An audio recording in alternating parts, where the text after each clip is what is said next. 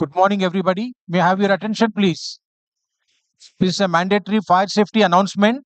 In the event of the fire alarm going live, please do not panic. Please take the emergency exits, which are located one at the extreme corner on the right side, and one which is at the middle side, and which is on the extreme right side behind the screen on the extreme corner. These are the fire exits which you are need to take, and please evacuate to the ground floor, go to the basketball court, and go to the right side corner, and that is the safe assembly area. Please do not use the lift, it may stall.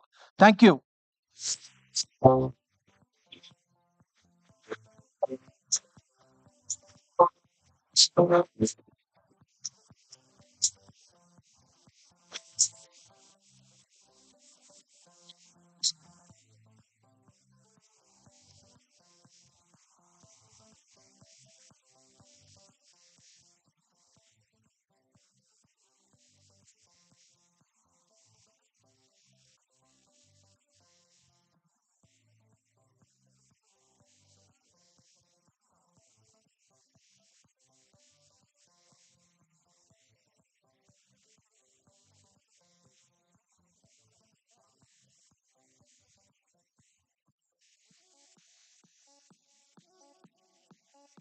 He comes, you don't go on. Because he will finish. He's will talk. Okay. It's 1 minute. Unless 2 minutes.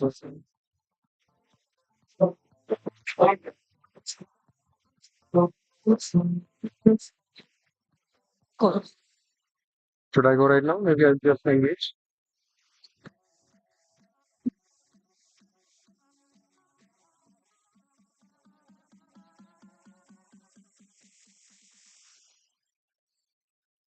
Good morning, everybody. Isn't it great to have an early start in Bangalore always? Yeah, you kind of avoid the traffic. I'm sure you're coming from different locations. Some of you are here are also traveling from outside Bangalore. So, how many of you have come from outside Bangalore? Oh, very few. Okay, that's nice. It's really great to kind of see you guys every time here. So, welcome to the fourth edition of AI at Walmart. Thank you for joining us in person here today. It's good to have everybody here getting an early start. And a very warm welcome to all our viewers on YouTube who are joining from different time zones. So, as you know, the world of AI is buzzing with advancements and innovations that are happening all around us. At Walmart, we are constantly innovating with AI to improve our experiences of customers, sellers, members, and associates. Just to give a few examples, our AI powered inventory management system helps us to ensure that our customers get the right products at the right time, at the right prices, so they can live better lives. At Sam's Club, we have put AI in one of the most unusual places. We have put AI in our floor scrubber. Now, while the scrubber goes around the store, it takes about 20 million pictures every single day, which helps us prevent stockouts and build better experiences for our members. Uh, Having said that, it's very important for all our associates at Walmart to be at the forefront of innovation. So we empower our associates to learn more about AI. We launched a Gen AI platform last year. This playground allows our associates to experiment with cutting edge technologies and come up with amazing products that can be used by our customers. We also have an AI solution in works that will help us avoid waste in Walmart stores even before it is generated. So these are just some of the examples of how AI is rapidly changing and transforming the world of retail. But today, we are here to see much more. With our eminent speakers, we'll be exploring some of the most cutting edge AI innovations that are happening across different industries. And when we see these innovations, we'll see how the tech is empowering the experiences across these industries. Alongside the sessions which are happening here, I would also invite you to just go on to the other side of this floor where a number of our associates are showcasing their work in a poster gallery. There is some really amazing work, so I really appreciate if you can move throughout the day anytime that you like.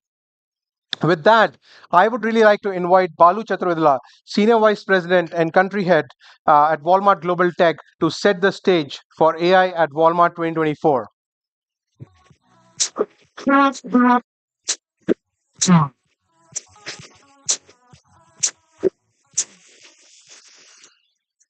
Good morning, everyone. Welcome to the fourth edition of AI at Walmart. It is a pleasure to host all of you at our office today. For those of you who are joining virtually, a very warm welcome to all of you. Back in the day, sci fi movies were the only place where we could witness the power of AI.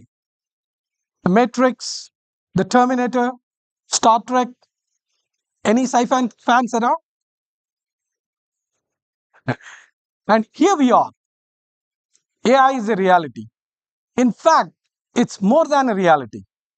It's part of our day to day lives, touching everything that we do in every corner of the world. The journey of AI has been fascinating. We have witnessed so many path breaking solutions.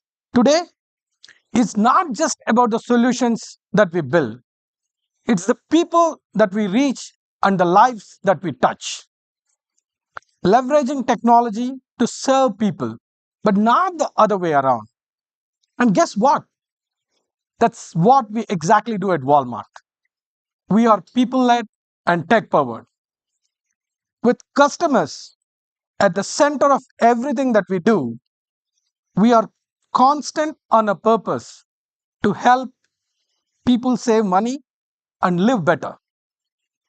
The only thing that does change from time to time is how we adapt to our customer needs, not just to meet, but to exceed their expectations every single time.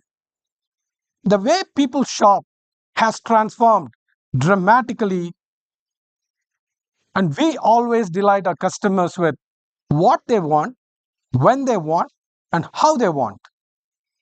Customer was always looking for selection, value, and convenience, irrespective of whether they shop online or offline. And this is the essence of adaptive retail.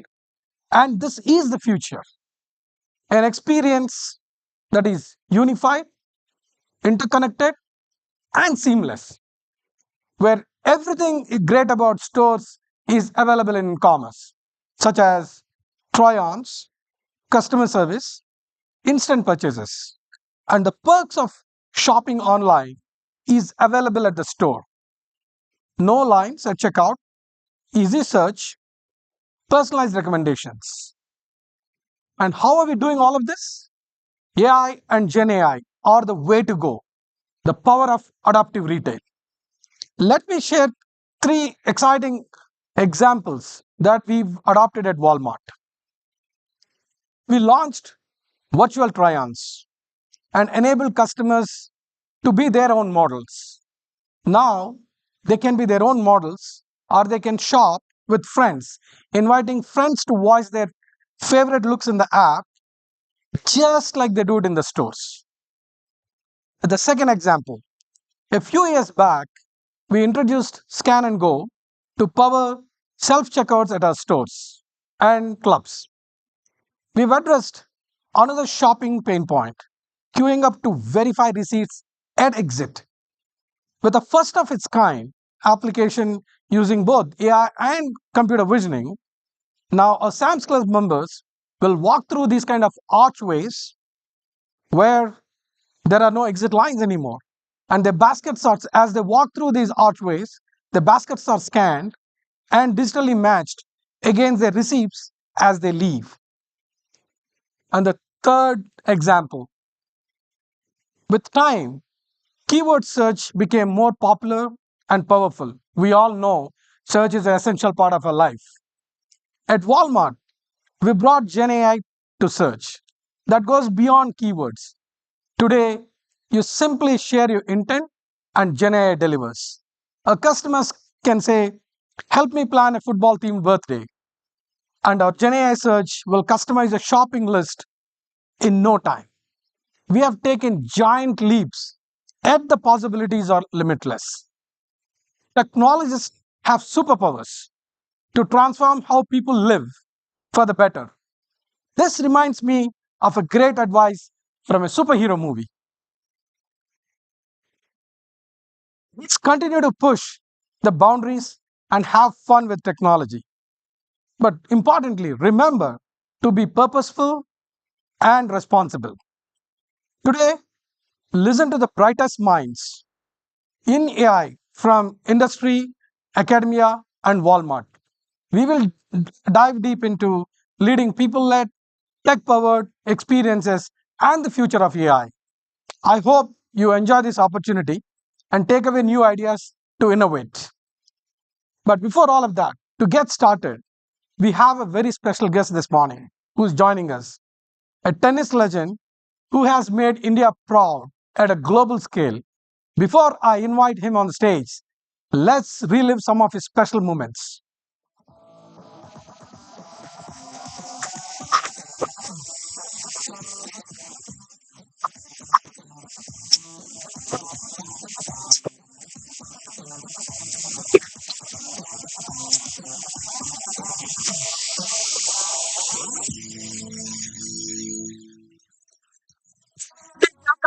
Mahesh Bhupathi. It's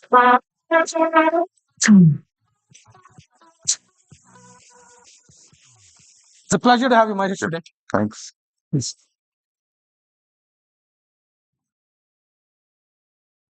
I think we'll get started. Great. Oh, my mic is working? Yeah, I think so. Perfect. Yeah, we'll get started with our, I think, most popular question. In a country where cricket is a religion, what influence to choose play like tennis? And did you ever rethink that, is this the right sport that you've chosen? So I was given the tennis racket when I was 3 years old by my father. Um, so it was not really my choice. I think after that, very quickly, just following him to the tennis court every day, I kind of fell in love with the sport. I didn't really come into contact with cricket till I actually understood what it was in school. I did not know. I mean, none of us knew the scale of cricket at that time till India won the World Cup in 1983. So yeah, by then it was too late. Tennis was my first love. I know, I mean, speaking of choices, I think we can all relate to. I think some of us are here by not our own choice, but we're happy that we're here. But I think we all know in the sports, you win some and you lose some. But how do you deal with the pressure and expectations to be at the top always? So I guess yeah, like you said, winning and losing is part of I think anything. I think for us when we're drilling and working through trying to become an elite athlete through the initial years of our life, I think for us it's just about following the process. I think more often than not, if you do the right things, vis-a-vis discipline, hard work, intent and energy for us on the tennis court, more often than not, we were ending up on the winning side. So it's just about following process, and discipline obviously is super, super important. Okay. Discipline, yes, I think we all can relate to. We all have calls in the morning, calls in the evening, and that become up a routine slash discipline for all of us. Playing demands a great teamwork and solid partnership. How do you approach these relationships on and off the court? Like it requires what starts in the on court, it has to be translating off the court. How do you build these relationships? I think playing doubles, I mean, the most important aspect about it is to find a partner that makes up for your weaknesses. I think that's when you can completely become uh, a powerful team. So I always look for someone who could make up for, stuff that I wasn't very good at, uh, either the net play or the returns or, whatever it was. And yeah, making a teamwork is not easy. It always goes through ups and downs, but as long as the goals are firm, and I think both the team members are intent on making the effort to get there, I think that's half the battle won. Oh, it's a great insight, right? Like be there for each other and cover the bases that you need to cover, Yeah. right? Absolutely. Today, I mean, any sport you take, like technology is transforming every industry. What are your thoughts about role of technology such as AI in advancing sports or even performance? I mean, compared to when I was playing at the highest level, I think it's obviously made giant leaps. I think what you see, even when you see the cricket broadcast, at the IPL, you can literally see every ball being bowled, how it's being bowled, where the batsmen like to hit the ball, and that's transcending every sport today. If you see the data of the French Open that I was watching yesterday, they're showing how high uh, Casper Ruud's ball was bouncing after it. So I think from a sports perspective, I think it's still going to be vastly the player who has to perform. But when your opponent 85% of the time on a 30-40 point likes to serve wide, and you have people telling you that before the match, I think those small differences are going to eventually tell in sports. So now you got to even think a little bit outside the box. Your opponent's waiting for that. You're going to have to work the other way. Yeah. I mean, you just said it, right? You said like few numbers, and that's what I generally get fascinated with the technology. Like today, we are in an age where we're dealing with a lot of data, whether it is cricket, whether it is sports, or whether it is retail shopping. So data comes at rescue for everything that we do, Yeah. and that can help improve performance, or however we look at it, in whichever field we look at it. I mean, you are an international sports person. You have millions of fans watching your game. What is mantra? Like remain fixed on your goal and stay away from your distractions. So honestly, when you're a sports person, the distractions are a myth, right? Because you've spent your whole life trying to achieve or play at the highest level, which is a dream, right? For me, winning Wimbledon was not really the dream. Getting to Wimbledon was the dream, right? So when you get to Wimbledon, uh, then it depends on how well you handle the pressure, how well you can play the big matches, and then of course, if you can do that consistently, you can win at the highest level. But the distractions are not there because where from a very young age you are embedded with getting to those goals, and if you're going late nights to the clubs, or you're watching TV or playing games late night, you're not going to be able to play or perform the next day. So you automatically cut those distractions out of your life if you want to achieve it. Yeah, I think we all can again relate to that. Yeah. From time to time, I personally feel time management is a distraction for me. Email is yet another big distraction for me, and some of us can relate to what you're saying. I really enjoyed the game of tennis a lot, and I used to follow very religiously. I came across one of these tweet posts that caught my attention, and do you want to share the story behind it? And I felt it's so apt for me. I can relate this at my home too. Yeah. Yeah, I think this was during one of the bad rain days in Mumbai when, obviously everything was flooding. And I got home and my wife was using my Wimbledon towels to keep the rain out of the house. And that was not well received by me, because these Wimbledon towels are literally collector's items, right? And those, as you can see, those are towels I collected over all different years at Wimbledon. And as you can see, they were on the floor, keeping the rain out. So, yeah. Yeah, I mean, like in my previous organization that I worked for, we have habit of giving T-shirts. My wife put the same use of the T-shirts like that, and everybody that worked with us in our house, everybody has the T-shirt. Like they all work for the company virtually, one way or the other. Yeah. As long as my towels are not being used to wash the car. That's, yeah. Yeah, you lead a sports talent management company and a tennis academy. How do you develop and motivate talent, and especially in the current age? Like, how do you make them highly more performing individual teams and talents? So I think it's a little different when I kind of speak to them, because I've experienced all the goods and the bads and the uglies of the journey. So motivating them, each one has their own demons. Some don't like to do fitness, some just have uh, a weak head when it comes to pressure situations, and some just can't believe how much work they have to put in. So I think for me, when I speak to juniors, it's about, again, following process and staying disciplined, and the hunger has to come from within. Otherwise, honestly, tennis is, in my opinion, the most physical sport in the world, right? Because you've got one-on-one running for 3, 4, 5 hours at a time, and you got to do that daily, because if you win a match, you got to come back and do it again. So, uh, if you're weak-hearted, or you don't want it enough, then don't waste your time. Go to school. Awesome. Okay.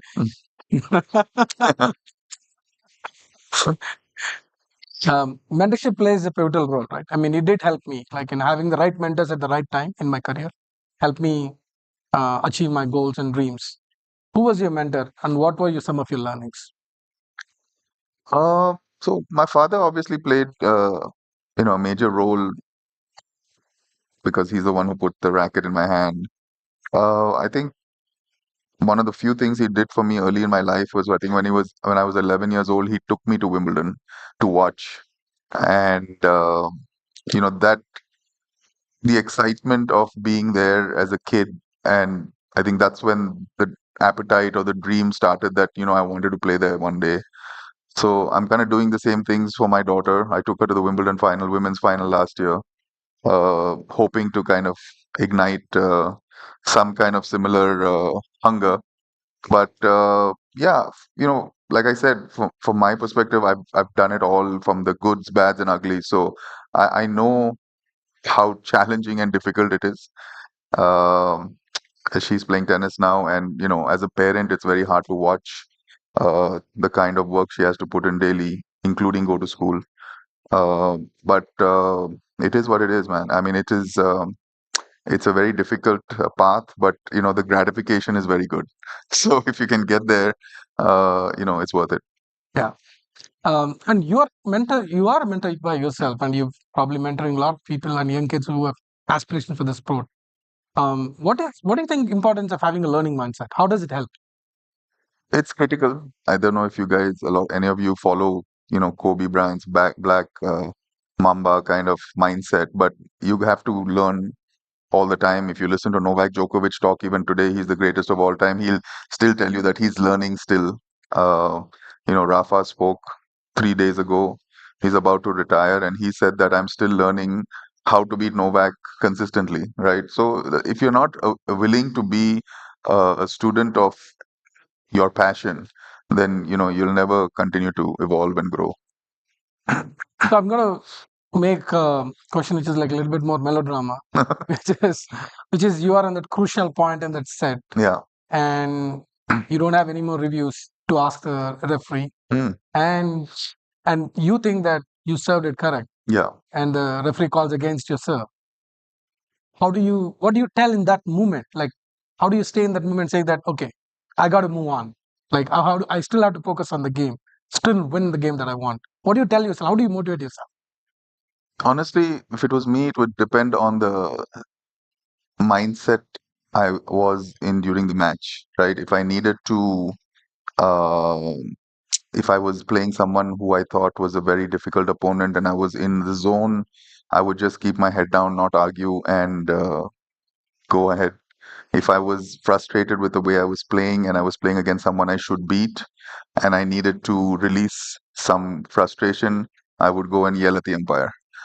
So, so it's just depends on the mindset, honestly, at the moment. But luckily when we were playing, there were no Hawkeye. There was no Hawkeye, right? So you had to play the linesman call or the umpire call, and with the ball coming so fast all the time, there have to be bad calls all the time. So it's very difficult. And as you guys know, John McEnroe was the epitome of how he dealt with it. But and the other side was Bjorn Borg, right? He never argued a call because he said if I miss the line, if my target was 6 feet inside the line. If I miss my target by 6 feet, it's okay if the linesman missed it by 6 inches, right? So Fair point. yeah. So yeah, I think everyone to their own, but technology has played a different brought a different aspect to sport today, right? The Hawkeye in tennis and the reviews in cricket, and in the goal line technology in football, it's great, and hopefully it evolves, but hopefully it doesn't take away from the essence of the sport either. I agree. Yeah. Totally agree. And for those of you, like, there's an implicit message. All of you who are in the leadership positions or even leading the teams, get used to the yelling. Right? That's what it means. You play a role of referee. As an entrepreneur across diverse industries, like how do you keep up pace with the change when there's a lot changing on the world? And how do you learn leverage technology to empower the teams and things that you do? How does they come in hand in hand? I mean, it comes in very handy. I think trying to keep up with change is the challenge, because We know that India is possibly the global hub for technology, and for us to constantly, I constantly read a lot of articles. I try to, a lot of my friends are in the business, so I kind of brainstorm with them on what's coming, what potentially come. So yeah, I think keeping up with change and making sure you implement it in your lives, small or big, I think that's what makes a difference. I see. And we have a lot of technologists here. Before we go on to a rapid fire, do you have any like piece of advice to the leaders here and the people who are going to use technology, especially in the context of AI responsibly? Any word of advice, caution of advice, how they should be passionate about what they're trying to I mean, I think all you guys are lucky. You guys are working for the biggest company in the world, obviously empowered to make them even larger, or like you said, use technology and AI to not only make the consumer's life better, but also be responsible with it. I think if you look at Instagram today, the kind of content you see that's being generated by some trolls with celebrities, with this AI stuff and the deep fake stuff, it's worrying. I mean, people who don't understand it constantly are saying that they're scared of it. But I guess your role is to make sure it's in the right hands and in the right direction. I mean, a total 200% agreement. Technology is we have to put to great use to serve our customers, but we have to use it in a purposeful and responsible way. With that, we do have a rapid fire Okay. session for you. All-time favorite tennis player? Roger Federer. No claps. Apart from tennis, which sports are you passionate about? Soccer probably the first. If not a sports person, what would you have been? I, like I said, I started when I was 3, and I keep getting asked this question, so I default to lawyer. Oh, good advice. Most memorable match we ever played? uh, Probably the Wimbledon final that we won 99. I mean, I saw that match. 1999. Yeah. Yeah. What's the best piece of advice we have ever received? Uh, Best piece of advice I received was, from uh, former Grand Slam champion, Agassi, actually. Randomly, we ended up at the same lunch table in Dubai one day at the tournament, and he said, "Listen, man," and I just lost the match that day, and he could notice it. He says, "You know what? The sun's still going to come up tomorrow. Just make sure you get up and practice. Don't sulk too much." Wow. Great advice, I would say. You fitness mantra? Try and do something every day. Okay, I will definitely take that as an inspiration. One hobby you enjoy off the court? Watching Netflix. Okay. Claps again. Um, a habit you wish to adopt to change? Wish to adopt. No, maybe read more. Okay, interesting. If you could save lives with, that is, if you could swap lives with anybody for a day, who would it be? Michael Jordan. Oh, my favorite. Okay. The next question is two parts. Have you ever shopped at Walmart? If so, what is your experience? I have. I have. I went to college in America actually, and I went to this. I went to the University of Mississippi, which is housed in a small town called Oxford, which is an hour and a half outside Memphis. And my first, I was fresh off the boat, as they say, from going to college. Frightful experience. So my coach, who's from Mississippi, you call them rednecks. He picked me up at Memphis airport, took me to my dorm, and then he said, "Let me take you to get my first batch of supplies."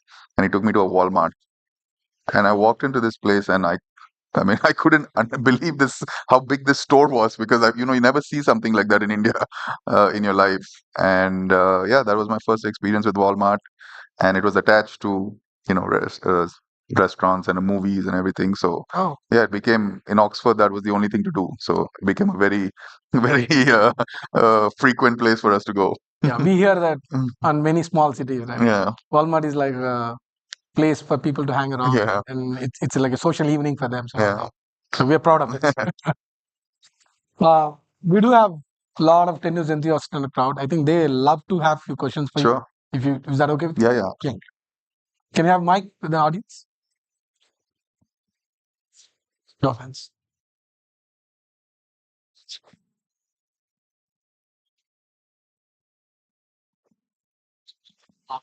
Hello. Hey. Hello, Mahesh. Very inspirational to meet you. I'm a big tennis fan. So, tennis is generally a more elitist sport, right? So, what I mean is people who don't make it to the pro level or at qualifier or lesser than that, people who are, let's say, 100 to 1000 rank, right? So, they have a lot of financial struggles. I mean, recently, when Sumit Nagal, for example, said, I have only 800 euros left or I'm going to stop tennis. So, how do you think is a way around it in tennis, especially as a sport? So I don't think that's only a tennis problem. I think any sport, if you don't make it and you make a living, then you're struggling. I think tennis, from a tennis perspective, it's a little, it's expensive to build a player because, you need to be accessible to a tennis court, which is very difficult in India. Either you have to be a member of a club or you be part of an academy. So that's the biggest challenge in tennis in India, the cost to make a tennis player. But Sumit Nagal is 25 years old. 2 years ago, you're right, he didn't have money, and that's his fault because he didn't win enough matches. And I'll tell him this myself. Good morning, sir. Huge fan here. I just want to know, as a young professional, there must be situations in a match where you are trailing behind.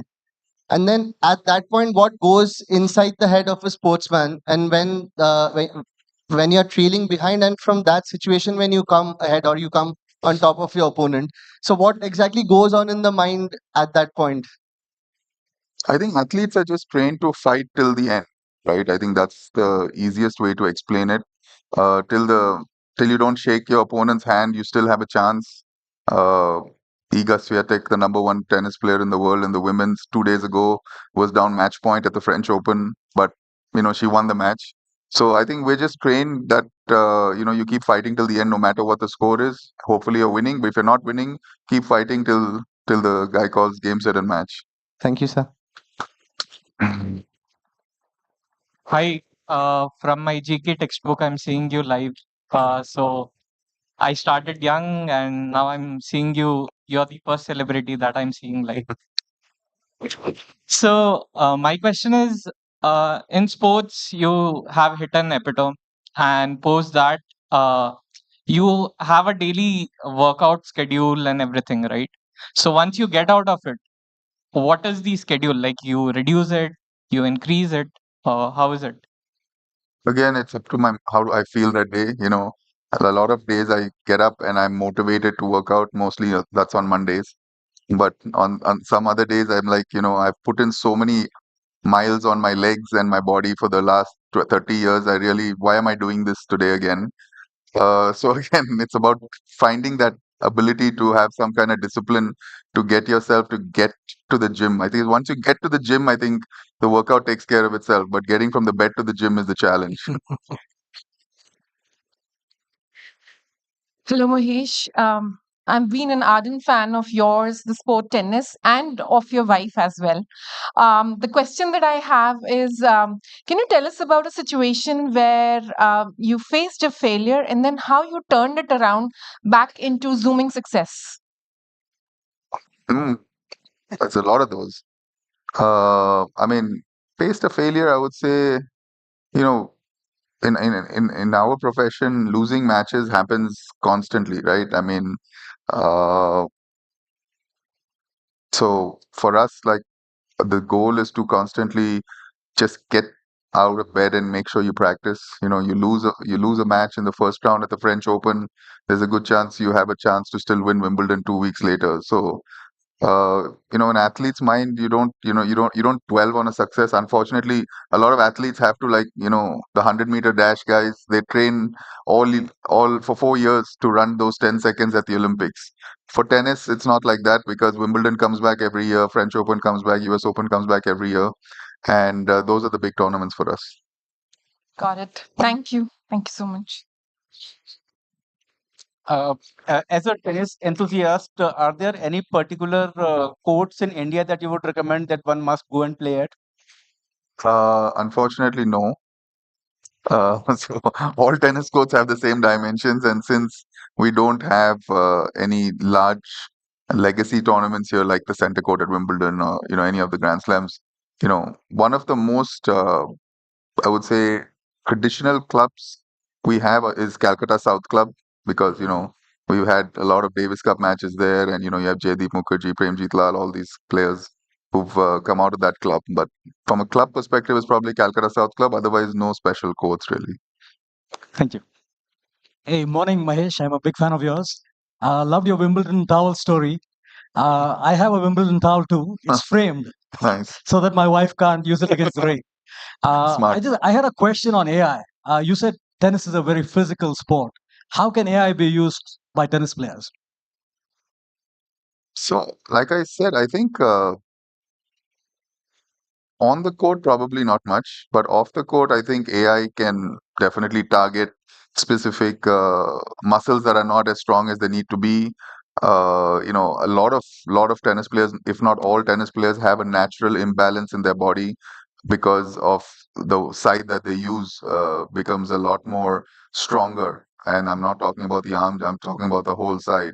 So I think technology can nowadays through scans, it's able to kind of point these flaws out, and then the athlete and their trainer get to the gym and kind of try to balance the body because that makes a big difference on the court.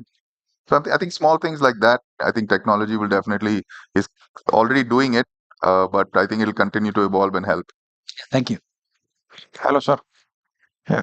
So you said your daughter is also playing. So my question is regarding this generation, more on the kids today are more on the mobile, not on the field. How do you encourage them, and what things which encourage them to go to the field and do the things? What advice you want to give to kid, make them engage in the field? Yeah, I think that is something we cannot control because that is the nature of the beast today. Everybody is on the phones, and everybody. I mean, what you can control is create distractions for them, uh, which in our daughter's case is her tennis. So she has to be on the court or in the gym for a certain number of hours every week, which obviously takes away from being on her iPad or phone and doing that rubbish. Thank you. Hi, Mahesh. Hi. Glad to see you in person. My question is regarding the tennis. I see all the pro people that go to tennis, playing tennis, they prefer singles first. And if they can't make it big there, they fall back upon the doubles. Why is that trend? And why is people not taking doubles seriously rather than just a second choice? Well, nobody really prefers doubles first, including me. Everyone prefers singles first. But then doubles is the skill set in doubles is very different to singles. So I don't think anybody who cannot make it in singles automatically makes it in doubles because that skill set doesn't come automatically in tennis. I mean, if you ask Somdev Varman, who in the last 15, 20 years has been the best singles player in India to beat me in doubles, even today, after 6 years, I haven't touched the racket, so he can't. So the skill set is very different. Uh, I kind of, along my journey, uh, realized the different skills that I had in doubles was vastly superior than singles. And I made my choice. I think, like Sania Mirza, for example, she did both. I think she got up to 27 in singles and number one in doubles. So some of them can do both. Stefan Edberg, John McEnroe, they were both singles and doubles world number ones. But that's very hard to do unless you're extremely good at the net. We'll take last couple of questions. Hi. Hi, Mahesh. Setu here. Thanks for being here. Good to see you. Can technology also be biased? Like sometimes the ball tracking that I get to see, if it is Dhoni, sometimes that shows that it's missing the stems. Or can it be more biased? Can the outcome be more biased? I think that answer you can give me. If the guy who built the technology is a Dhoni fan and he's making it more biased to Dhoni, then possibly. But I don't know how that's possible. Fear that, right? Sometimes, we know that it's plumb, but it deviates the height or something, right? So always felt it's a risk of having technology. It may be biased. Well, I still think it's a better chance than the human decision, right? But having said that, if someone's building technology to be biased towards one player, then that itself, he should be going to jail. And like any technology, you always have outliers in any technology, right? So you should consider that as an outlier.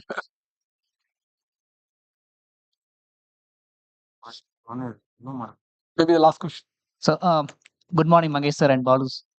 Regarding what are some of the sportsmen's habits can be nurtured into our working professionals to build their career, to sign their, in their work better? Sportsman's habits, like I said, it's fourth time I'm saying it is the most important is discipline. Uh, I think, because there's so many different things you have to look after. It's not just your training, it's your diet, it's your recovery. Like if you don't recover properly today, you're not going to be able to perform at the highest level tomorrow. So there's so many different aspects to it, and with recovery comes enough sleep, enough food, enough hydration. So it's literally a 24-hour job. So yeah, difficult. Thank you, Mahesh. It's indeed a pleasure to have you. I think we're all walking away with something or the other, whether it is discipline, teamwork, leadership qualities, mentorship. I think you've given us a lot of wisdom. Thanks for having your Thank time you. here. Thank you.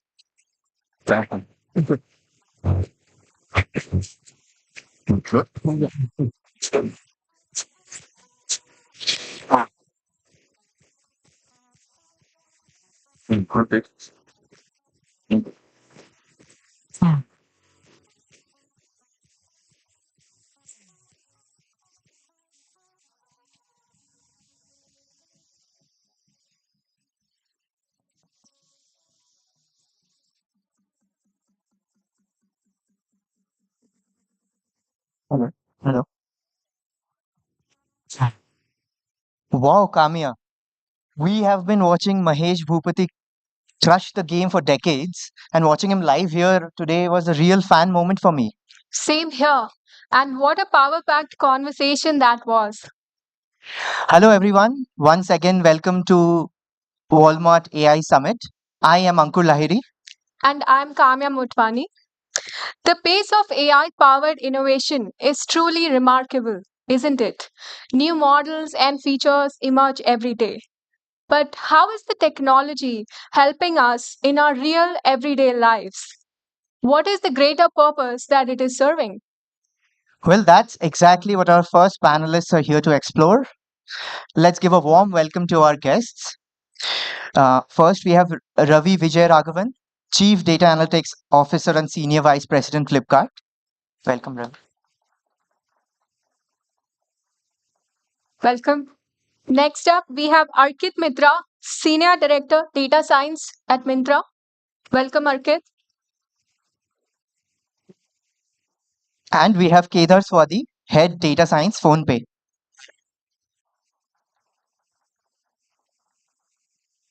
And to facilitate the conversation, please welcome Rahul Ghosh, Senior Director, Data Science at Walmart Global Tech. Thank you.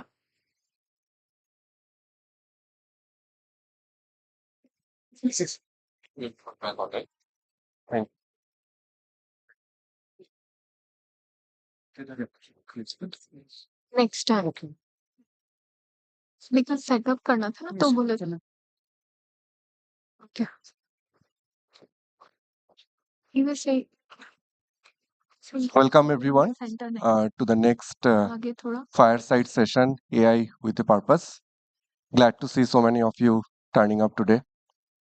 Driving innovations with AI need to be grounded with a sense of purpose. At Walmart, whatever we do, they are centered around our mission to help people save money so that they can live better. And being a people-led and tech-powered organization, that's the way we choose to live up to our mission. Now, talking about AI, the pace and scale at which AI innovations are impacting our lives every day, it's extremely important that we stay focused on our core purpose. And probably that's where first principles based approach comes handy as we build powerful AI applications and capabilities across business verticals. So, to hear more insights on that across retail, fashion, and financial services, today with us we have Ravi from Flipkart, Arkid from Myntra, and Kedar from PhonePe. Ravi, Arkid, Kedar, warm welcome to all of you. Thank you for coming. All right, so let's get started. You know, talking about first principles, right? Different folks think first principle in a different manner. We were chatting, right, during your PhD. There were concepts of first principles that were there, and then when it comes to building foundational products, especially products that are powered by superior experiences and so on, right? People weave first principles approaches while building those products. So, what are some of those first principles that you have come across, and while you are building an AI solution that you tend to apply? Maybe we'll start with you, Ravi, first. Hello, can you hear me? Good morning, everybody. I'm really glad to be here. So I think to your question, I would say the following, right? See, for us at least, the first principles start with the customer, right?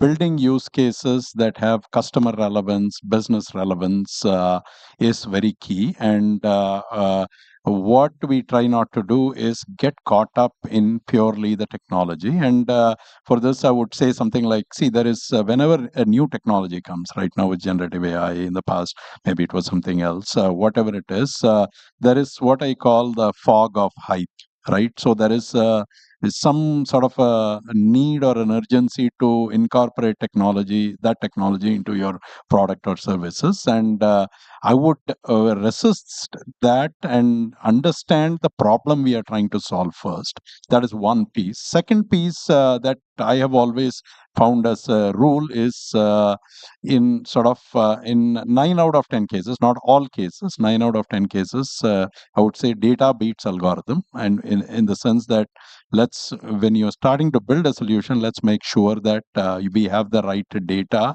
that would make it a powerful solution. That is another thing.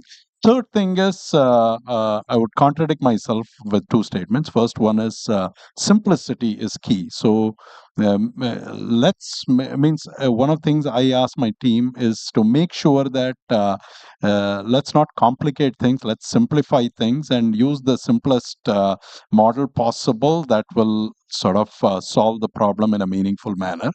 And I'm going to now contradict myself, also say that not be afraid of complexity. Some problems are truly complex, and to be able to balance when you have to be simple, when you have to be complex, is a skill in itself. And for any scientist, not just in data science and AI, for any scientist. And the example I would give is to make a powerful human-like conversation is not something that happened today. It's a journey of 30 years of research and things like NLP, data, machine learning, and finally, if you look at more recent developments in transformer architecture and so on and so forth, right? So it's a multiple years of research. So I think keep simple problems simple and understand complexity where there is complexity. I think these would be some of the things I would think are important. Very well said. Arkid, maybe you want to go next? I mean, can you guys hear me? Yeah, I think so. So Yeah. I think I echo most of the thoughts here. So uh, again, we are not doing symbolic AI anywhere. So data is at the center of everything. So like completely echo that thought. The other thing which I again ask my teams and everyone else is right, work back from the consumer problem. Like you can't like say, okay, here is technology, and I will figure out a consumer problem that I'll solve with this technology. there's a consumer problem, try to figure out how technology will fit. So that's the first thing. One of the most important principles that I apply while solving these things is like, what is the simplest solution? And like, that's not where I stop. Like, a lot of people will stop at what is the simplest solution. My point is, what is the simplest solution which is iterable and which can learn? So, which is where I am not exactly all in with heuristics, but heuristics, if they don't learn. So, what is something which you can iterate on the top of and which can learn? And so I'll give you some examples of like, one of the more complicated problems which I was solving like 7, 8 years back. And, I always wanted to go for like what is cool out there, right? And but one of the things which always plays on my mind is like, how far can say a simple nearest neighbor search take me? Because it learns, right? Nearest neighbors are learning, right? So how far can it take me? uh, can I just create a state of the system and then do a nearest neighbor search? It actually is a great baseline. Are you baselining? Essentially, push an existing technology to the extreme Yes. before you pick another one. Yeah. So that's what you do. Like, you are building a recommendation system. Can you put a multi-armed bandit, a simple model out there, and see where you can go? And that just works. Like, you understand the data a lot better. And again, uh, I'm echoing the same thoughts here. you know Data is the center of it, is at the center of it. You understand the data, and then you can go a lot far from there. So I would say, like, uh, two things: create great baselines, create things which can be iterated on and which can learn. And like, those will take you quite far. Yeah. I think there are a lot of data scientists and AI leaders in the room. They can very well resonate with what you are talking about. Kedar, you want to share any learning? Yeah. Good morning. So you have heard two great answers, so it's hard for me to go one up on that. But yeah, I think coming back to what some of them have said, right? You have to look at the end consumers of that, right? And that could be your users, that could be the partners that you work with, or that could be the processes that you need to optimize, or it could be even the revenue for your company that you want to pump up, right? So there are different reasons that have to drive why you are doing some things, right? And as was said, right, it really comes down to a lot of things, right? Firstly, it has to be the need, right? Do I even need to look at some of the sophisticated large language models? Could I have just done this by just applying a bubble sort, if that's what all is needed, right? You have to look at everything that is already been done, that has already matured. It might be techniques in statistics, it might be techniques in approximation algorithms, when you might not be able to get fixed form solution, or you might not be able to get an optimal answer, right? The next thing, again, like was said, was the availability of data. And this is not just in terms of being able to build your initial models and test them, but also the ability to have a feedback loop, right? A lot of times, you want to have a model out there, but the ability to get a feedback is not there, right? So you have to be very aware of that, so that you make sure that you are able to iterate, you make sure you are able to get better, you make sure you are always listening to what the answer is, whether it comes from your consumers, whether it comes from other processes, right? Another thing that guides me is just the availability of talent, right? And that is something that gets sometimes lost, because you have brilliant people. It's might not always be a problem of their brilliance, it might be a problem of their background, it might be a problem of whether they have had opportunity not just to understand the techniques, but more importantly, and very importantly, to be able to be aware of the domain and what are the real problems, constraints, complexities of that domain, right? So I call all of that as being talent, right, where we need it. And then cost benefit analysis, right?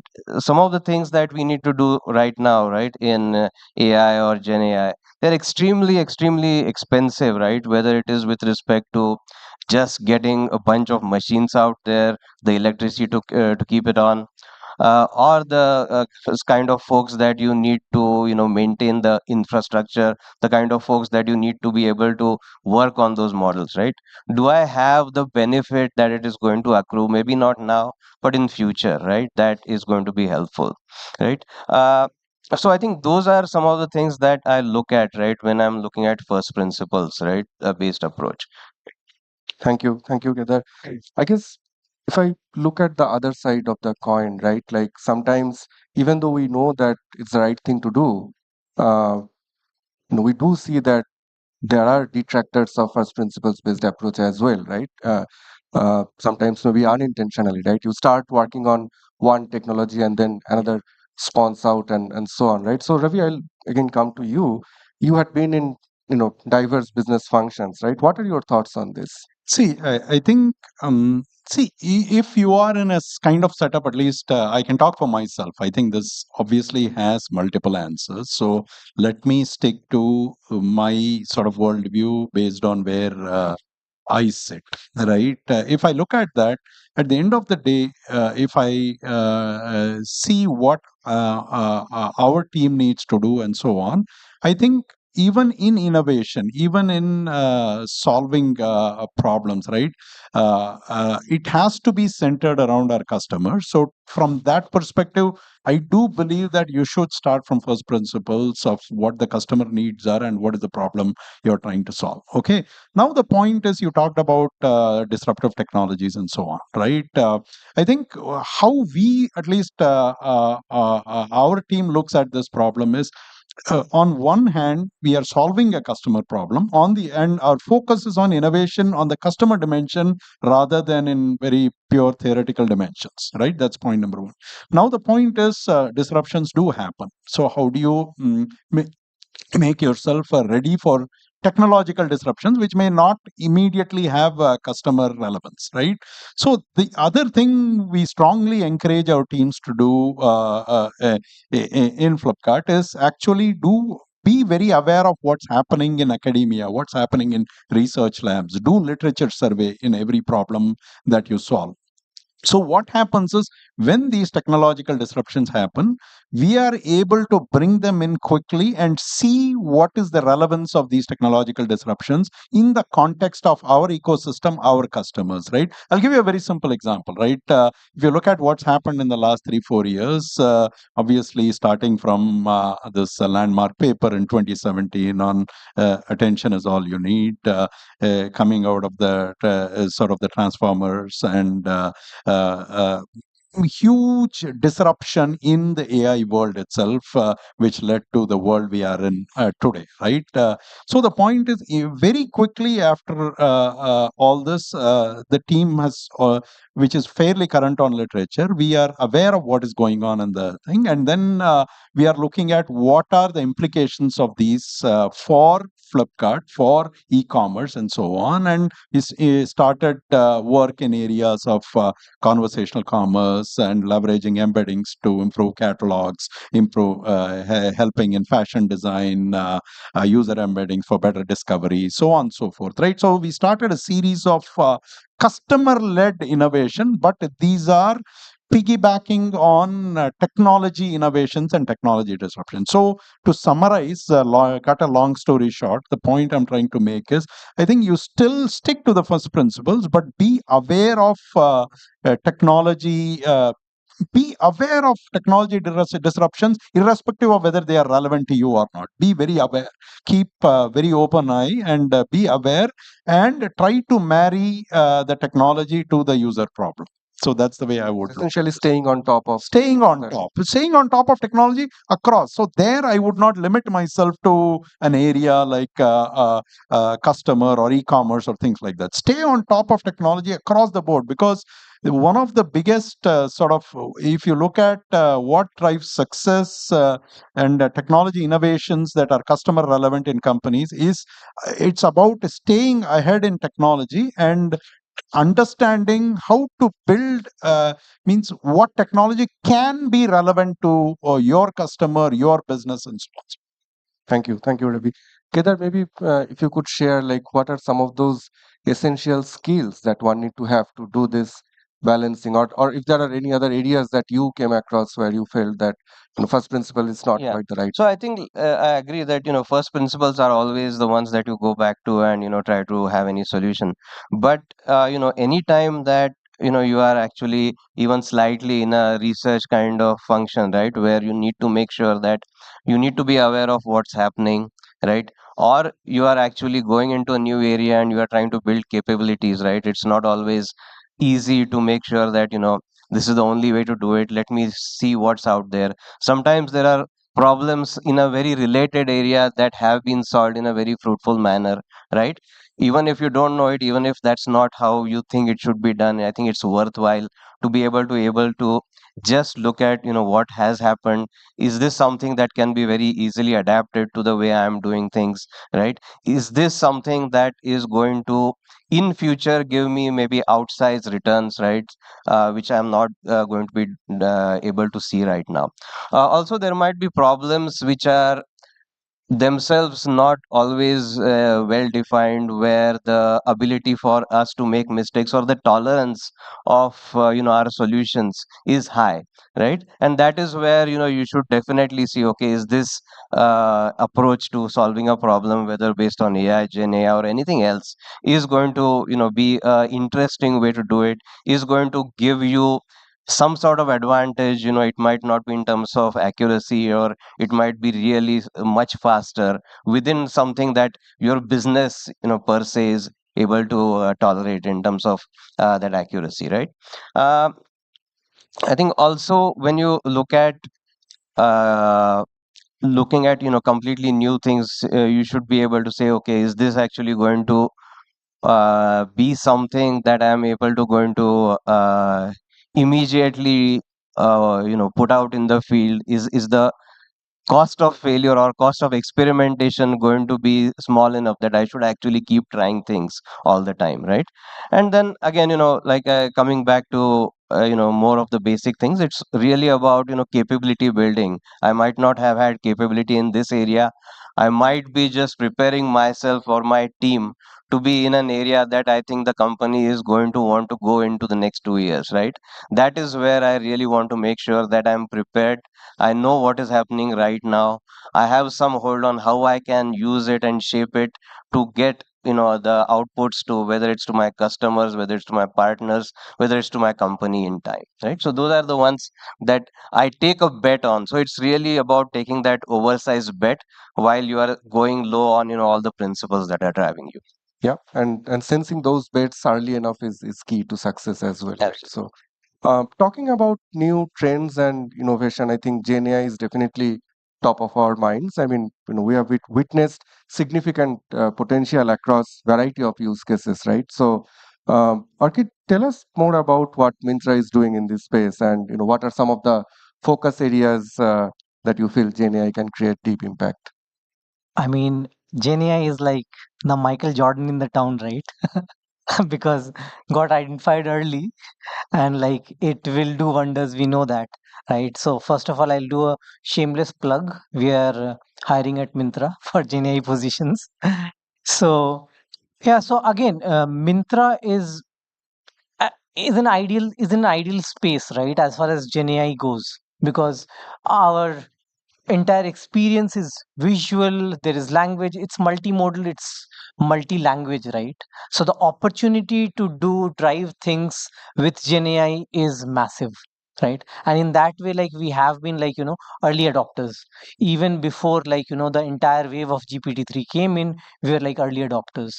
Today if you look, not many companies have like a real Gen AI product in production. Like it's not there, right? But if you like, any of you who has your phones here, you can open up like the Mintra app and you have like something in production, something which helps you. It is based on Gen AI. So we have had like a couple of products which are around conversational shopping, Maya, My Fashion GPT, where we are like we are creating language models which are specific to fashion, because fashion is a little more domain centered than like normal language models. So you have Maya, where you can write, okay, I want the looks of Michael Jordan on a summer day in Goa, and it'll start conversing with you like your friend, and tell you what you can buy from Mintra, right? So there is Really this, like Michael Jordan, I can guess that. of course, and Mahesh did remind us of Michael Jordan. So again, Maya, my fashion GPT, out there at the center of it is the consumer. The technology is your friend, which is helping you figure out like what you can wear, what you can buy, um, everything, right? And then there is like the other side of the spectrum where we have something as simple as like review summarization. Again, at the center is consumer love. A consumer comes, he can't go through like 1,000 reviews. He cares about only the cost. So can we give him all the reviews summarized which are around cost or like value for money? So that's out there. Then there are like a couple of use cases around like say customer service agent is there. He's conversing with um, the consumer. Can we summarize what the previous conversation is? So what the approach taken is like always at the center is the consumer, and we work back from there. But the opportunities in Mintra and what we have achieved in GenAI is like a lot more than like a lot of places, because we were like the early movers that way. Got it. Kedar, any use case on the financial services area? Yeah, so I'm a bit jealous of him because he gets to see a lot of visual feedback, which is very impressive. As opposed to that, in financial services, I think there's still a lot of very, very valuable use cases. So, for example, it might be on, whenever you have a company which might be into investments, right? It makes a lot of sense for them to actually tailor the advice that they give you in terms of, okay, what can you do? Right, even for the analyst it's amazingly useful, right, when you want to summarize any kind of news articles, when you look at calls, when you look at any kind of earning calls, to figure out what's happening, to figure out what is the kind of advice that they might want to give you, right. When you are trying to have a fairly long term view of things for your customers and lay out a path for them to have a financial journey, how do you do that? So those kinds of things, when you have an interactive session, right, trying to understand what are the long term goals for the customer, what are the short term goals, those kinds of things in investment is where it is amazingly helpful, right.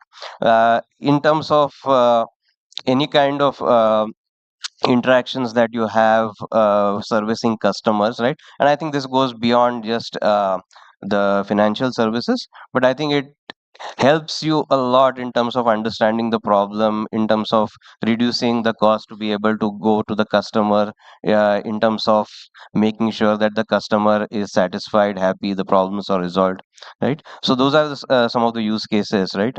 But it's not just always the customer facing, but even for all of us, in terms of making sure our code bases are good, it's not just being able to generate code that you can blindly trust, but a lot of other things in terms of code comprehension, right. Someone leaves the organization, new person comes in, how do you make sure that person has a slightly better understanding of the code? How do you really help that person ramp up and at least come up with some sort of skeletal output of what it is, right.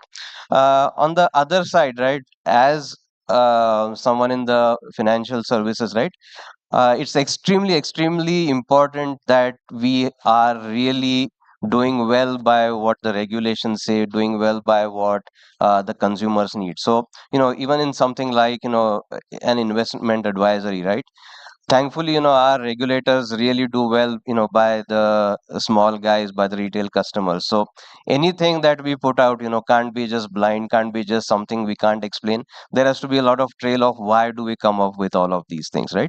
That is another thing that potentially we could use gen AI to help us or guide us.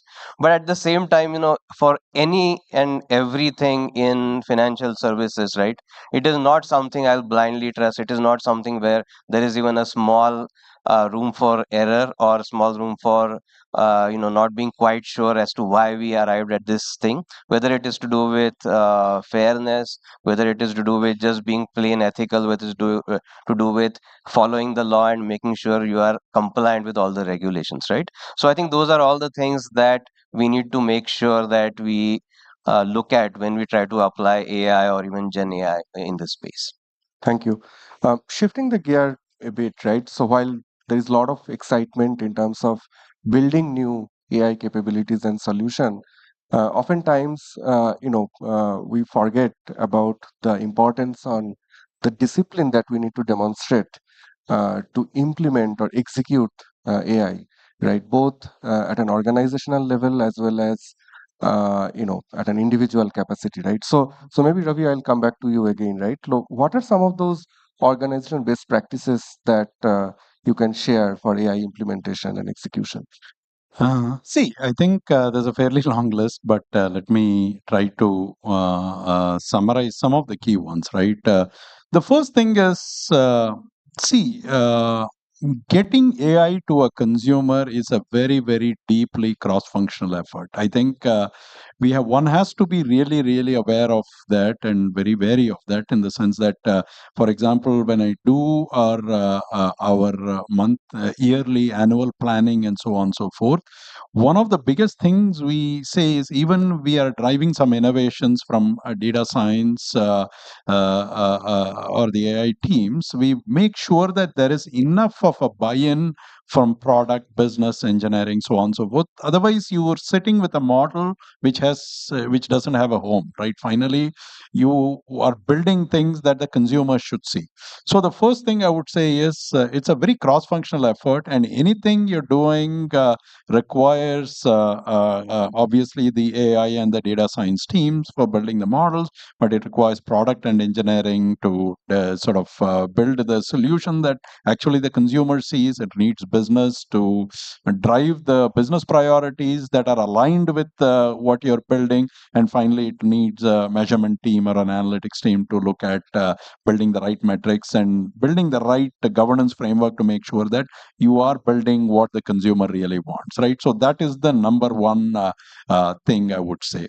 The second thing is being sharp about connecting the end goals and metrics that you're trying to get to based on what you're building. For example, if you're building a fashion AI that is trying to design fresh fashion for the consumers, then I want to see that you are onboarding the right demographic, maybe Gen Z. You're onboarding the right demographic disproportionately. Is that working? Or you're building a conversational commerce, then you want to make sure that the conversational commerce is driving disproportionate engagement. So I think being very, very sharp about metrics, right? Well, none of what I'm telling you is actually rocket science, but I think to have discipline around these is what is important, right?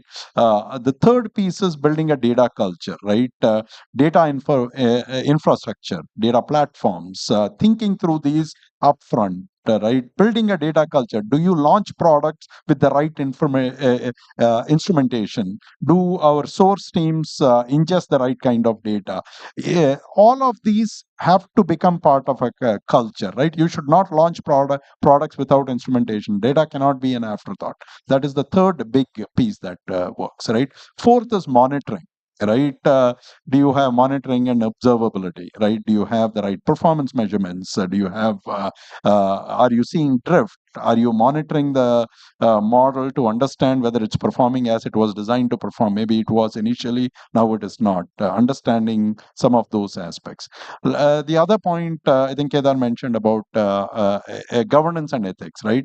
And there are two or three. There are some very, very dramatic use cases that we should sort of build all the guardrails to avoid, which are some of these, particularly with LLMs, hallucinations that can give damaging responses, could be an example, or things like deepfakes and so on. So that is at one end of the spectrum, which we have to build more and more and more guardrails to sort of protect from, right? Then the others are, I think, Kedar alluded to as well, right? Just fairness and bias and so on and so forth. So governance and ethics in AI is becoming more and more, coming more and more to center stage, right? And finally, from a talent and a personal perspective, people who are working on this, right? It's very important to understand one thing, right? This is one of those fields where you go to sleep for 6 months or a year. When you come back, like you're not even relevant anymore, right? That is the pace at which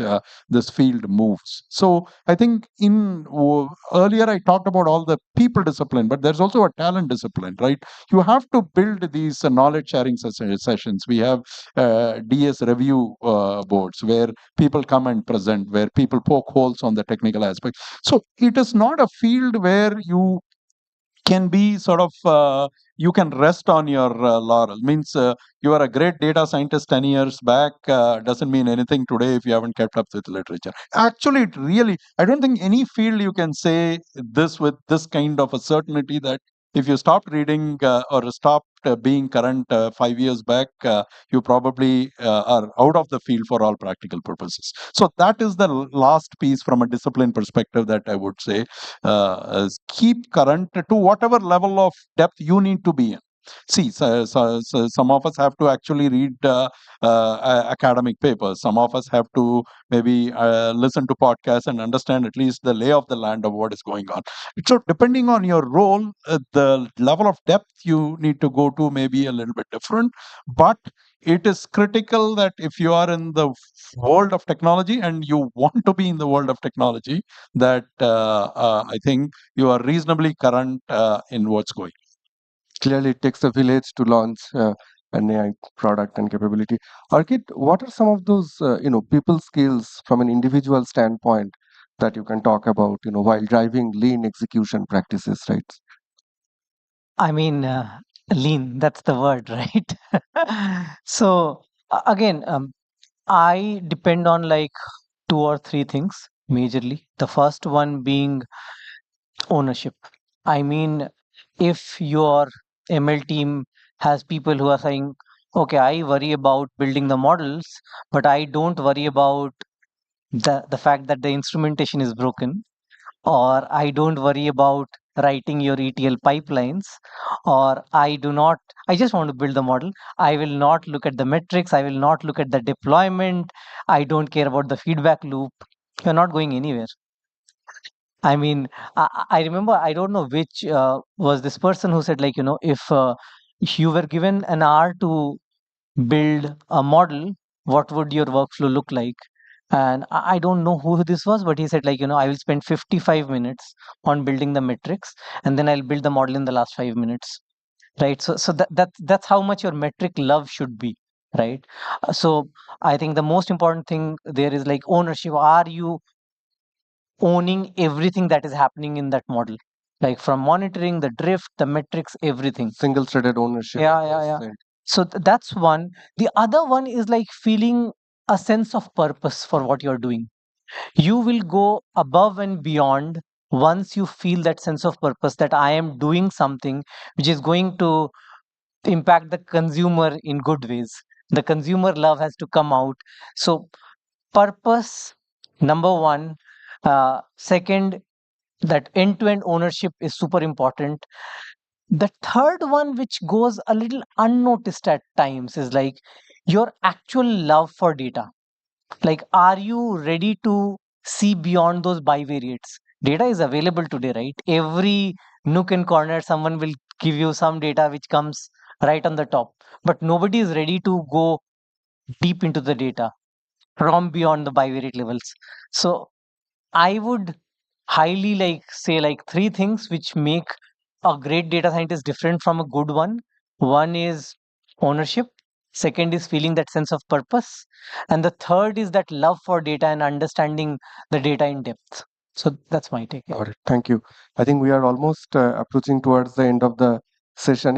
We are all living through interesting time, and the possibilities with AI, they appear to be limitless in nature, right?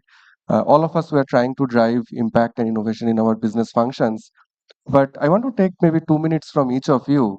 What aspects of AI personally you feel very excited about, and this whole reimagining the future with AI, right? What are your thoughts on that? Maybe Kedar, will start with you. Yeah. Yeah, so maybe I'm biased because of, once upon a time being an academic, but I think I've seen a lot of things where AI is able to actually push the boundaries of very core science and mathematics, right?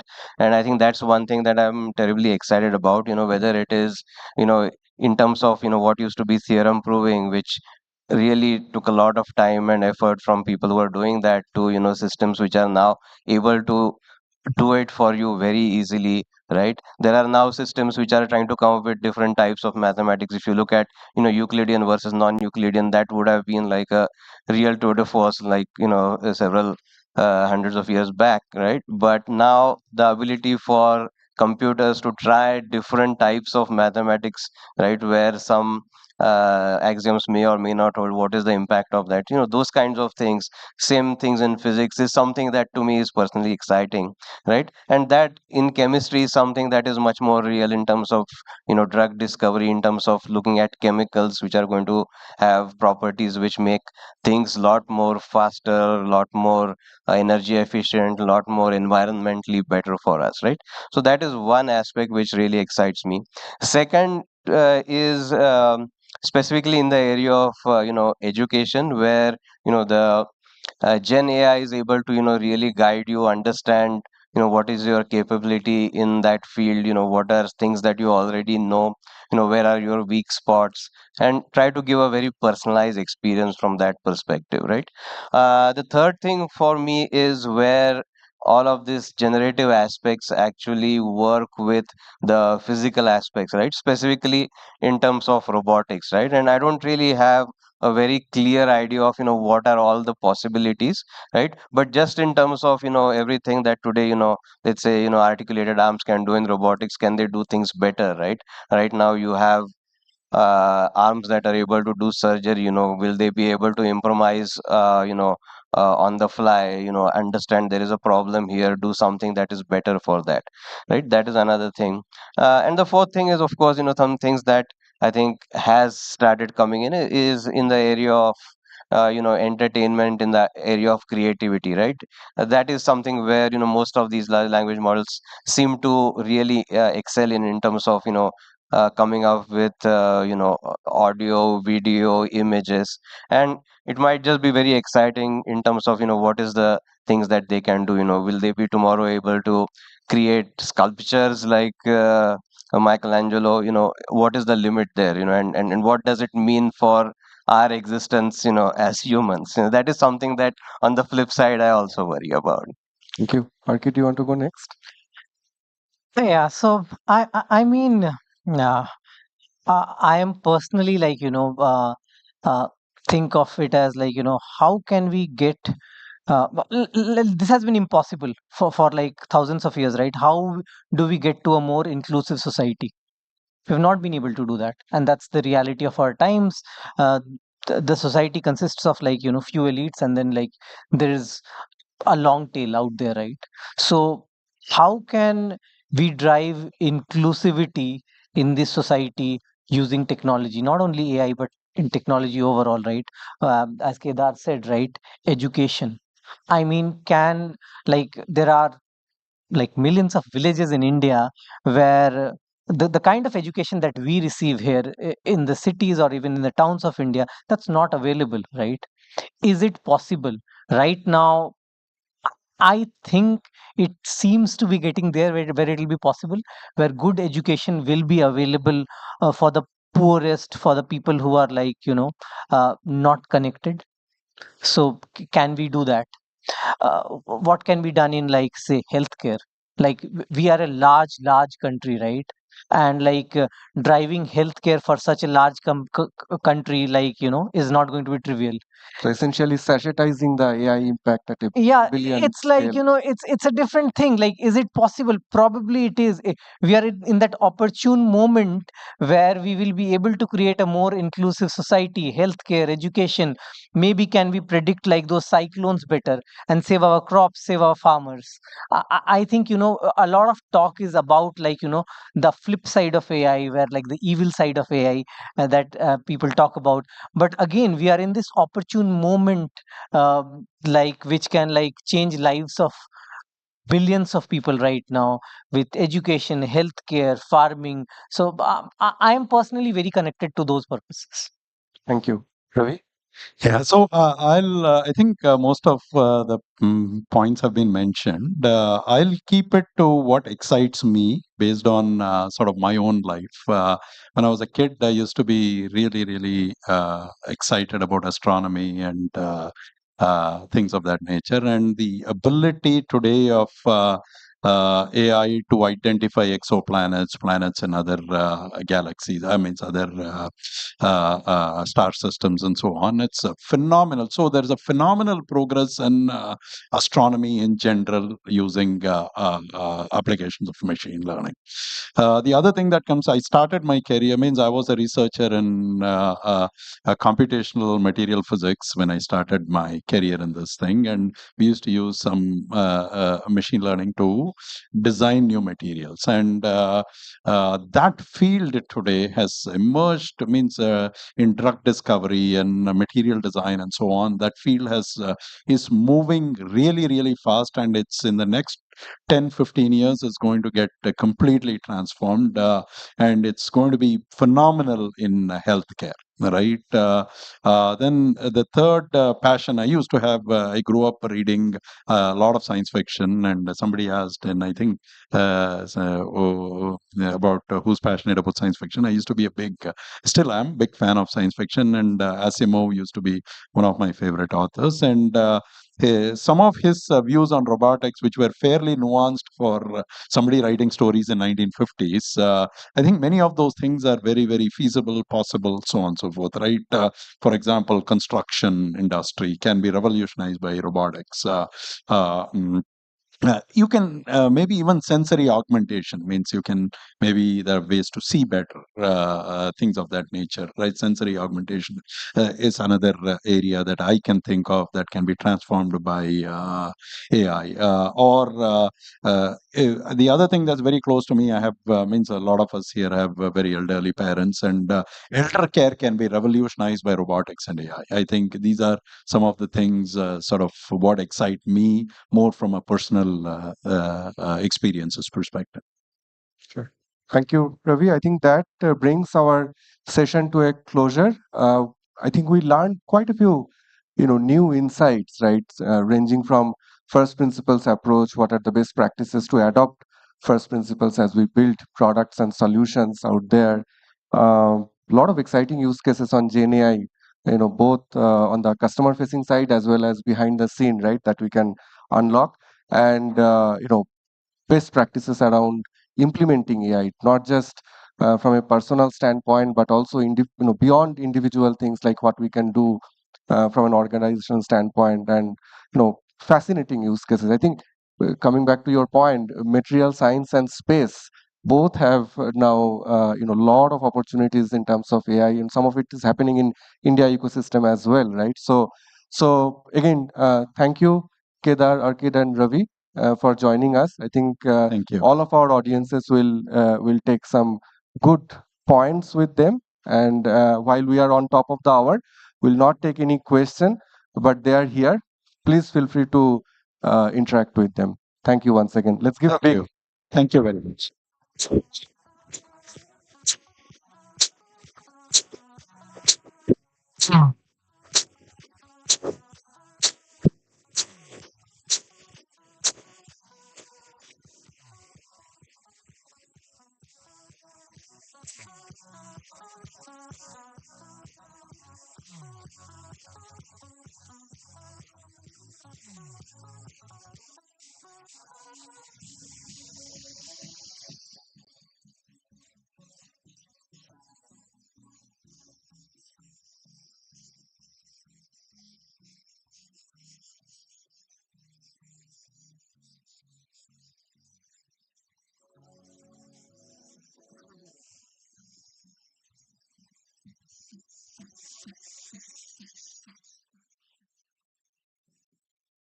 Thank You want me to? Right. Hello. Yeah. Thank you all for sharing such valuable insights. Well, Kamya, it's pretty evident that I'm all AI set. is helping people live better lives, serving a greater purpose, right? From online shopping experiences to seamless UPI transactions. Absolutely, Ankur. But AI's potential goes even further. Take agriculture for an example. It's an industry which has relied on experience and tradition for generations. AI could be a real game changer there. Just imagine the possibilities. Well, this is the Walmart AI Summit, so let's find out. Our next speaker will showcase how AI is empowering farmers to tackle key challenges, from crop planning and prediction to efficient supply procurement. Please welcome Professor Y. Narahari from the Department of Computer Science and Application.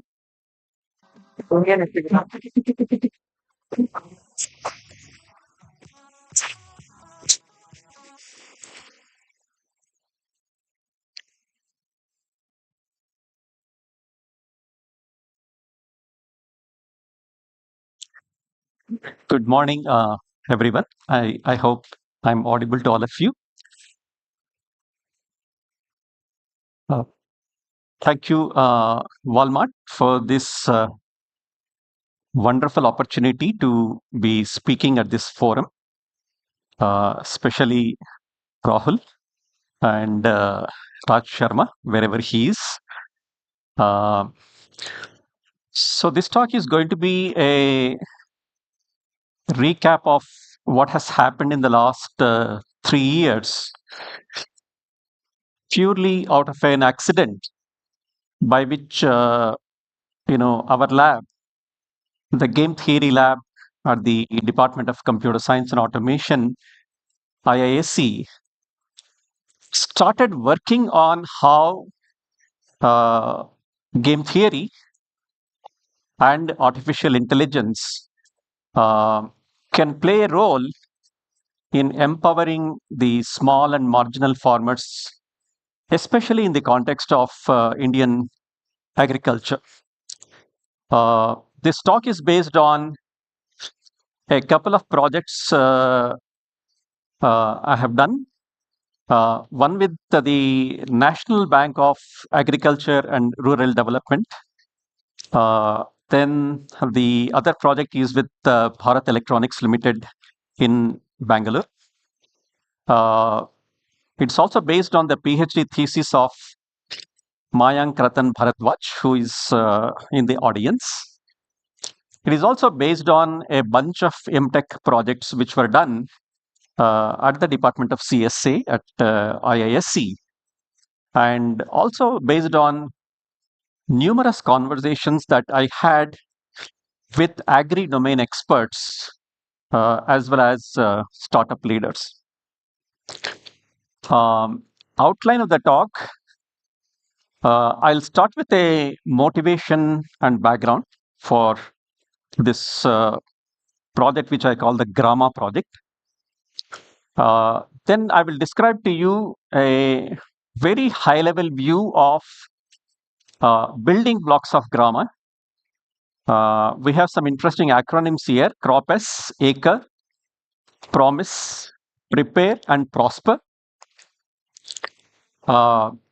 Then I will make a deep dive into one of those applications, which we call Promise. This is agricultural input procurement.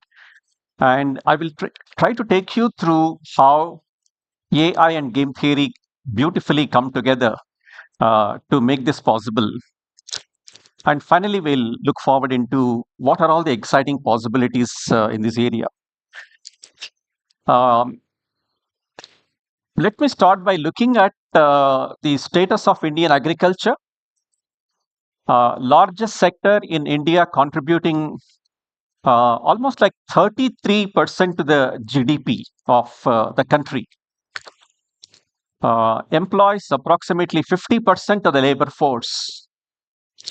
There are excellent prospects for export revenue, $43.7 billion in 2023.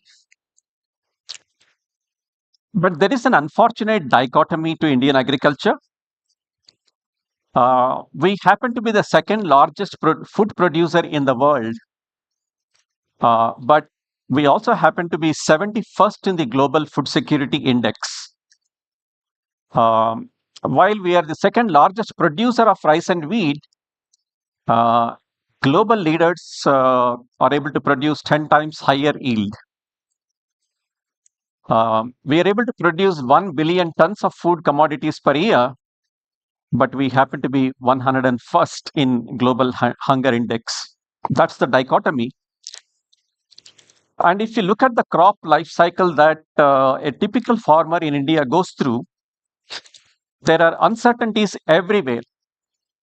You look at crop planning and input procurement, you look at farming operations, you look at harvest and post-harvest operations, and all the activities which are actually listed there, things like what and when to sow, things like how to get the agricultural inputs, things like weather, things like when to harvest, or which market to go to sell your produce. So these are all various decisions that happen during the life cycle of a crop. And there is uncertainty everywhere for the small and marginal farmer. It's a classic example of a stochastic process, the agriculture sector. Now, there are also unfortunate situations like this, which we are all familiar with, and we must avoid situations like this if we want to do that. And if we look at the status of a small and marginal farmer in India, and we ask the question, is all well with the small and marginal farmer? The answer for that question is clearly no. So the question would arise, can we do something to improve this situation? And I think this provided the motivation for us to look into how whatever little we know in AI and game theory, can we leverage it to come up with some algorithms to mitigate the kind of uncertainty that exists in almost all operations of operations that a typical farmer goes through.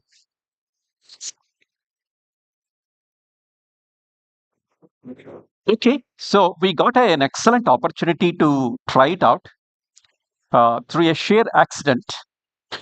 Through a good friend, Mr. Ramana, we got a contact to Dr. PVS Suryakumar, who happened to be the deputy managing director of NABARD, and he was able to convince me that I should be writing a proposal to NABARD on how AI-based algorithms could be used in the context of Indian agriculture. I think that was the starting point. And then he made me give a presentation to the NABARD field officers. And my first presentation to the NABARD field officers was a big disaster.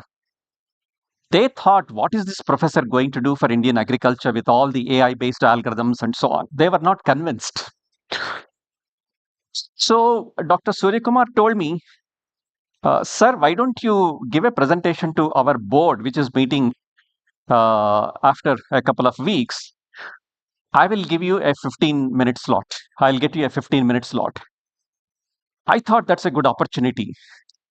For the next 15 days, I prepared like a grad student or an grad student for a presentation that I wanted to give to the board.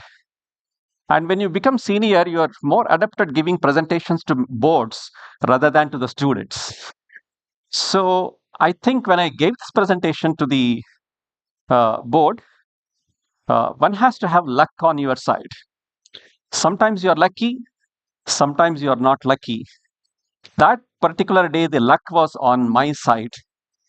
And the 15-minute session that was given to me actually became a 45-minute session. And that 15-minute talk itself was a blockbuster. So I think in the next couple of weeks, they decided to sanction a project where I was supposed to design AI and game theory based algorithms for different problems that I had proposed in the crop life cycle. Okay, now in my over enthusiasm, I had proposed many things. I sort of said, I'm going to do crop planning, I'm going to do crop recommendation, I'm going to do crop price prediction, and I'm going to do crop input procurement, and I will also look at market mechanisms for selling the crop. So this is the kind of promises I had made. Now the challenge was to assemble the team. This is a classical computer science department, CSA. Who would like to work on agriculture? So, but I had some captives. Arun was a project assistant, so captive. Someshwar, after a long persuasion, decided to work with me. Then Sanat Patil was another captive, and Inavamshi showed a lot of interest in this area. And finally, the biggest captive was Mayank Ratan Bharadwaj, who is in the audience, PhD student. Pardon? I would like Mayank to stand up. Okay. So he had completed 2 years of PhD, and then 2 more years were remaining. And he was convinced that he should work on this particular problem. I sort of promised him, in the next 2 to 2.5 years, you will finish your PhD if you choose this problem. And then he fell into the trap. Okay. And then this was the small team that I was able to put together in the first year.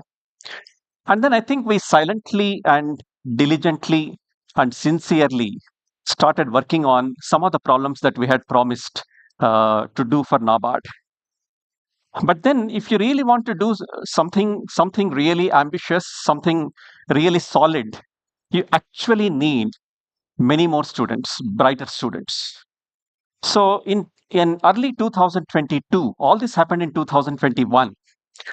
In early 2022, now the next batch of MTech project students had to be selected. And the CSA in IISc gets the best MTech project students. So then I have to get them interested in agriculture. So what I did was I announced 5 projects. The first project was deep learning based crop planning. The second project was deep learning based crop recommendation. The third project was deep learning based crop price prediction. The fourth project was deep learning based agri input procurement, and so on. And as many as 26 MTech project students wanted to work with me, not because of agriculture, because of deep learning. And then I had to select among these 26, and the gate number 1 and the gate number 2, they said, we'll work with you on this problem. So what has happened is, in the last couple of years, this team has really grown very big. And I call this the team Grama. And you have a PhD student, and you have MTech project students, you have research interns, and you have bright young people working on some of the most interesting and exciting problems that we were able to formulate in the specific context of agriculture. Now, there were 2 people who were very crucial for this, Professor Lalit Achot and Professor Vedamurthy from the University of Agricultural Sciences, Bengaluru, because our domain knowledge in agriculture, almost zero. So we had to depend on some of the domain experts here. And we also had the benefit of working with a very large number of other experts, including startup leaders. I would like to mention the names of Ravi Trivedi, then Shekhar Kirani, and Nipun Mehrotra, and so on. And then in the last 2.5 years, I think we have been able to do, I think, some reasonable amount of work, which I'm going to describe to you now. Okay, so what are the building blocks of the Grama project? First of all, what is the expansion of the acronym Grama itself? G for game theory, ours is the game theory lab. R for random processes, because everything about agriculture is random.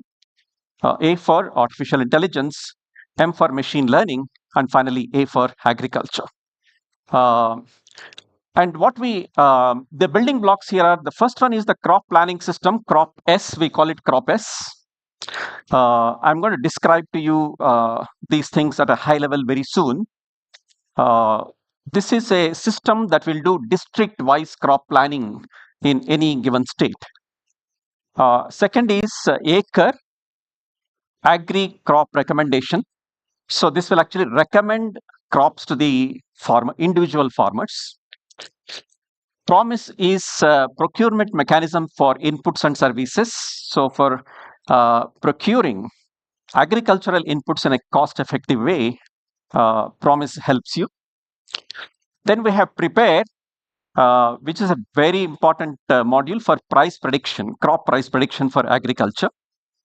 And then you have Prosper, which is essentially a market mechanism for selling agricultural produce.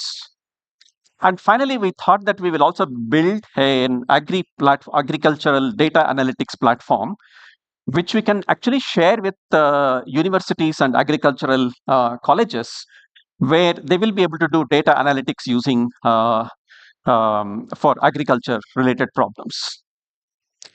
Now you can see, if you look at crop S, acre, promise, prepare, and prosper, they cover in some sense the different stages of the crop life cycle. Crop S will actually recommend crop portfolios to different districts or talukas. So based on that, acre will actually recommend a crop portfolio to individual farmers.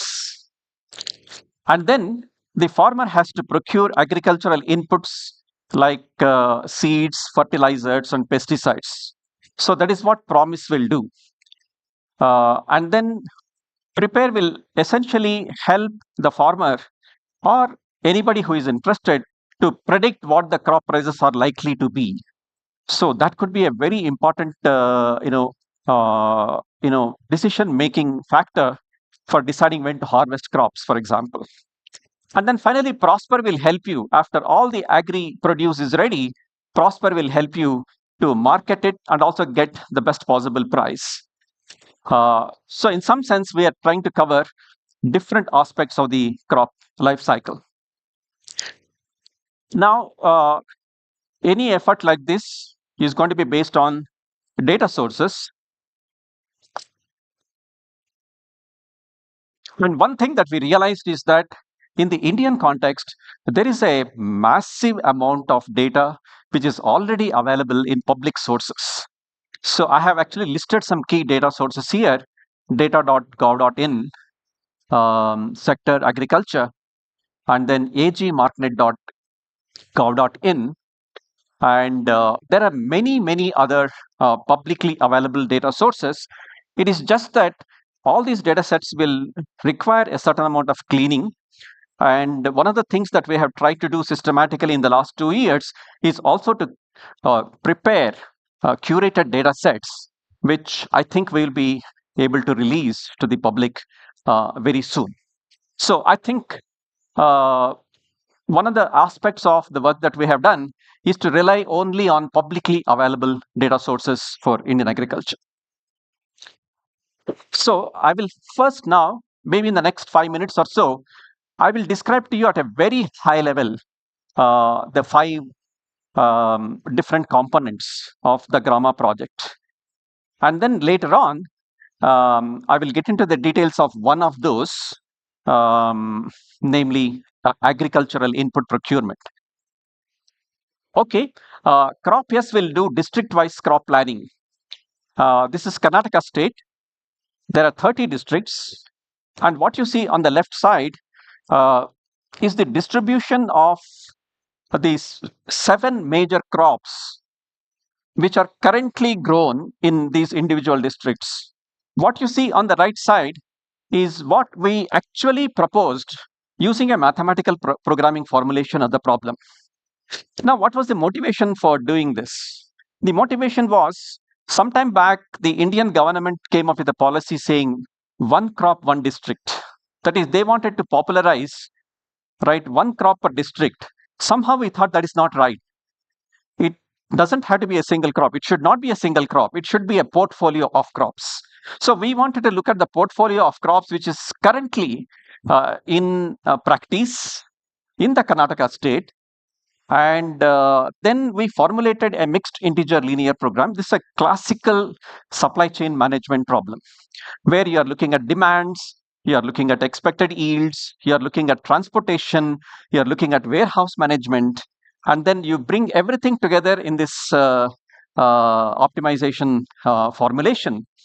And then what you will do is you will come up with what each district, each of these 30 districts should be producing, right? What should be the portfolio of crops?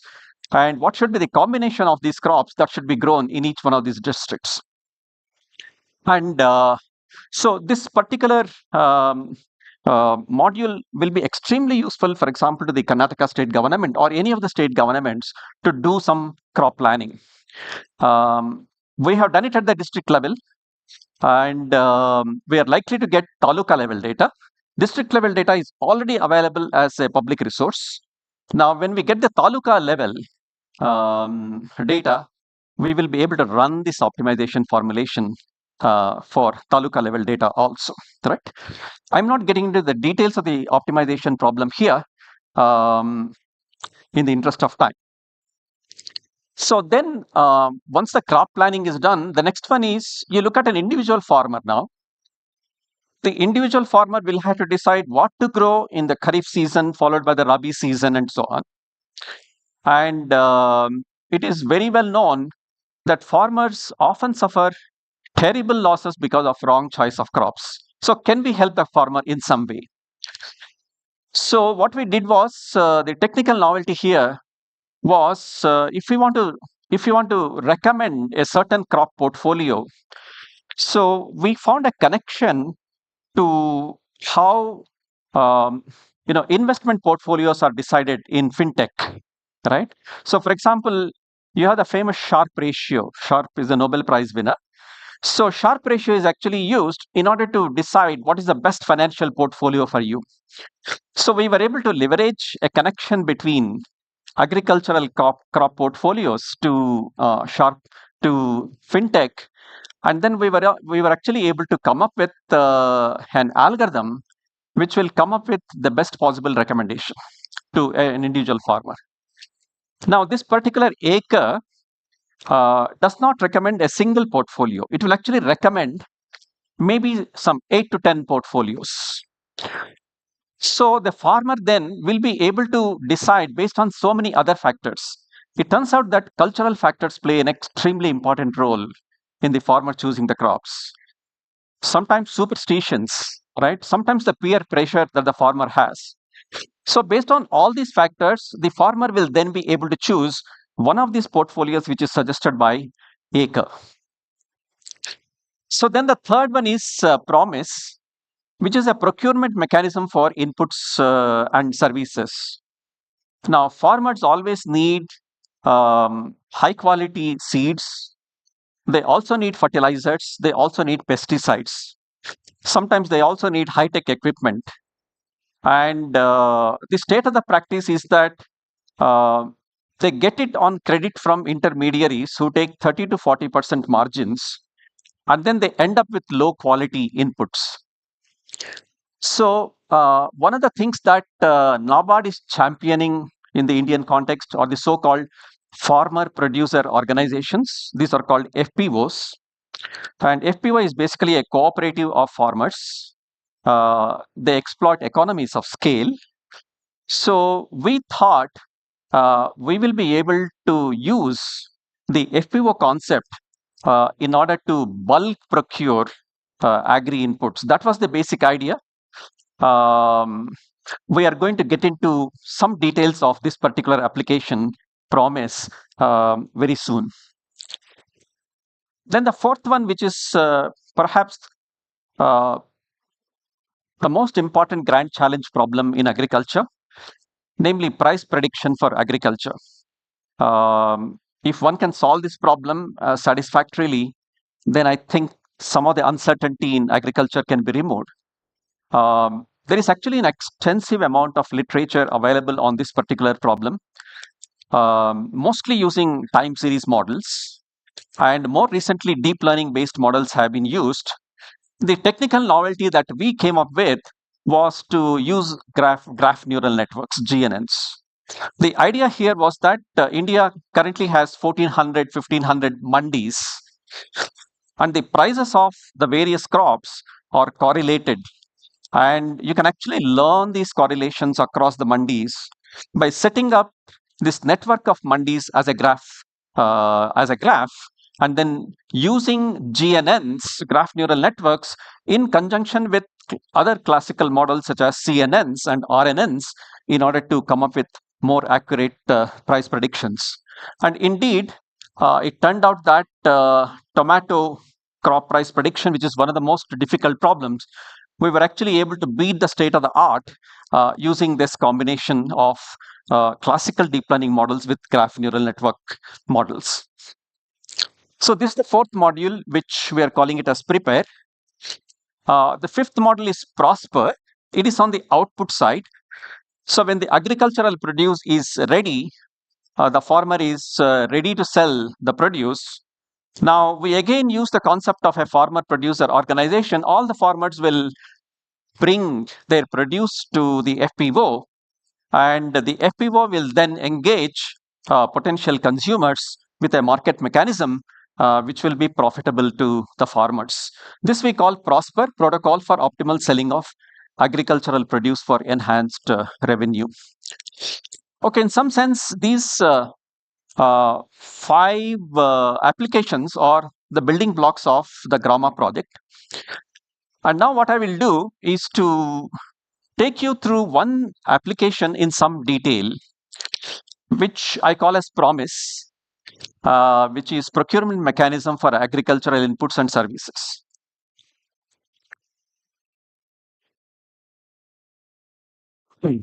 Okay, I think the central concept here is to exploit the presence of so-called FPOs, farmer producer organizations.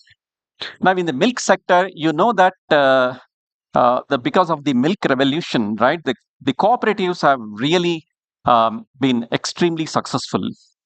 The question is, can we replicate the success in the broader agriculture context? So FPOs exploit economies of scale. Thousands of farmers will come together. And currently, there is a mind-boggling number of FPOs in the Indian context, 60,000 FPOs in India right now, but not much success, a lot of potential not yet realized. So what we did was, we did a field study of two FPOs in the proximity of Bangalore, Rajaghatta, which is on the Doddaballapur road, where it's a horticulture FPO. More than 1,000 farmers are a part of it. Then Onekal FPO, where again there is a horticulture FPO and thousands of farmers, about 1,000 farmers are part of this FPO. We did a field study. We also went to New Tarugupet, very interesting place. All the agricultural input vendors are there. And we talked to all of these vendors also to find out from them how willing they will be to embrace technology in order to do agricultural input procurement. Okay, these are the important observations from our field visits. Farmers face challenges on the input side, meaning the procurement side, as well as on the output side, which is the selling side. Now, there are intermediaries who hold sway by offering credit for inputs and market reach to farmers. Now, the most important thing that a farmer wants is credit because he does not have cash. So, when an intermediary says, I'm going to give you seeds, I'm going to give you fertilizers on credit, they will immediately go to that person. And then the margins there are 40 to 50%. And when the farmer is ready with the produce, they're again captured by the same intermediaries to provide market reach to these farmers. It's a double whammy for the farmers. Now, what we realized was that FPOs need tech support as well as financial support and many other resources to really make a difference. And then our takeaway was that FPOs can significantly benefit farmers by adopting innovative technology, and with a definite government mandate, they can actually become game changers. Okay, so with this, I will present to you one case study of chili seeds, right? Chili is something that we use every day, and chili seeds come in different varieties. And the problem that we are trying to address here is, if a farmer wants to grow chilies, the farmer needs chili seeds. And the chili seeds have to be of very, very high quality if the crop has to be good. And usually the farmers end up with low quality inputs. So the application that we have designed, Promise, it uses AI, it uses game theory, and it will help the FPO to bulk procure seeds of assured quality at best prices. Okay, so what's the idea here? The idea here is very simple.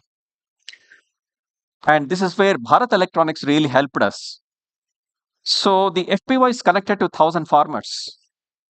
You have a simple mobile app using which from each individual farmer, you obtain the requirements of the farmer. How many seeds? What is the quantity of seeds? Which fertilizers? Which pesticides and so on? You get these requirements from all the farmers. And then what you do is you aggregate all these requirements. And then you cluster these requirements and then put them into buckets. So a typical bucket, for example, may correspond to 500 kgs of chili seeds. Another bucket may correspond to 1 ton of a particular pesticide or fertilizer. So what you do is, corresponding to each one of these buckets, you do bulk procurement. If you want to do bulk procurement, you are now dealing with suppliers or vendors.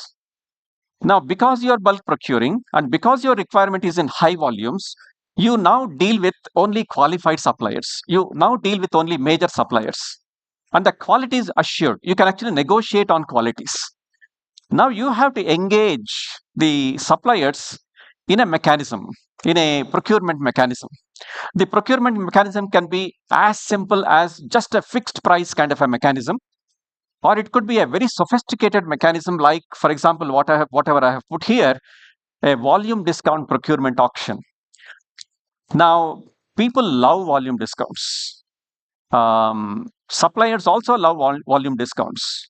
Now, the consumers want huge volume discounts, but the suppliers can give you only very low volume discounts. So there is a game here. There is a game here. So if you want to design this protocol of interactions, then it turns out that game theory comes in very handy. Okay, so if you want to put in place such a mechanism, what would be some desirable properties of that mechanism?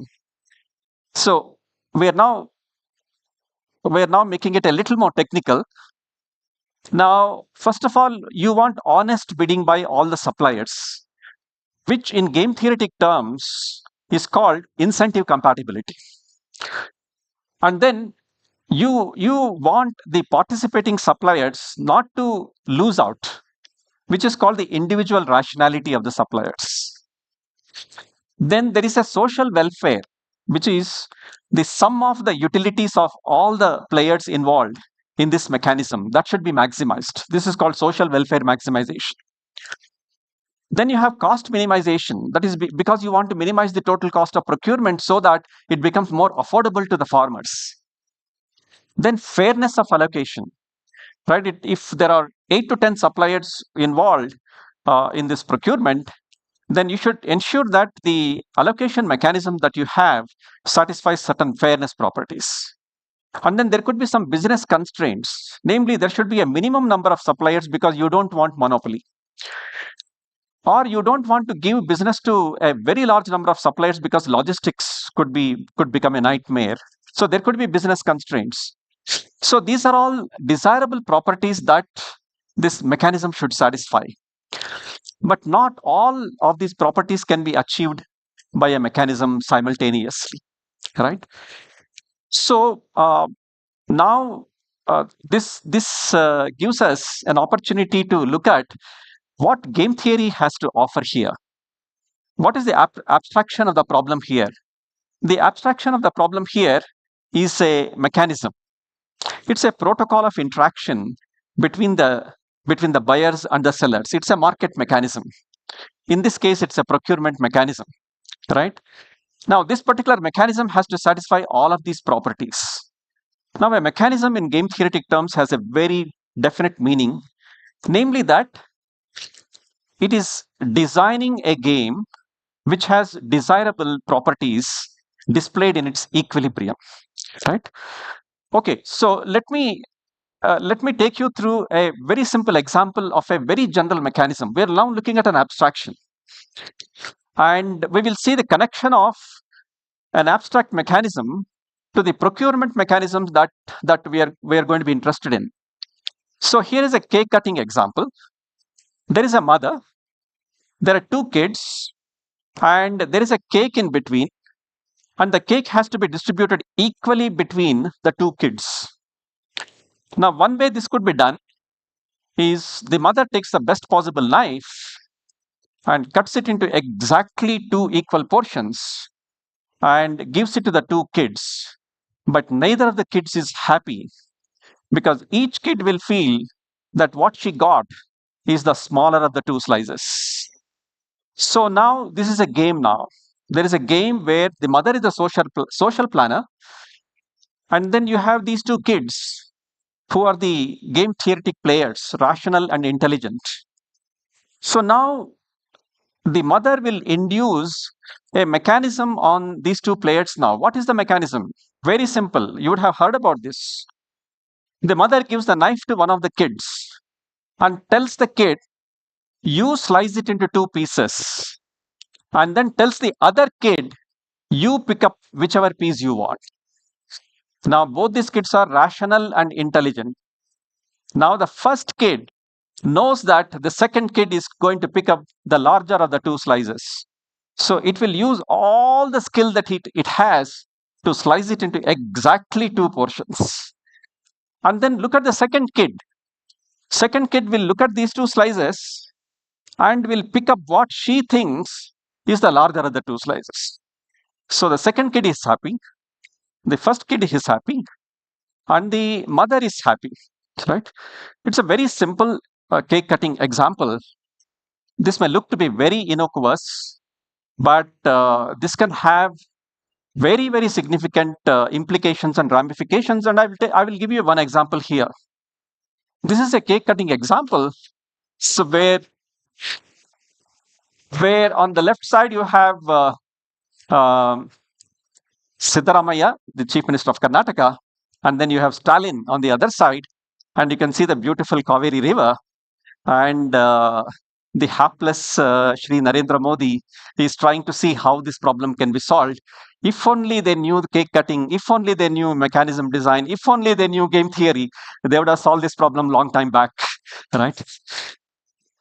Okay, so coming back to the real mechanisms, right? So we look at this Vickrey auction, which is like this is the most canonical of all auctions.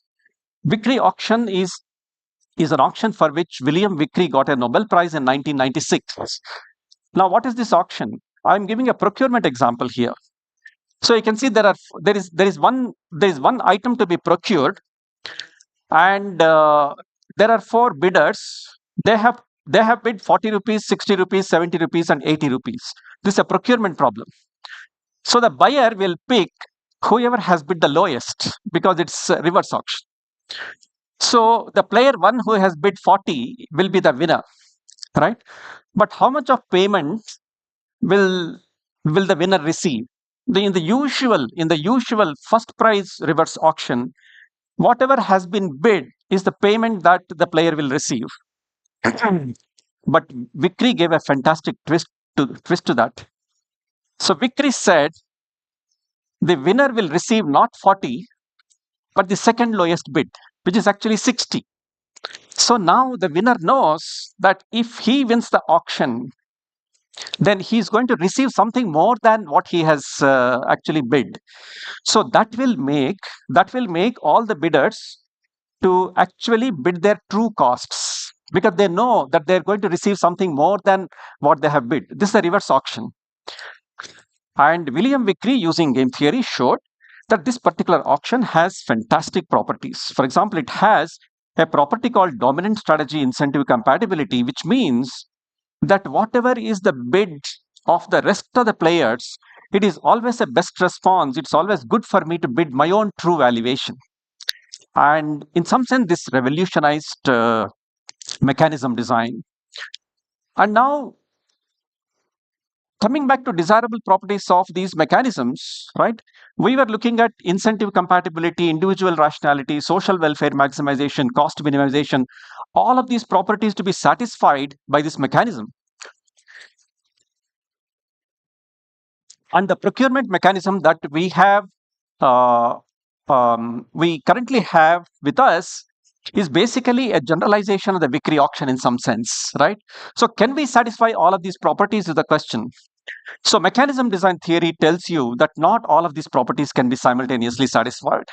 So the next question is, what is the maximal subset of properties that I can satisfy? Or the subset of properties in which I am interested, can they be satisfied? Is the question that you would ask. Mechanism design theory over the several decades has come up with possibility theorems and impossibility theorems. And the picture that I'm showing here will tell you what is possible, what is not possible, starting from a very large space of mechanisms which are called Bayesian incentive compatible mechanisms. A small subset of that are called dominant strategy incentive compatible mechanisms. Now, if you want a property called allocative efficiency to be satisfied, the mechanism design space shrinks. It shrinks further if you want to have a property called budget balance, both the strong variety and the weak variety. Shrinks further if you want to satisfy certain other properties. And finally, you have these classical VCG mechanisms, Vickrey-Clark-Gross mechanisms, and the Meyerson optimal auctions and so on. And if you look at the mechanism design space now, the first outcome is that the 6 properties that we had listed cannot be satisfied simultaneously. So then we will now look for, can we satisfy 5 properties or 4 properties, right? So when we get into an impossible situation, what do? We pray to the Almighty, correct? But here is an impossible situation. What do? You will invoke deep learning. And that's what can be done here. You can actually design a deep learning based mechanism, throw all of this into a deep learning network, use all your skill to design a deep learning network and hope that all of these properties will be satisfied. It turns out that you can actually design a deep learning network which will be able to learn an auction which will satisfy maximal properties. I will now just say that using this mechanism, what has been done is Bharat Electronics has helped us to actually design it on the ground. So BEL designed a mobile app for farmers to provide their requirements. It was tested and deployed in Onekal and Rajghatta. And IIS and BL team designed the logic for aggregating the inputs. IISc team developed and implemented the auction algorithm. Vendors from New Targupet participated in the auction, and winning suppliers were selected and notified. I have only 2 minutes time, so I will just conclude now. So that's the Grama project. Now we are trying to make Grama agile. Agile stands for Agricultural Intelligence using LLMs with explanations, with the following key features: contextual relevance to Indian and local conditions, and explainability of the advisories. And let me come to the challenges, right? Now, the farmers, it's very impossible to convince the farmers. I happen to come from Gauribidnur and Hindupur. If I go to Gauribidnur and talk to a farmer, the farmer will say, "Sir, ivella kelsa madodilla. ನಾವು 100 ವರ್ಷಗಳಿಂದ ಬೇಸಾಯ ಮಾಡುತ್ತಿದ್ದೀವಿ. ನಮ್ಮ ಬಾಧ ನಮಗೆ ಇದೆ. ನೀವು ನಮ್ಮನ್ನು ಸತಾಯಿಸಬೇಡಿ." That is what the farmer is going to say. If I go 15 miles later and then go to Hindupur, which is in Andhra Pradesh, those people will say, sir ఇవన్నీ పనిచేయవు సార్, మేము నూరారు సంవత్సరాలుగా వ్యవసాయం చేస్తున్నాము, మా కష్టాలు నష్టాలు మీకు తెలియవు, మమ్మల్ని ఊరికే వేధించకండి, right? This is the kind of a reaction you will get from the farmers. Fine. Okay, so this is my last slide. Progressive farmers are convinced, but not the typical farmer. Farmers are more worried about credit and insurance, but we need to build in suitable incentives. And all the problems that I stated are grand challenge problems. I don't want to make any tall claims here that I have solved these problems. It is like putting one more drop into an ocean. Data is key. Clean data is not available. We need to clean up the data. And we need to get a buy-in from farmers, FPOs, vendors, government. And as I said, ours is only a very modest fledgling effort. And we would like to reach out to all the startups and see what best we can do in order to deploy this. With this, thank you very much.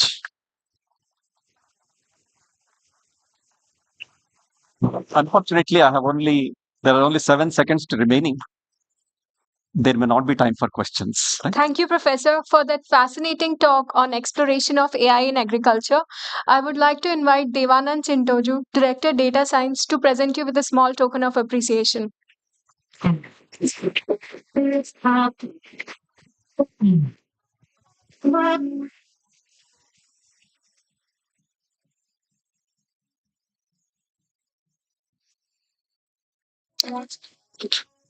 Thank you.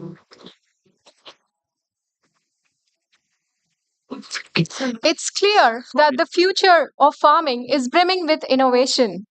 Up next, we have a captivating session by leaders from Walmart Global Tech who will delve into how Walmart is leveraging AI to transform experiences for our customers, members, and associates. Sounds exciting. But before that, let's take a short break. We'll reconvene here in 15 minutes. Thank you.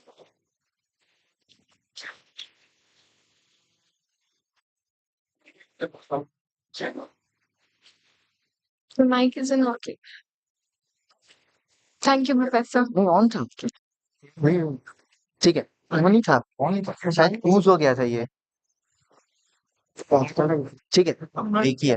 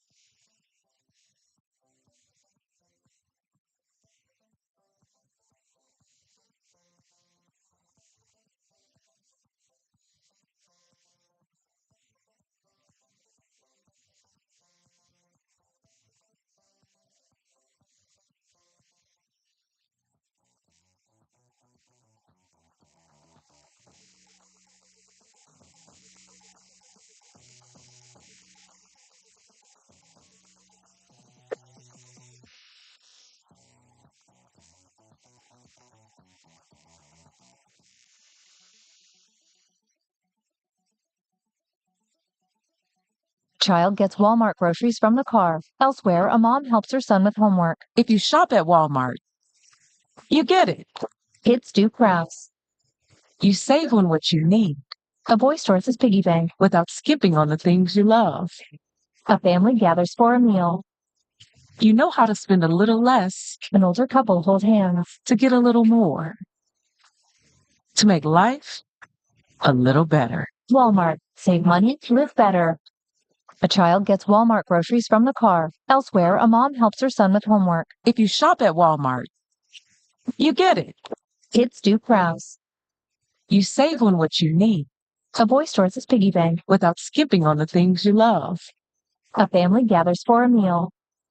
You know how to spend a little less An older couple hold hands. to get a little more, to make life a little better. Walmart. Save money, live better. A child gets Walmart groceries from the car. Elsewhere, a mom helps her son with homework.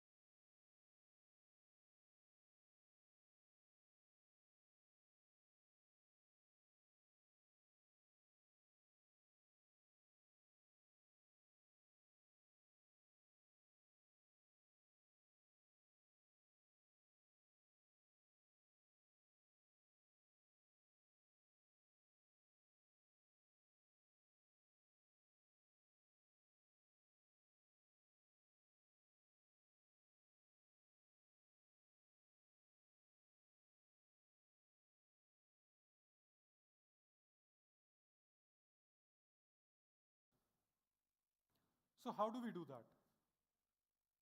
We spend a lot of time to understand how our customers, sellers, and associates engage with us. By doing that, we kind of understand and have empathy with all these stakeholders, and then we can build AI-based solutions on top of their journeys. So let's look at some of the typical journeys.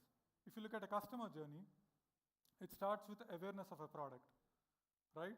So first, you would have heard about this product through a word of mouth, or sometimes through an online advertisement, or for some of us who are very avid users of social media, maybe you would have seen through a marketing campaign on a social media. Once we know what products to buy, then the discovery part of the journey starts. You look at the products in detail, whether the price fits you, whether the delivery time fits you, whether it's something you can go pick it from the store. All of these are part of the discovery process. If it all works, then you go ahead and purchase the item, right? And then comes the part where you get it delivered, and then if there is a possibility of any queries, you reach a customer service agent. And if you're very happy with your experience, then you're an advocate for us, right? In terms of reviews and in terms of ratings for the products that you purchased. All of this encompasses as a typical customer journey at Walmart. If you look at seller or a supplier journey, the first process is always the onboarding, where the sellers register with us, and then they list their products with us, and finally they start getting orders for some of their products, and then comes the post-purchase part where they're fulfilling some of these orders to your own homes. And whenever they have any question, they reach out to Walmart through some kind of a support channel.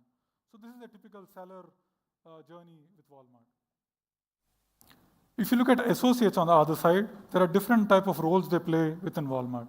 They could be merchants, they could be software developers like many of us here, they could be data scientists, they could be business developers, and all of these associates are playing different roles. And they typically have a task at hand, and they have certain tools to work with, and they get going with using some of these tools. They adopt them, and they reiterate, and they get better at their job, right? So what we've seen is that we've already had many AI-based agents powering all of these different personas in different parts of their journeys. It can manifest in different forms of AI. It could be a simple classical machine learning. It could be a deep learning model. It could be the talk of the town, which is the GenAI or the large language models. If I look at some examples of customer journey and how we are building solutions in this space, some of them in terms of awareness, we always build these item recommendation models which are helping advertisers link with their customers in terms of which are the items that the customer likes. In terms of discovery, there are large-scale personalization algorithms where we look at customers' historic transaction behavior as well as their browsing behavior to understand what a customer likes. And then we personalize which are the products that we want to surface to respective customers. And then comes the purchase part. A lot of times, this junction is where a lot of fraud happens, especially at the checkout area, and we have very sophisticated AI-based models which are helping prevent those frauds. You had also heard from some of our leaders ahead in terms of Sam's and other Walmart stores where we are making the checkout very seamless. All of this is powered by AI-based models. And then we also have conversational AI-based agents who are helping the support part of the journey where the customers reach out and then a human is typically answering these questions, but then a lot of times they are also getting supported or at some times powered by AI-based agents there. So you kind of get a glimpse of what are the different type of AI-based models and agents which are helping the customers. Later, we'll look at sellers and the associates part of the journeys as well. So let me deep dive a little bit in terms of, is this all some noise I'm making or are there real solutions here? So let's look at a little bit more deep dive into some of these solutions. Let's start with customers. So we launched a GenAI-based feature recently, which kind of got a very good feedback from our customers. So what does this feature do? All of us as customers have a shopping purpose in mind. It could be you're hosting a party, it could be a birthday party, it could be a party to, I don't know, maybe celebrate some election results, which are coming in few days. It could be a IPL match. And then the way we typically do is we write those products in the search bar, and then this keeps repeating till we buy all the chips and other things, right? But imagine a possibility that you just type your use case in the search bar, and then all the products magically surface before you, and then you just have to add them to your cart and purchase these items. That's exactly what this GenAI powered search feature, what we've enabled, does. On top of it, we also provide this smart summaries for different product categories. For example, here you can see magnetic toys, a brief description of what these magnetic toys product cluster looks like. So let's look at a small example of how this works in real time. So here is a customer who's typing, hey, I need to buy some toys to keep my kids busy for a road trip. We all know this, right? So it's already understood this query and told there are 4 major categories of toys that can fit with this use case. It's about magnetic toys, travel games, board games. It just doesn't do that, right? It's also telling what are the different products that fit in these product categories.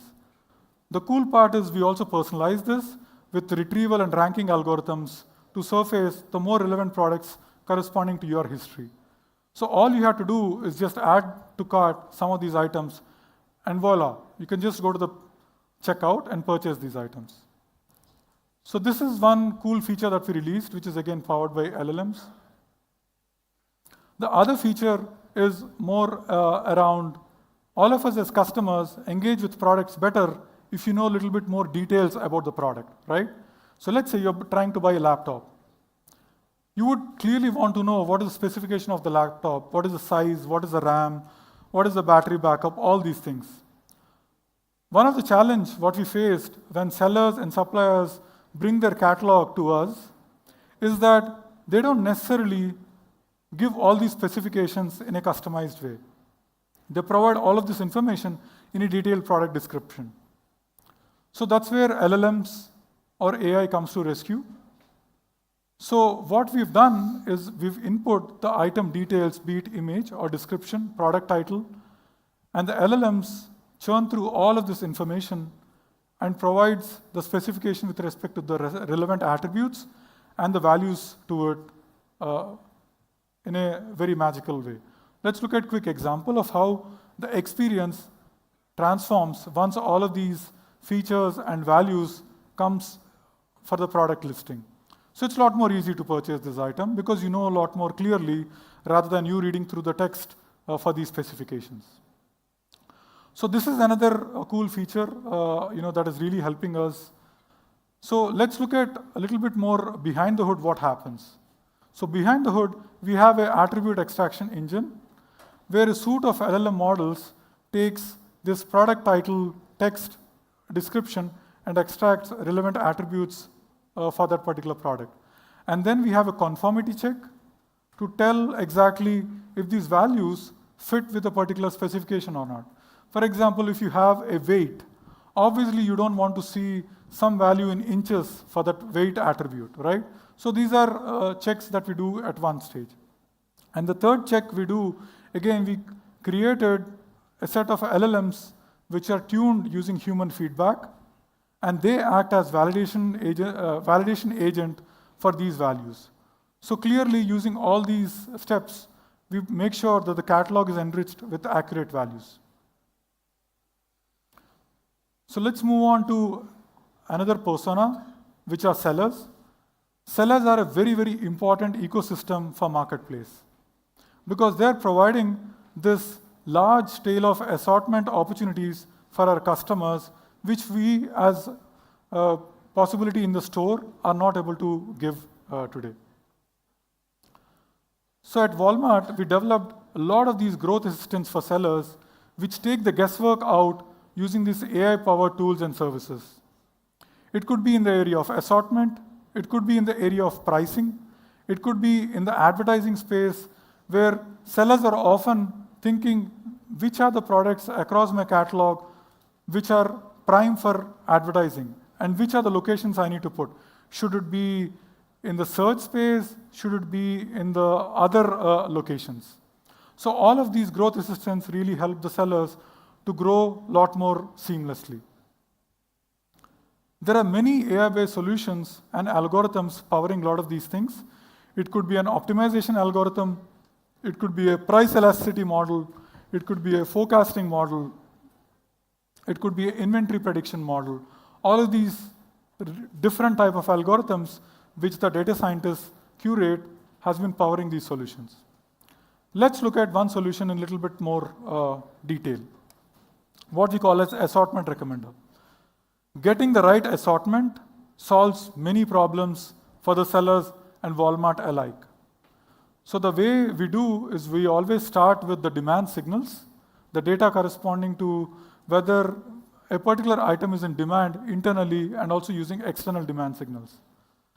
Another piece of data that we leverage is around seller's catalog. So we closely look at what are the type of catalog items that the seller already has. So for example, you don't want to recommend a seller who is typically selling jewelry type of items, a furniture item. Maybe the furniture item is in demand, but that doesn't mean anything to a seller who is selling primarily jewelry items. And then we look at signals, which are the items which might go out of stock and which are the items where there are not many competitors available. All of this information is fed to an intelligence engine. And then we have deep learning based models which create embeddings both for items as well as seller characteristics. So these deep learning models then help in providing some kind of a similarity in a very, very large dimension to know which items are relevant to which sellers. Once we have these relevant items for a particular seller, then we rank order them based on demand potential for those items. And then these items are surfaced in a seller center, and the seller can take respective action on these items, if they want to onboard these items or not. We closely monitor what is the feedback from the seller, whether they're taking action on these items or not, and they're also giving any kind of textual feedback for these recommendations. All of this then goes back to our algorithms, which help in really refining and making our solution a lot more personal and effective for the sellers. The cool part is that we developed the solution for one market, but then thanks to Subhashi's team, we also made this solution available in multiple international markets. With that, let me hand over to my colleague Subhashish to talk about a lot more solutions, how we are powering customer delight at Walmart.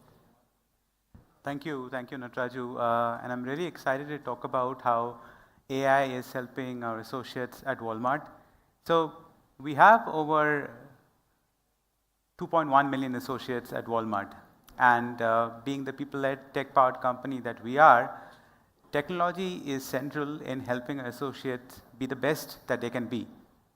This technology in turn gets manifested in different shapes and forms, often in terms of easy-to-use web and mobile applications that can help our associates in different ways. For example, it can help our in-store associate manage inventory better, or find out about key waste opportunities in a store and mitigate that, or understand about key health metrics of a store, or quite simply help an associate in a campus like this draft an email very quickly. The key drivers behind many of these tech enablers are AI. We will be talking about two such enablers in today's presentation. We'll talk about the fresh production solution, which at its heart really is an ML-driven time series forecasting solution. And then we'll be talking about the GenAI-powered My Assistant application, which is helping our associates go about their daily responsibilities in a much more efficient way. Let's do a double click on the fresh production solution. So at Walmart stores, we also produce items such as cakes, pastries, meat products, etc. Now, as you would realize, these are fresh items, which means that they need to be consumed fresh, hence they need to be sold fresh. If we tend to over-project the demand for these items, we would overstock, and hence we need to throw away these items. That's a waste, that's a loss, right? On the other hand, if we tend to under-project the demand for these items, then we would not meet consumer demand, and that's a loss for us as well. Now, our in-store associates, our pastry chefs and so on, do have an inkling of how much is it to be produced for these items across different parts of a day. But, well, it is never an exact science, right? And obviously there are gaps. Now, this is a very potent area where machine learning algorithms, especially ones that are suited to forecasting, can come into play. They can come out with more accurate projections of demand, and in that way help solve this demand supply gap. Now, demand forecasting is simple in theory, right? I mean, as a fraternity, we have been doing time series forecasting for what? The last 50, 60 years, exponential smoothing, ARIMA models, anybody? Well, consider though the unique challenges here. The forecasting here needs to happen at a daily level. It needs to happen over thousands of stores, thousands of items.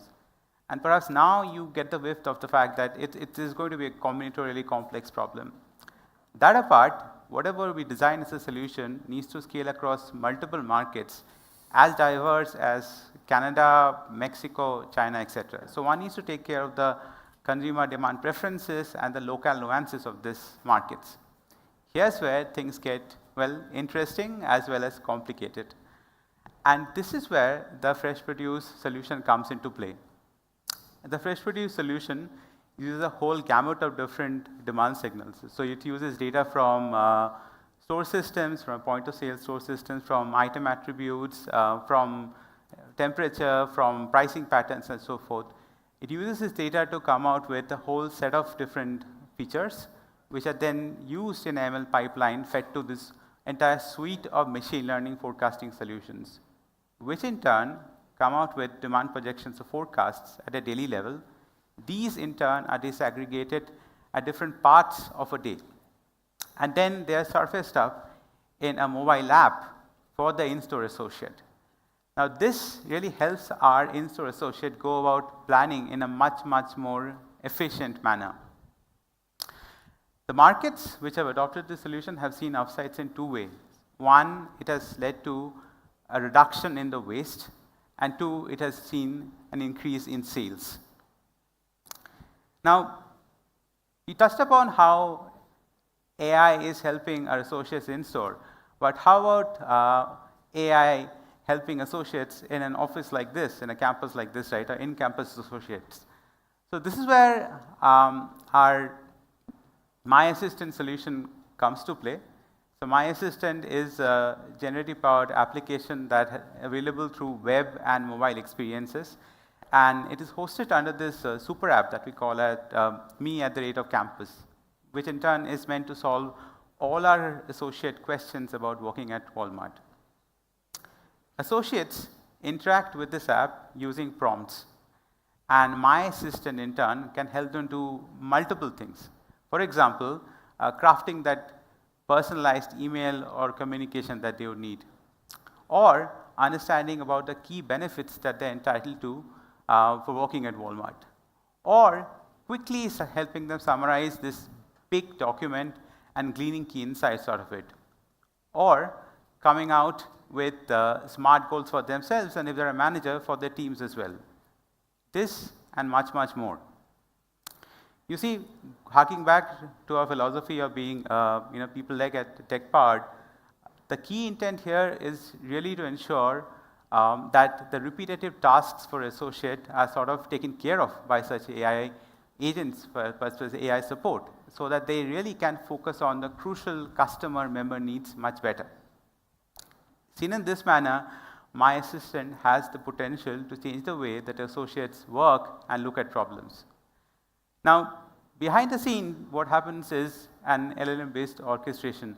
Once an associate triggers an experience, let's say via interacting through prompts, this go on to the core AI module for the solution, where after a layer of preprocessing, the LLMs use the prompts and then come out with an output, generates an output which gets showed up in what we call as the associate experience zone for this tool. My Assistant is being used by in-campus associates as a partner at work, and it's helping save hundreds of hours of work in a way. Now, we are speaking about AI enablers, right? Wanted to give a shout out to our very own homegrown platform, Element, which quite literally powers all the AI that our data scientists are working on.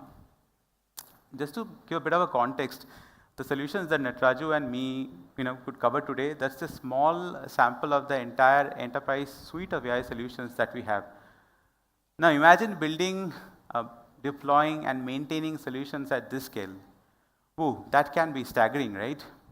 Now this is where Element comes into play.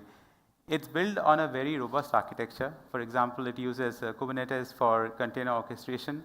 It uses robust MLOps principles for deployment, as well as governance of our ML solutions, not just across different markets and geographies, but across different clouds.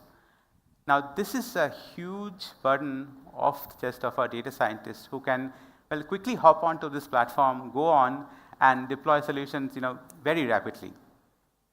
It's not just that. The beauty of this platform is that it offers for very easy integration to different sort of internal services. The data scientists can also flip between different clouds without really having to spend hours and hours in terms of tweaking their solutions to meet the new environment needs. The flexibility of Element allows our data scientists to keep on experimenting with state-of-the-art algorithms, but do that also in a very cost-efficient manner and do it in a manner so that we can quickly go on to market with our solutions. This is, of course, a fantastic win-win, not just for the data scientist, but for the business and for our customers as well. Well, moving on to kind of a bit of more context, right? So, the earlier part of this year in the Consumer Electronics Show, which is this flagship tech innovation event that happens in US, our executive leaders spoke about the vision they had of how the technology that we work on will unveil a new form of commerce, one that is interconnected, that is very, very customer-centric, and always exceeds the expectations of a customer. Balu briefly spoke about it. So this is what we call as adaptive retail. They also spoke about how they envisage our tech innovations will power better lives for our customers, for associates, and society as a large. We really hope that in this talk we were able to offer a glimpse of how AI can be an enabler for our customers, sellers, as well as associates. And in that way, how they can elevate the adaptive retail experiences overall. All this in a manner that is consistent with our people-led tech-powered principles. After all, and in the words of our CEO, Doug, we build technology to serve our people and not the other way around. Thank you. Thank you.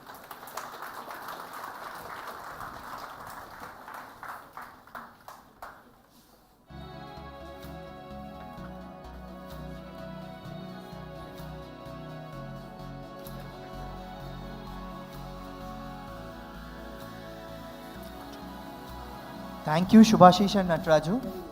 Our technologies are truly reshaping the future of retail, right? Exciting, isn't it? Of course. Now, here is a little brain teaser for you. 2 data scientists, a research associate, and a professor walk into an AI summit. What do you think they talk about? You must be referring to our next set of speakers, right? Exactly. Let's give a warm welcome to our panelists who will be delving into keeping pace with AI and navigating this dynamic landscape.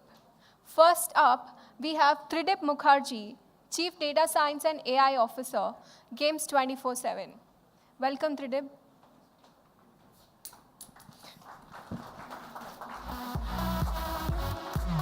Next, we have Suparna Bhattacharya, Fellow at AI Research Lab, Hewlett Packard Enterprise.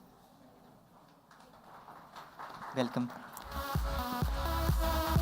And next, we have Mayank Vats, Professor at IIT Jodhpur. Welcome, Mayank.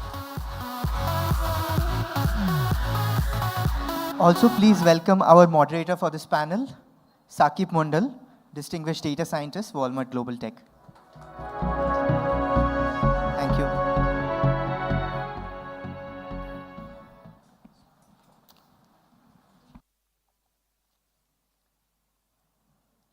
We are making huge strides in driving AI-powered innovations.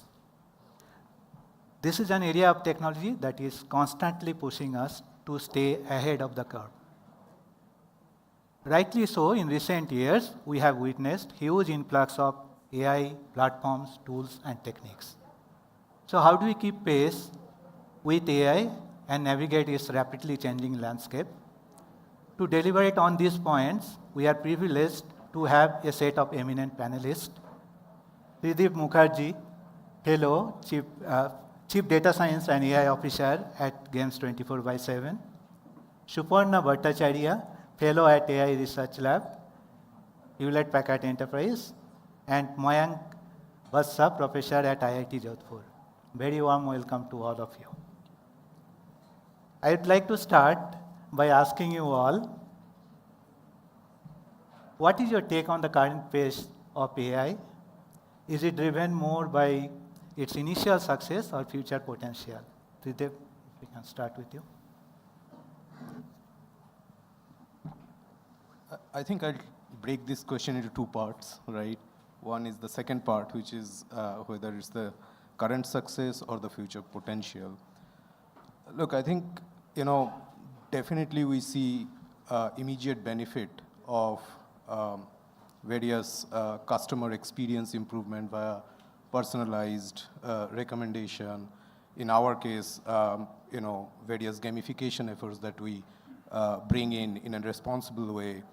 And, goes without saying, all the fraud identification mechanism that helps our business take better decision, as well as various other decision automation that we can use via various different kinds of models. For example, like how we should spend marketing dollars in a more optimal way and so on and so forth. All of this directly impacts immediate success, right, from a business point of view or the problem at hand, right? And I think these are important, right, to fuel interest as well as investment going forward for AI.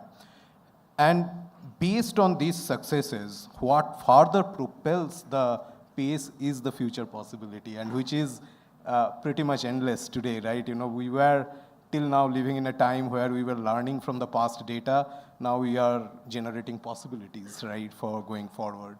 So things have definitely changed. The pace has increased and all of that. But innovations that can come in, like the vision that you can create in terms of how immersive the experience can be for the users, to what kind of mechanisms that you bring in terms of online learning, to simulating possibilities for the user journey, and so on and so forth, is definitely driving a lot of AI innovation and a lot of interest. But without the current success, I think it's not possible to get the necessary investment. So I think it's a combination of both, which is basically the reason why AI is having the pace that we are seeing today.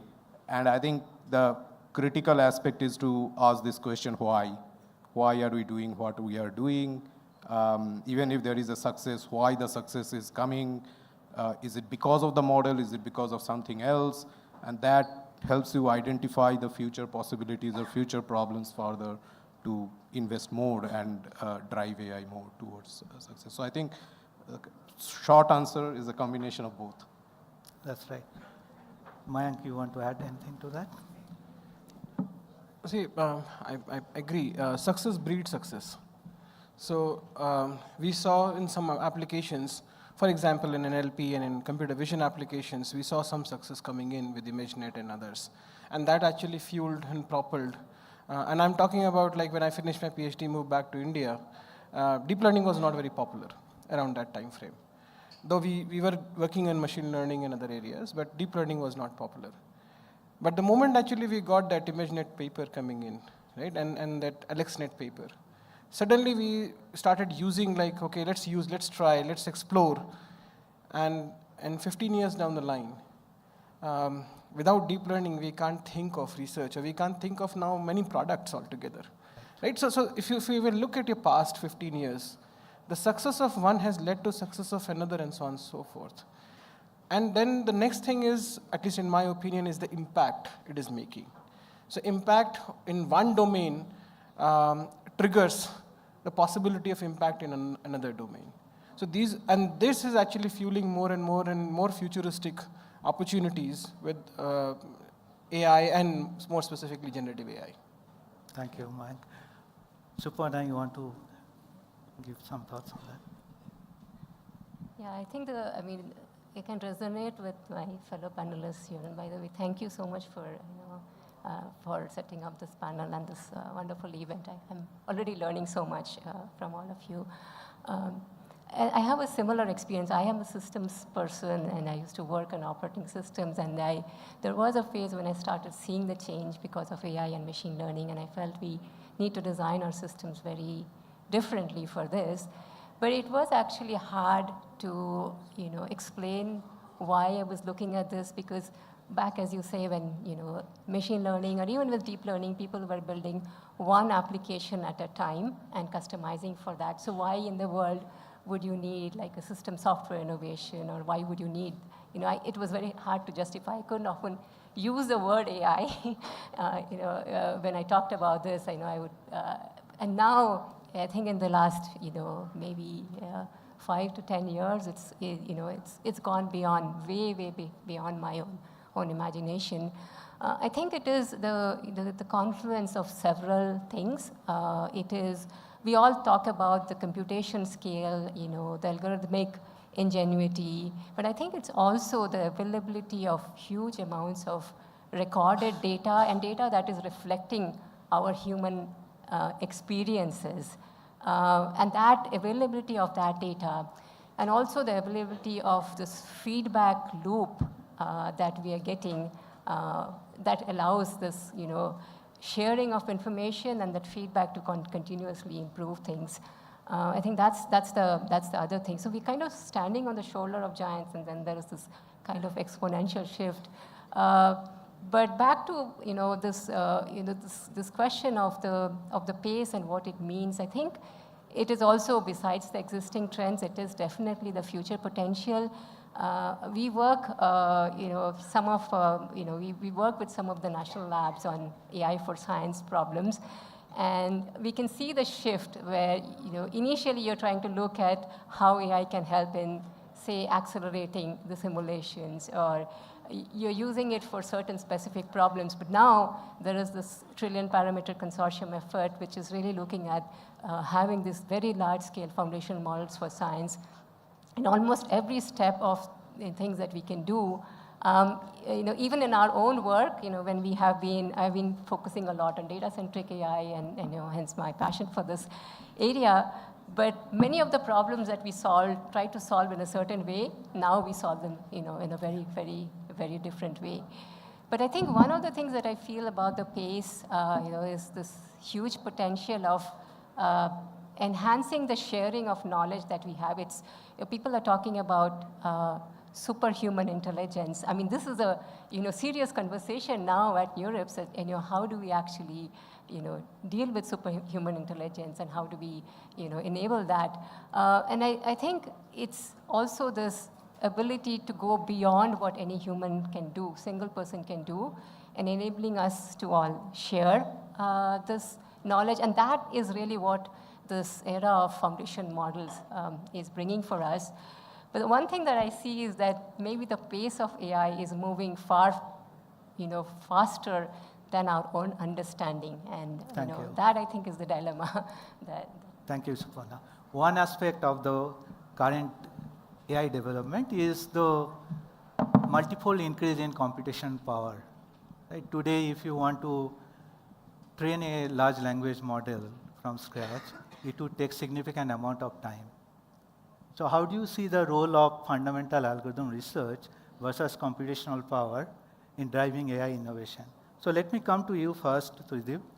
online gaming is intensive, right? And what do you feel about the current state of AI?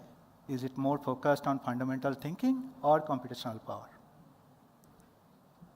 Again, I think both in general. So I think, the way I look at it is it depends on how you define fundamental thinking, right? What does it mean? If you think about usage of AI in an industry setup, right? Typically, there are 3-4 dimensions to it. One dimension is you have a pre-trained model and you are utilizing it for inferencing for certain things that you want to do. Second dimension is that you have an algorithm, you are trying to train that algorithm to create a model, to train a model on your own data, right? So it's not an algorithmic thinking that you are bringing in, it's just that you are training the model on your data. And the third aspect is like you are coming up with your own algorithm, right? And this algorithm might be like you are utilizing existing architecture fundamentals like transformer, GANs, etc., or encoder, decoder, autoencoder, whatever it is, and you are combining that for the problem at hand. Or it could be like you are coming up with a completely new architecture in itself. If you have to train an algorithm for train a model for a particular problem at hand, computation is needed. You can't avoid it, right? So computation can't be avoided. At the same time, how you are crafting the model, how you are thinking about the model from the overall problem perspective requires fundamental thinking. Whether you need to utilize an existing algorithm versus you need to come up with a new algorithm depends entirely on the problem that you are trying to solve and what are the existing literature that are there that you can utilize, or you need to come up with your own algorithm altogether. So I think this fundamental thinking comes from two perspectives. One is whether you need to come up with a new algorithm, and second is how you are thinking about the entire system and entire setup, right? And then how you are applying various different algorithms as well. So there are multifold aspects to it, and it all depends on the problem. I can come up with a user affinity model, and that may or may not require a sophisticated algorithm. So a mix of both. Yes. Mayank, in academia, how do you feel about the current focus? Fundamentals or computation? See, coming from academics, if I'm going to teach a course on foundation model and generative AI, which actually I'm going to teach next semester, I'll start with foundations. It means unless until the students know that how to build any model or any generative AI system from scratch, right? What are the ingredients? So that is about the teaching part, right? But when we talk about the academic research, right now, though we started as more focusing towards the fundamentals, even if you look at the West also, other countries as well, many contributions, the fundamental contributions come from the universities, maybe in collaboration with the industry. But in the last few years, I'm seeing more and more even application-oriented, more advanced contributions are coming also from the academic institutions. Even in my own lab, now we are actually working on how to make sure the LLMs understands negations. Interestingly, LLMs don't understand negation. Like we gave a prompt to DALI and Midjourney and everyone actually, means all the popular models that are there, like create a car without tire. Every model actually gave a car with a tire, actually 4 tires, right? So they don't understand negation, right? So how to ensure that the negation is understood by them, right? So in order to ensure that, okay, the negations are understood, we are actually now creating a database for that, creating the mechanism to train it. Yes, we are constrained with the computational resources. We don't have 200 DGX machines or 500 H100 or H200. Like someone is not delivering H200 to us, right? So that is not happening. That is not there. So within the constraint environment, how do we actually come up with the innovations?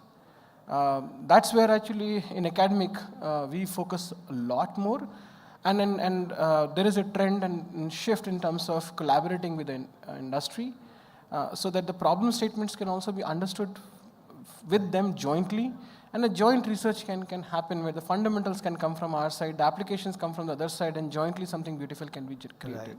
Right. Let me come to you, Suparna, again. You have been working on data-centric and trustworthy AI. From your experience, how do you feel about current approach to AI development? So obviously, like the having scale and the emergence of capabilities is a huge it's a huge enabler, and you will often wonder, we often wonder that maybe all the problems are solved, right? Every week we're probably seeing a celebrity model, come out.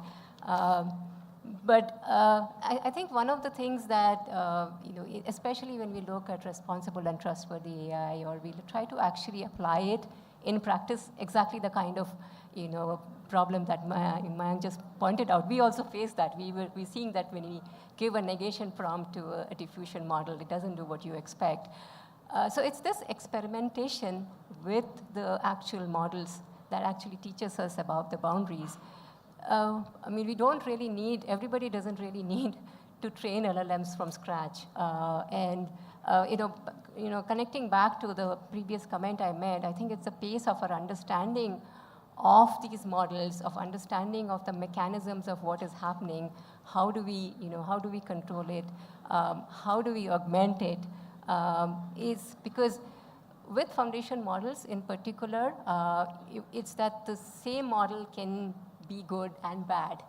It can be responsible, it can be irresponsible. So it depends a lot on how you steer it.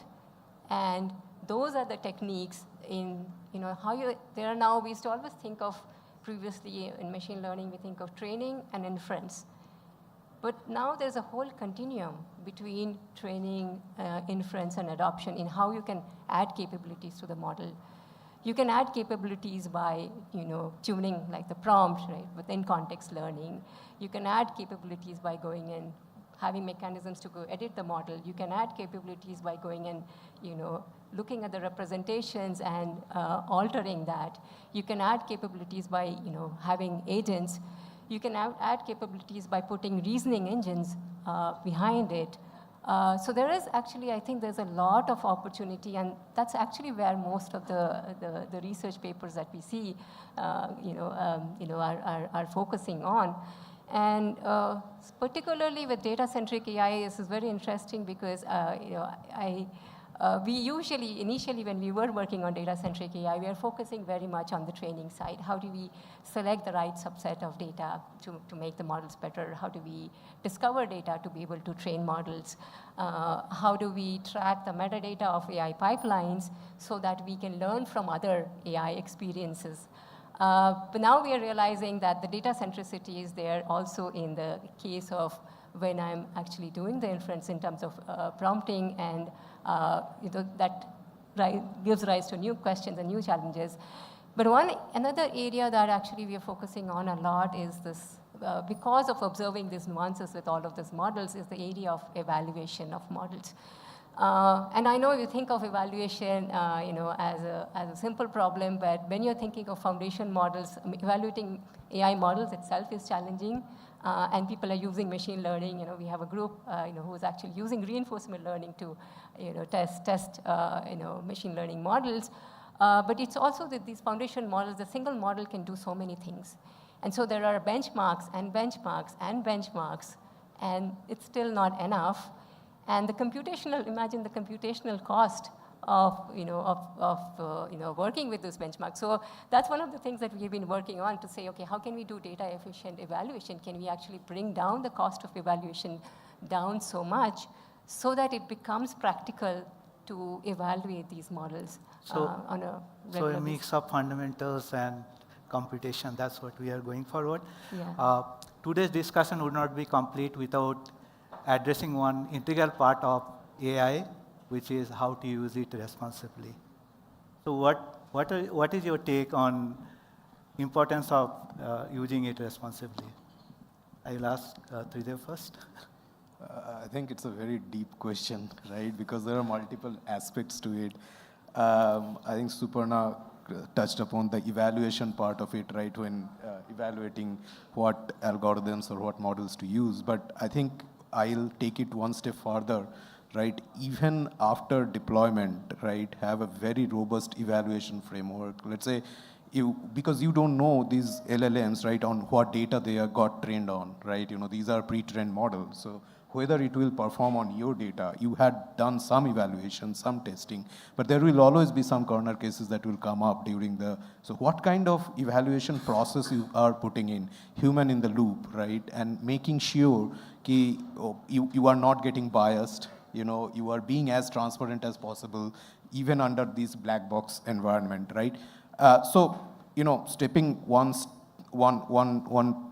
foot forward, right? Basically you need to have proper transparency in the system, right? And which is kind of a little bit deviation from all the black box environment that we are living in today.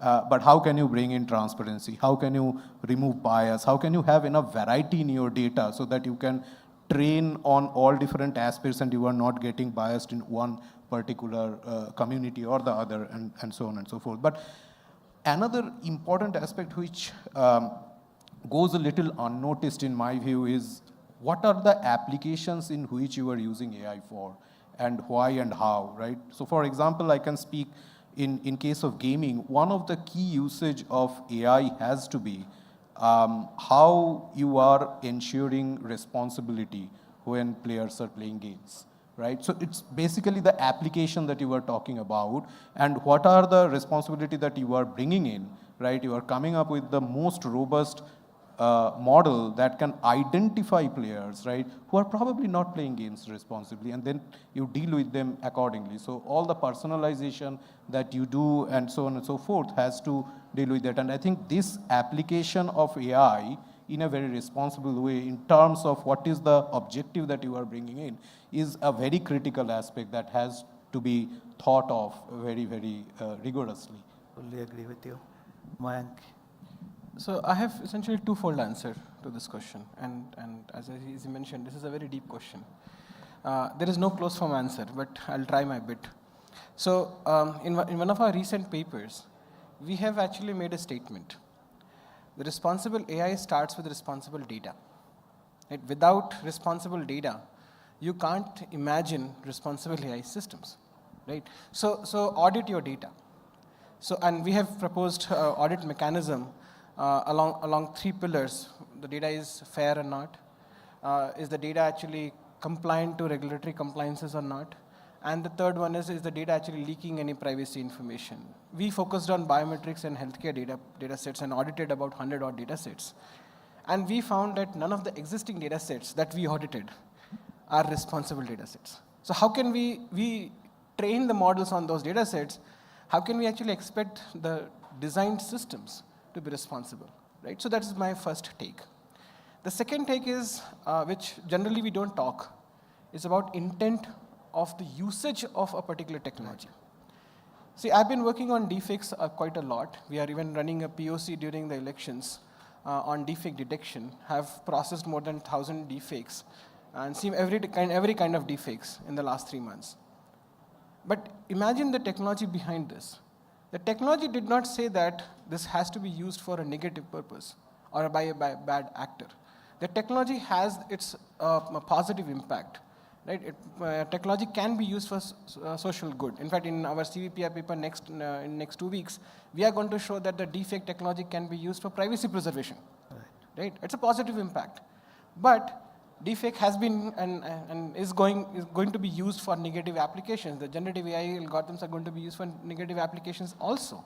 So it's an intent which also matters. So I don't know, it is an NP hard problem so far, how to figure out the intent part of the responsibility. And that's why we are not able to codify it. But unless until we start talking about that factor, we can't even imagine someday like we should have a solution for this, right? So the discussion on intent has to be there. Right. Good. Suparna, you want to add to?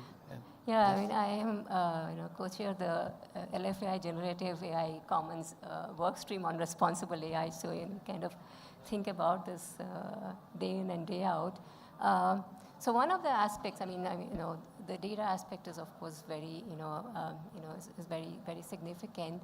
But other aspects, I think, is, I kind of always go back to this transparency issue and understanding issue.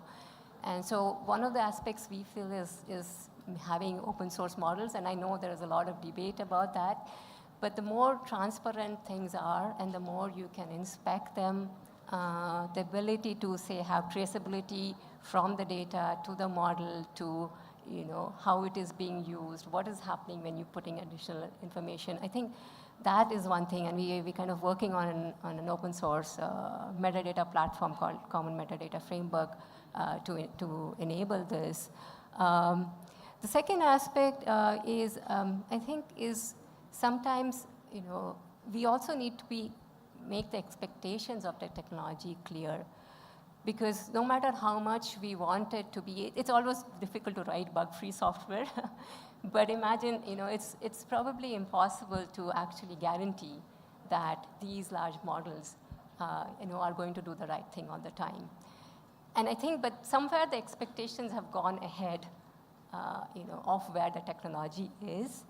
And that's an area I think that that needs a bit more focus. And one of the other things that we are also seeing, and this is also becoming even more true with the LLMs and foundation models, is that now you can kind of guide the model with natural language. And so that's how domain experts now can get into the picture of actually guiding things in a more responsible direction. And I think finally, one of the things, this is again from a research perspective, is there is this dilemma because you want it to be responsible, trustworthy, but you do not want to lose the creativity, the generalization, the power of it. And that's kind of where the major research challenge is. And I think the final dimension of responsibility, I think we talked about a little bit, is larger models always better? Should we have an eye on sustainability? And maybe nowadays I think we want to solve every problem with an LLM or a foundation model, but what is the cost of that? I think that's the last dimension.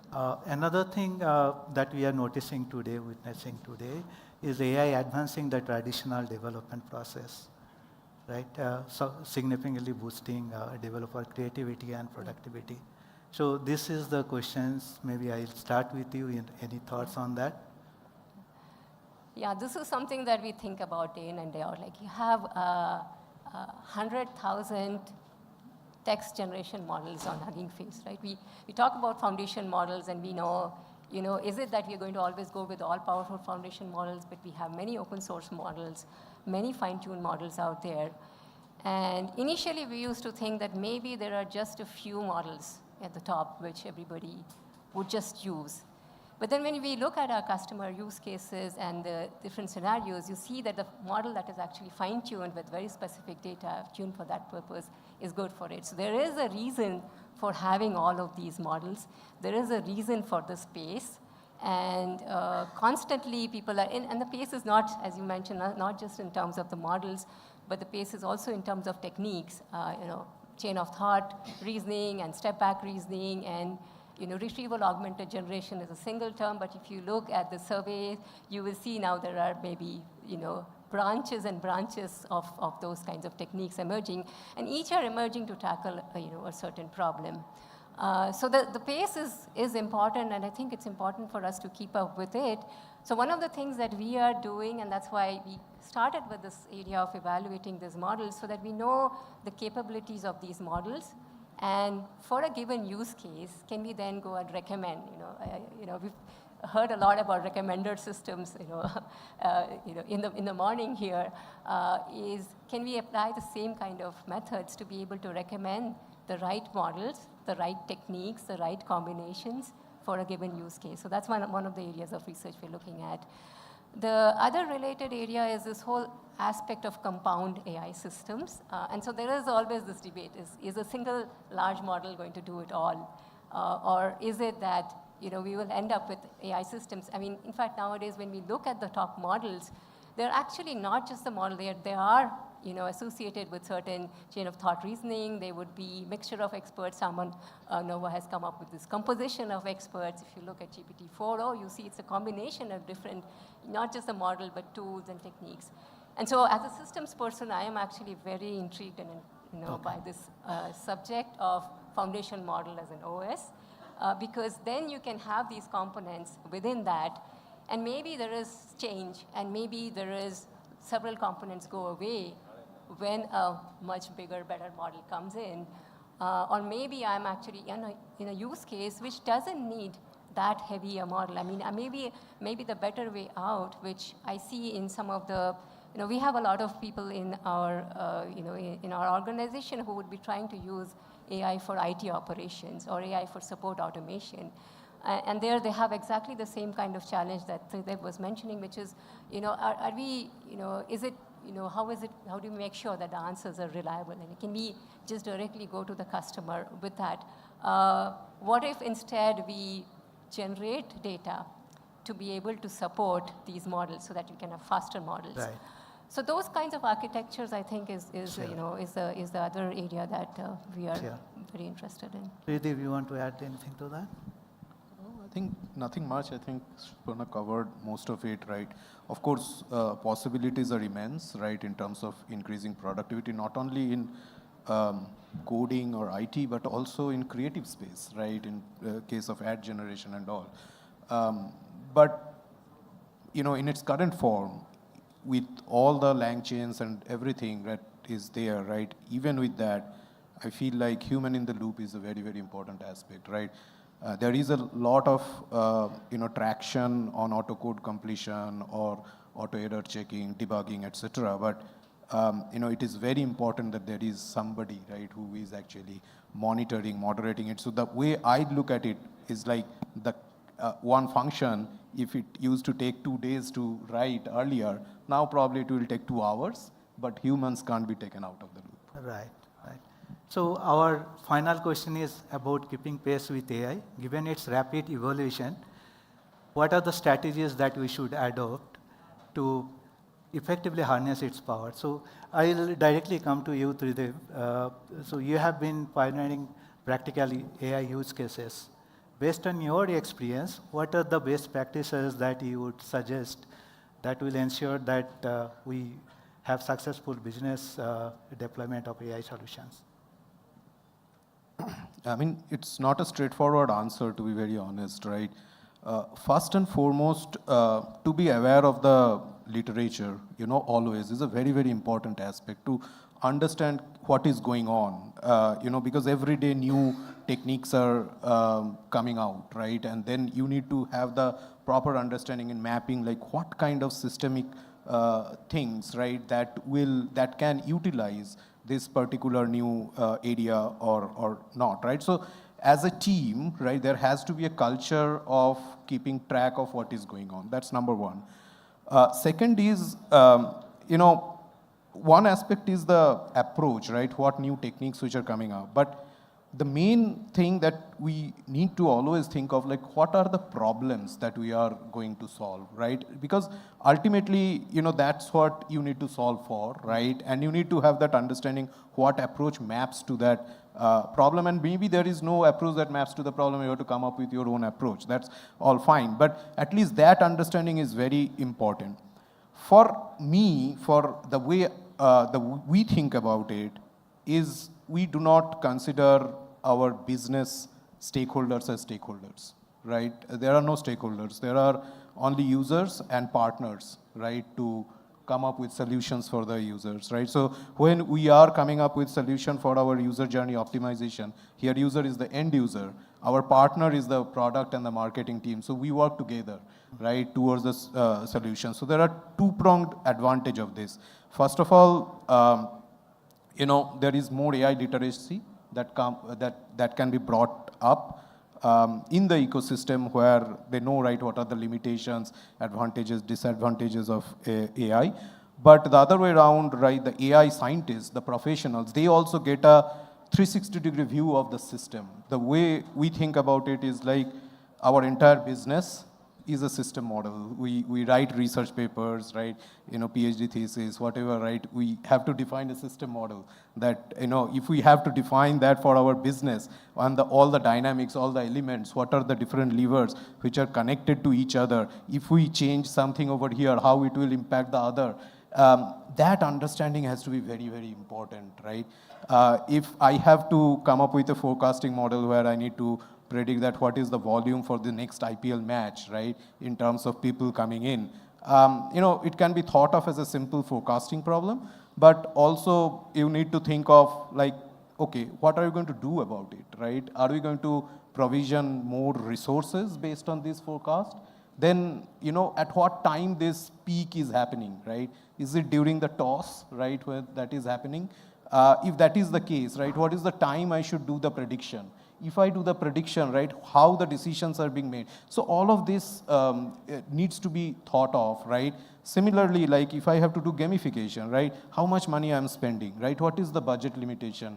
Am I going to put in a certain target for the user to achieve, right? What is the target? What kind of target? Maybe in-dimensional problem space that comes up, right? And it becomes a very complex problem and dynamic problem that needs to be modeled, understood, and then AI needs to come in, right? And that's how we look at it in general. That's. Thank you, Pradeep. Academia had been at the forefront of theoretical AI research, and of late, we can see that universities are making deep practical impact through solutions like vision models or language models. So what is your perspective on increasing adoption of AI in and through academia?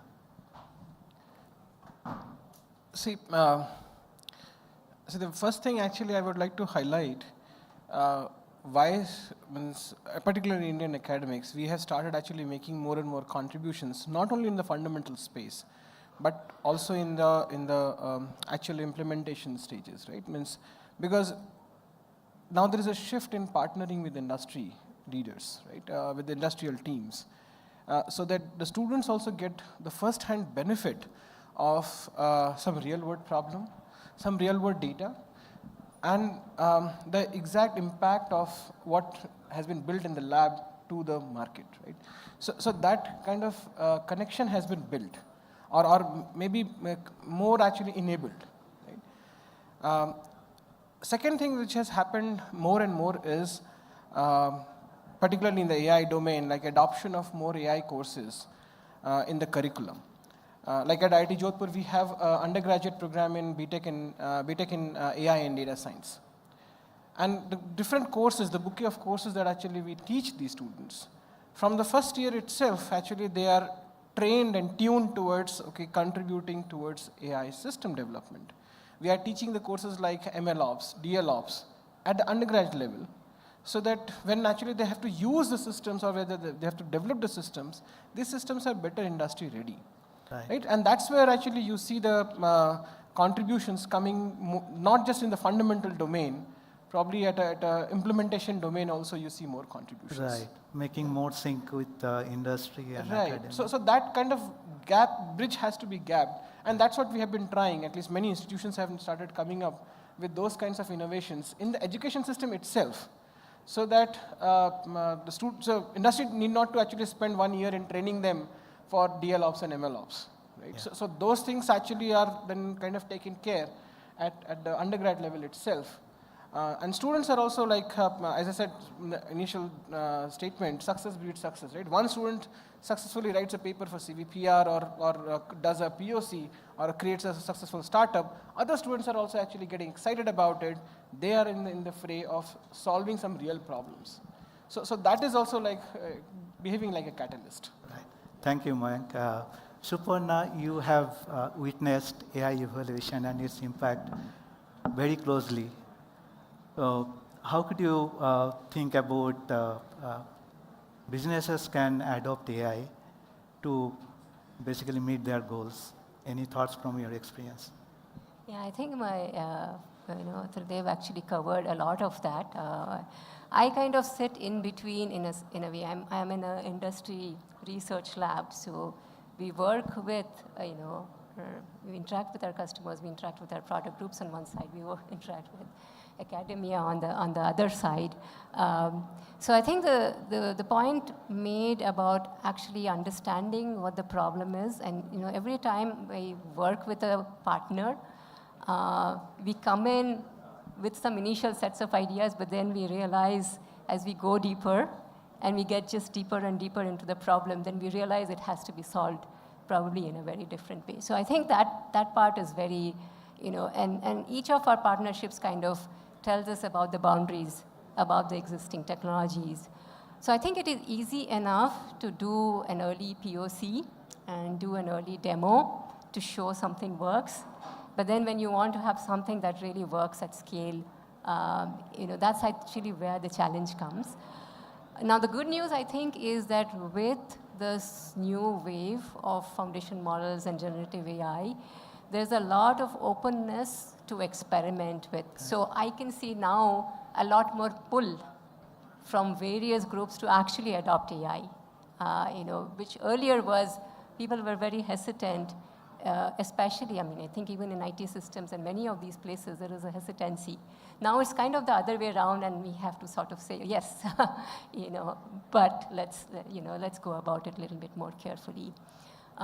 So I think many of the things which I said earlier about navigating change or, having this transparency and traceability and building the systems so that the solution can evolve, you do it at a smaller scale, then slowly increase the scale, and then put in the guardrails. I think those are the practices that will make sure that that disillusionment doesn't come just after the early stages of Thank you, Suparna. So AI has been quite successful, and its future potential is immense. And as you shared today, there are actionable strategies, definitely many things that you shared today that can be used to start reaping benefits. Thank you, Suparna, Mayank, and Tridev for joining us today.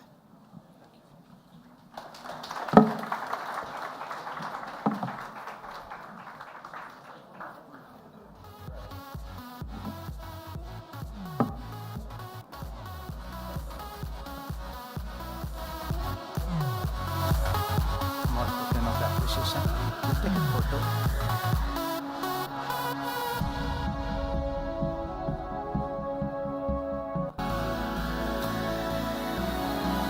Thanks, you managed in time. Thank you.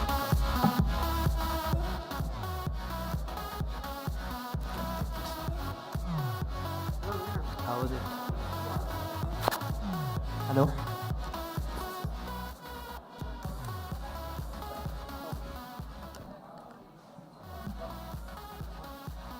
Well, wow, that was truly an insightful conversation with perspectives across such disparate industries.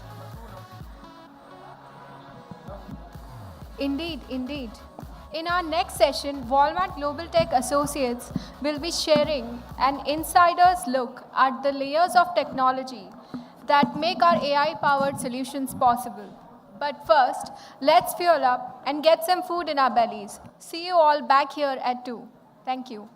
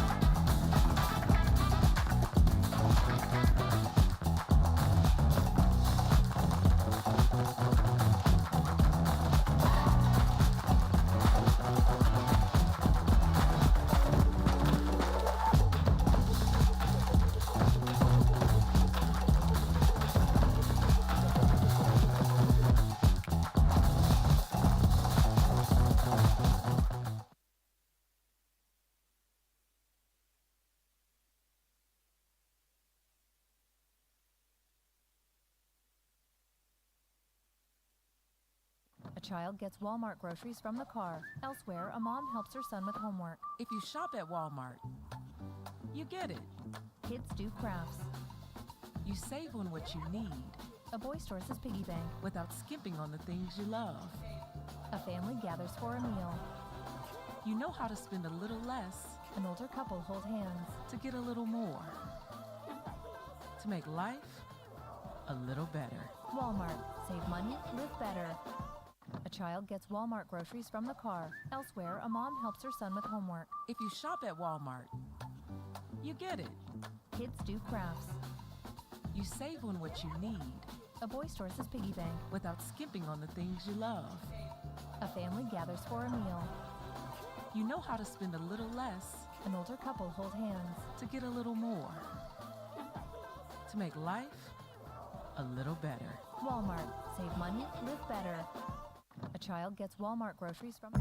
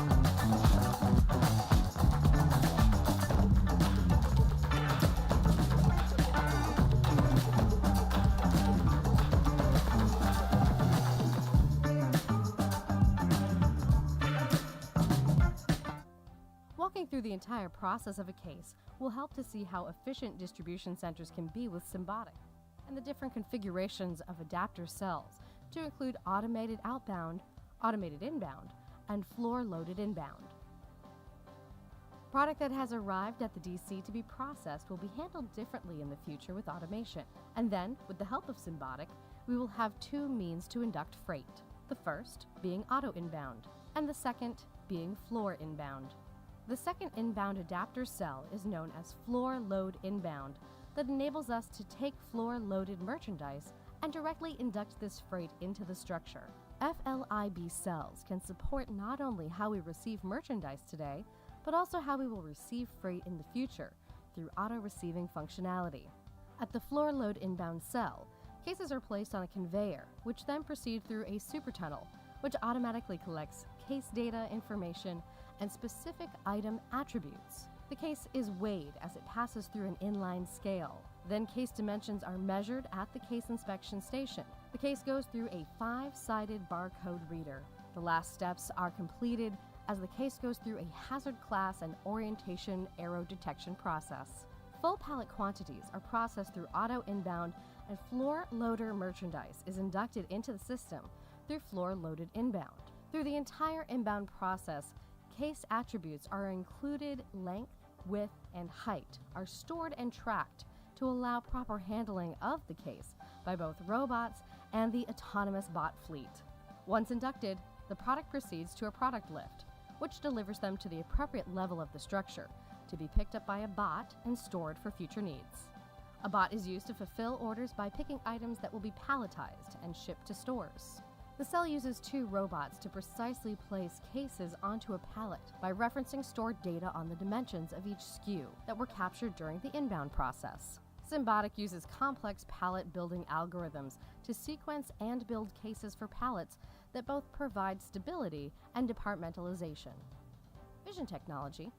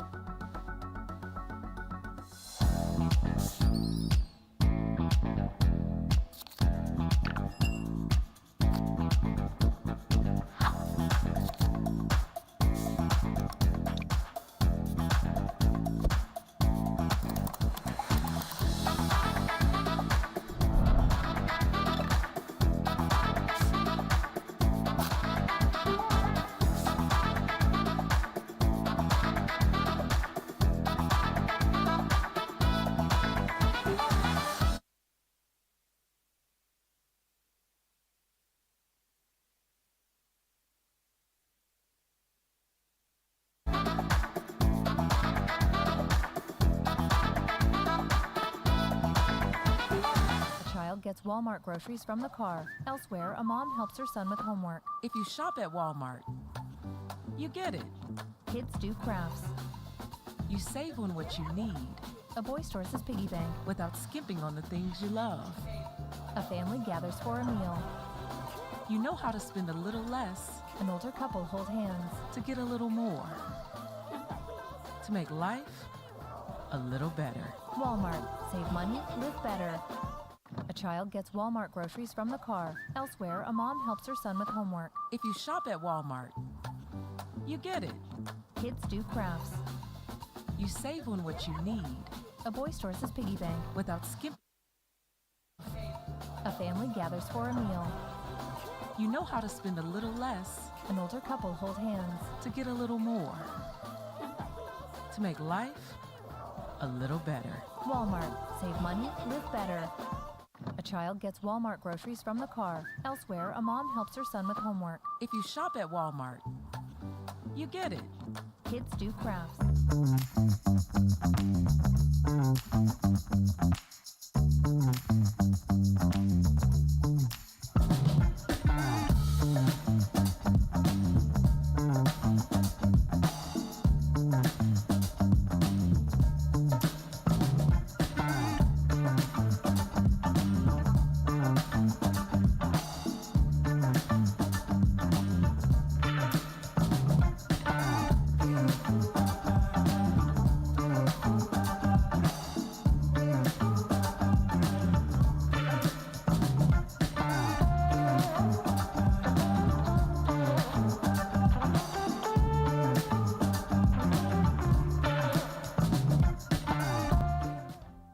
through the entire process of a case will help to see how efficient distribution centers can be with Symbotic, and the different configurations of adapter cells to include automated outbound, automated inbound, and floor-loaded inbound.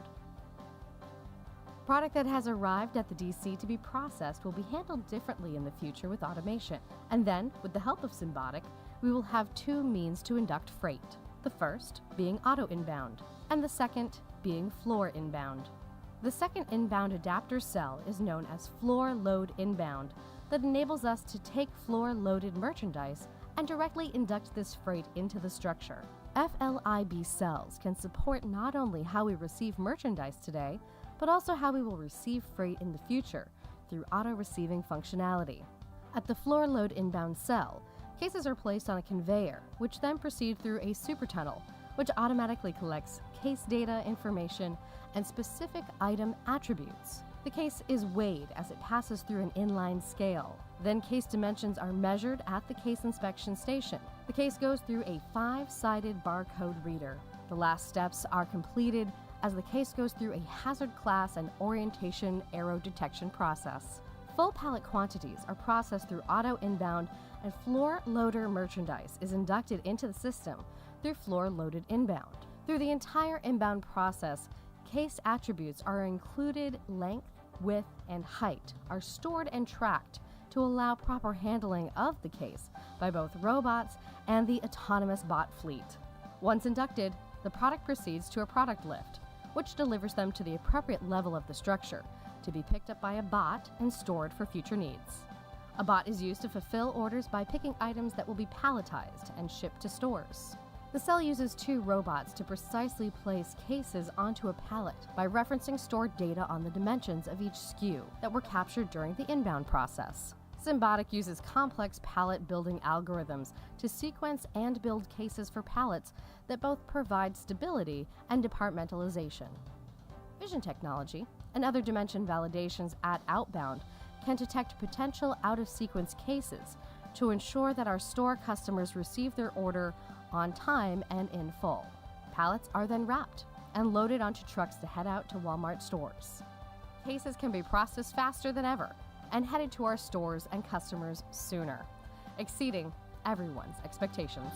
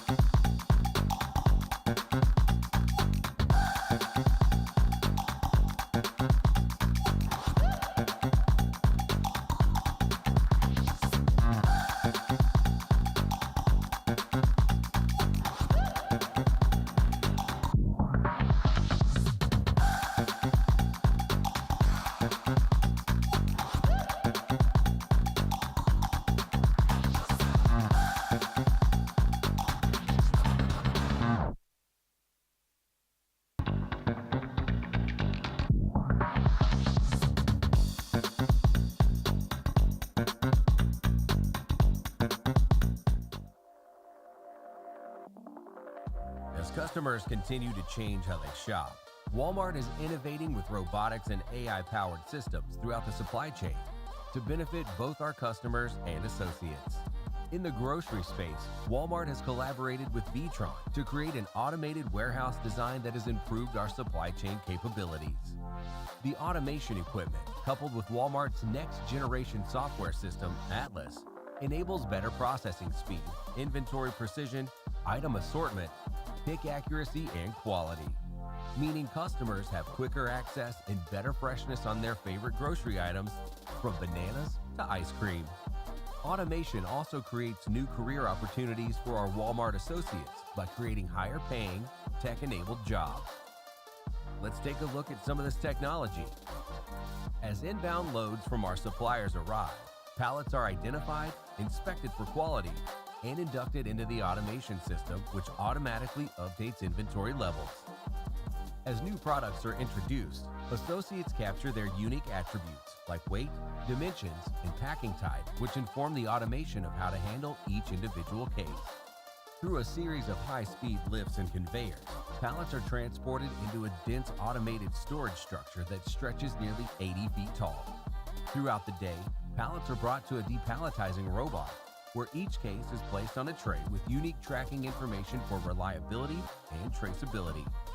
Each case is strategically placed within the case storage system for maximum efficiency, like data in a hard drive. As customers shop in stores and online, our algorithms go to work, determining the sequence and placement of each case on a store-destined pallet, balancing store aisle location and pallet stability. Once the sequence is finalized, pallets are automatically shrink-wrapped for transport and sent to the outbound dock to be loaded on a trailer. Stores receive their daily deliveries of fresh product, sorted and ready to restock the shelves, removing the complexity from the back room of the stores and speeding up the availability of products to our customers. These automated grocery distribution centers are capable of processing more than twice the volume of a conventional DC.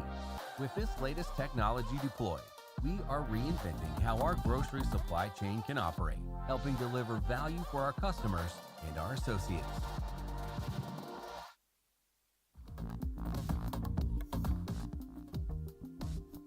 Hi, I'm Olivia. I'm a software engineer at Walmart Global Tech. I definitely feel heard and seen here. Walmart Global Tech does a great job at recognizing and appreciating technologists. I found a home here at Walmart Global Tech. It was different, right? And it was a little bit of a shock in the beginning. Can people be this approachable? You have human connections to the people you work with, and that has truly made a difference for me. Because when I come to work, I feel a part of a community versus a part of a machine or a part of an organization. We get to work with a lot of talented and diverse associates, people from different backgrounds, different geographies, different cultures, different languages. I love working at Walmart Global Tech just because I get to be my authentic self. There's a lot of diversity, a lot of knowledge, a lot of mentorship and help that you get to experience, and you can tell that people really matter. They want you to come to work every single day knowing that you are appreciated and you can be yourself and do your best.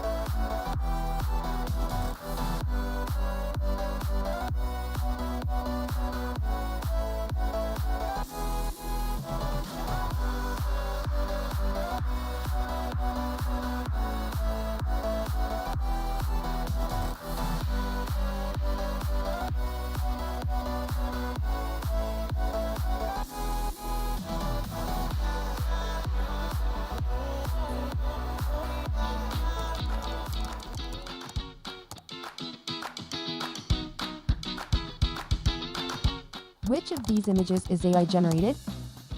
First one. The second one. First one. Second one. Give us your funniest prompt for AI to create an image with. Bangalore without a traffic? A crossover between an anime called Dragon Ball Z with Avengers. A deer hunting a lion. Is this recording made by a human or an AI? I can tell the truth, or I can lie. The question is, am I AI? It is not generated by AI. AI? Not AI. It is an AI generated audio. Give us your best impression of an AI voice. Can you tell me if I am. AI or a human? Walmart is people-led. And tech or word? Tell us a funny full form for AI. Autonomous intelligence. Artificial intellectual. Adbhut irade. Unidly? What will you always do better than AI? Dance. Reasoning. Presence of mind and a quick decision. What's the one thing you like the most about AI? Reducing manual effort. Taking decisions aggressively with less amount of information. Improves the performance. Can do the things in minutes which we take hours to do. It can perform all that information that is required, so it can prepare anything for me. Where can I find the best of AI in retail tech? Obviously Walmart. Of course Walmart. At Walmart? Walmart? What's the question there?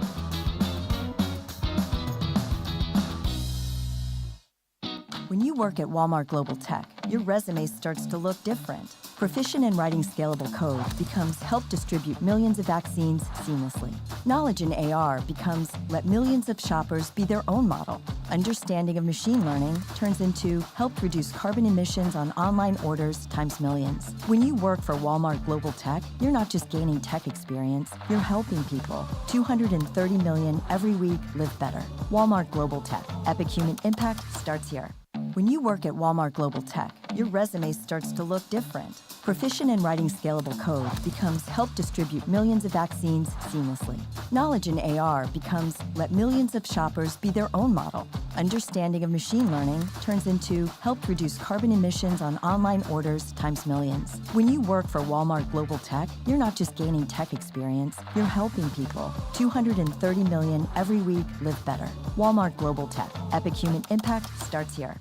When you work at Walmart Global Tech. The story of Walmart's supply chain and distribution network has always been about innovation and creativity on behalf of our customers.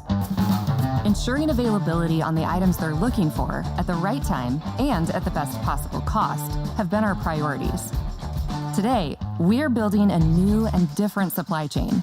It's becoming more automated, more connected, and increasingly intelligent. What does that mean exactly? Our supply chain of the future is about being better, not just bigger. First, we're putting data and software to work in a connected and increasingly intelligent way. We're using more data, machine learning, and more advanced algorithms to anticipate and place merchandise more effectively. Second, we're adding market fulfillment centers, many of which utilize automated storage and retrieval systems, bringing inventory closer to the customer and improving speed of delivery.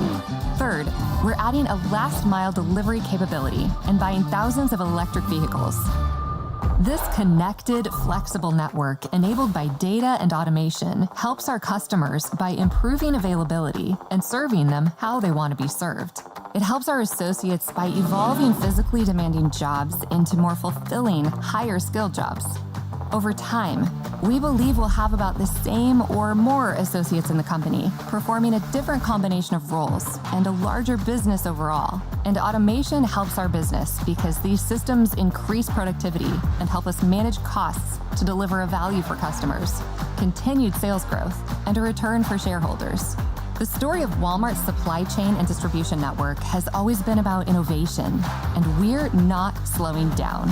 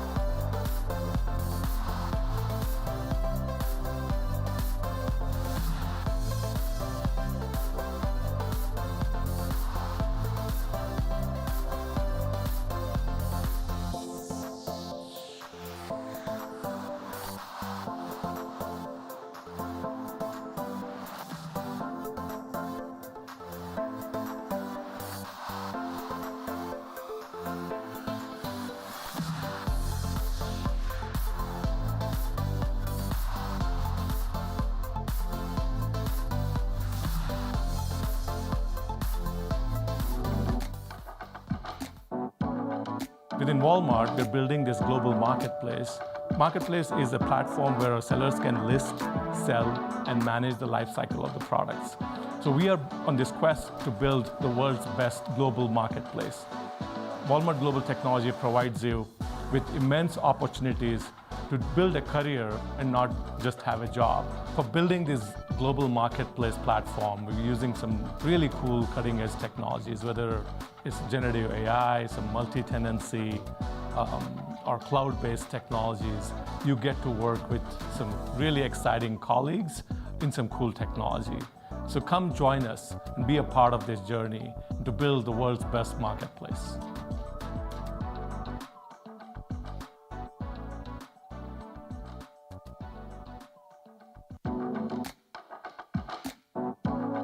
Within Walmart.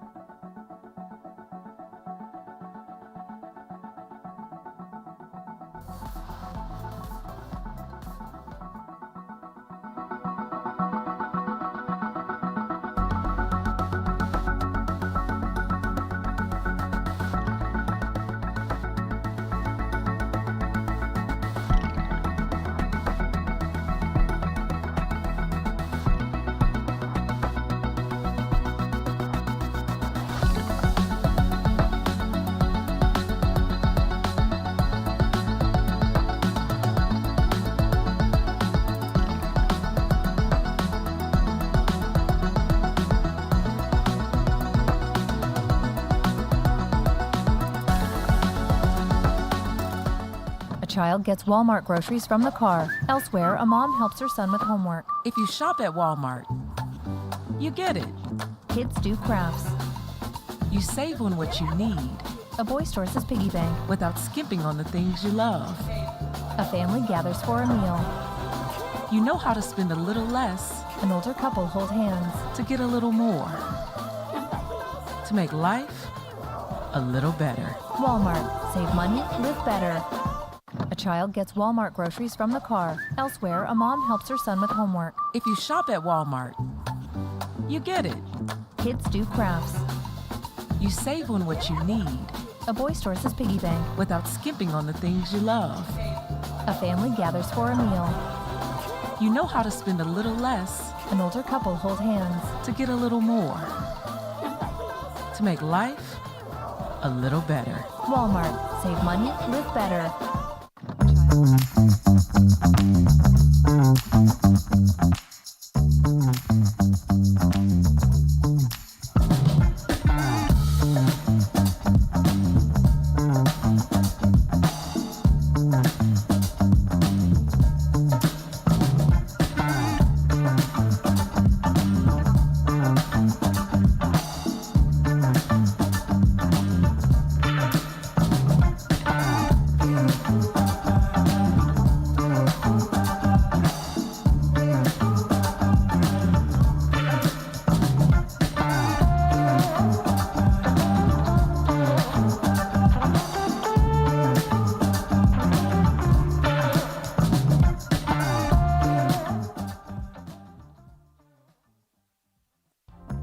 Walking through the entire process of a case will help to see how efficient distribution centers can be with Symbotic, and the different configurations of adapter cells to include automated outbound, automated inbound, and floor-loaded inbound. Product that has arrived at the DC to be processed will be handled differently in the future with automation. And then, with the help of Symbotic, we will have two means to induct freight. The first being auto inbound, and the second being floor inbound. The second inbound adapter cell is known as floor load inbound, that enables us to take floor loaded merchandise and directly induct this freight into the structure. FLIB cells can support not only how we receive merchandise today, but also how we will receive freight in the future.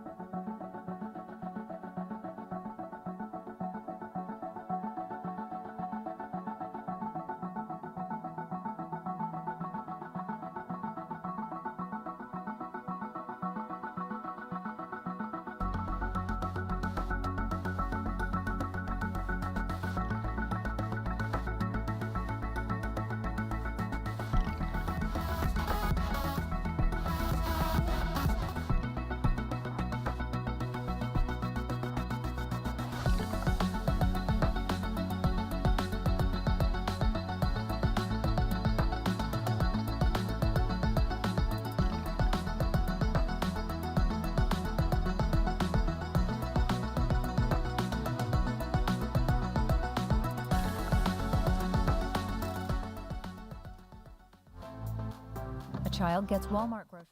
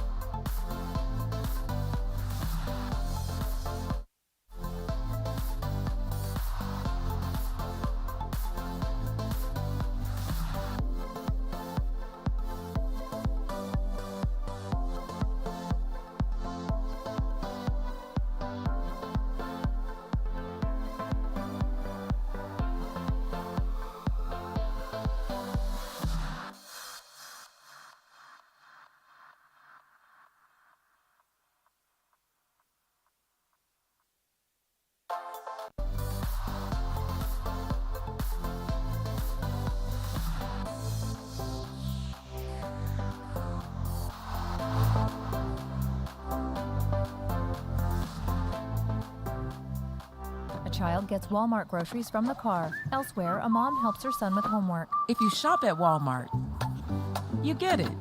Kids do crafts. You save on what you need A boy stores his piggy bank. without skimping on the things you love. A family gathers for a meal. You know how to spend a little less An older couple hold hands. to get a little more. To make life a little better. Walmart. Save money, live better.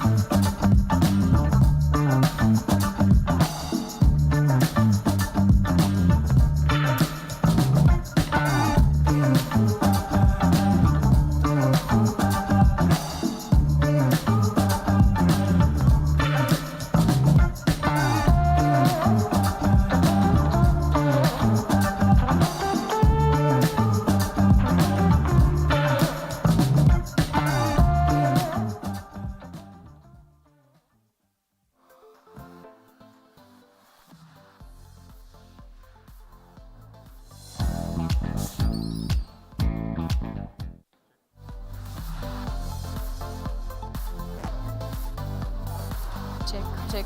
1, 2, check. Check. But it's slow. It's fine. We'll go. Hello, everyone. Can we have everyone start settling in? We'll be starting in about 5 to 10 minutes. Yeah.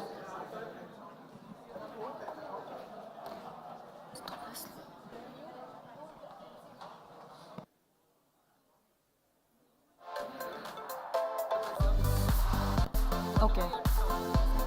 Very.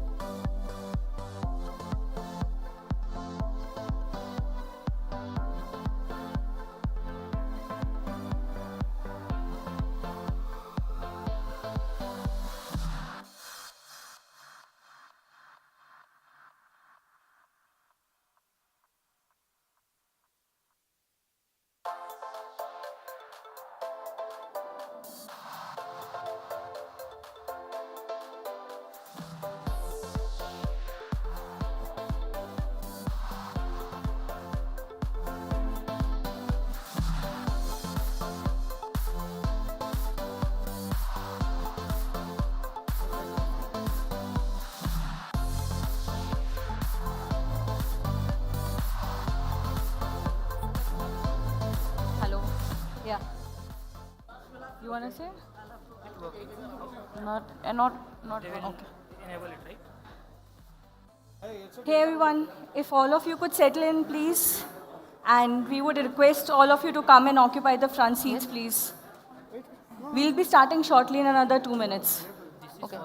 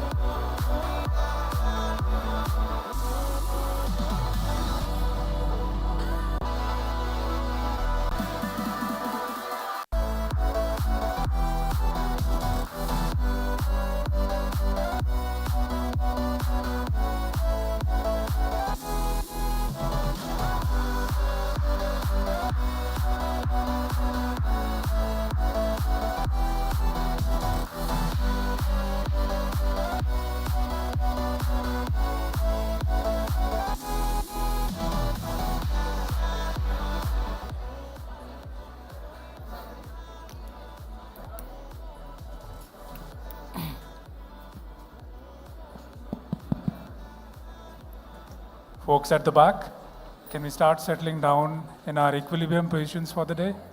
We'll be starting in about a minute or two.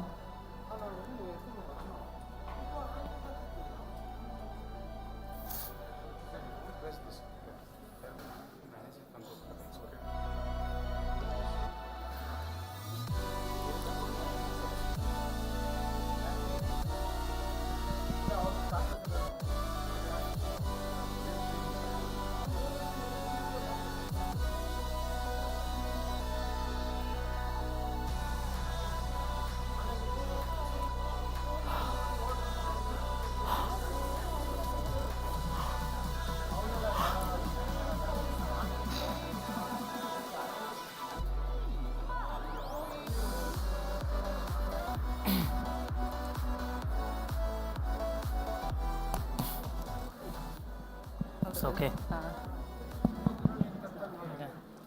Welcome back. I hope that the lunch was as delightful as a perfectly indented snippet of code. Now it's time to debug our attention span, as a lot of exciting stuff is yet to come. Hello everyone, I am Sandeep Bhattacharjee. Hi everyone, I'm Shuchi Sureka. As we heard from our speakers today, innovation finds its power in real-world applications. And at Walmart Global Tech, we are always on the lookout for opportunities to come up with better and newer solutions that transform retail experiences. Now, our associates will be sharing some interesting case studies and AI-powered solutions that they are working on to better serve our customers, members, associates, and business at large. Let's hear from them.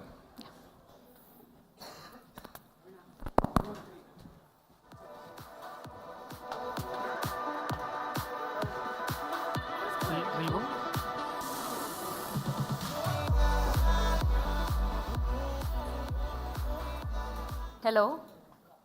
Good afternoon, everyone. I'm Shilka, and along with Rahul, today I will take you through AI for health and wellness. We have had the opportunity to present two of our papers in IEEE ICAS 2023 and IEEE EMBC 2023. Our first work, which is a hybrid approach that combines deep learning and a rule-based expert system for concept extraction from prescriptions, is something I'll be taking you through.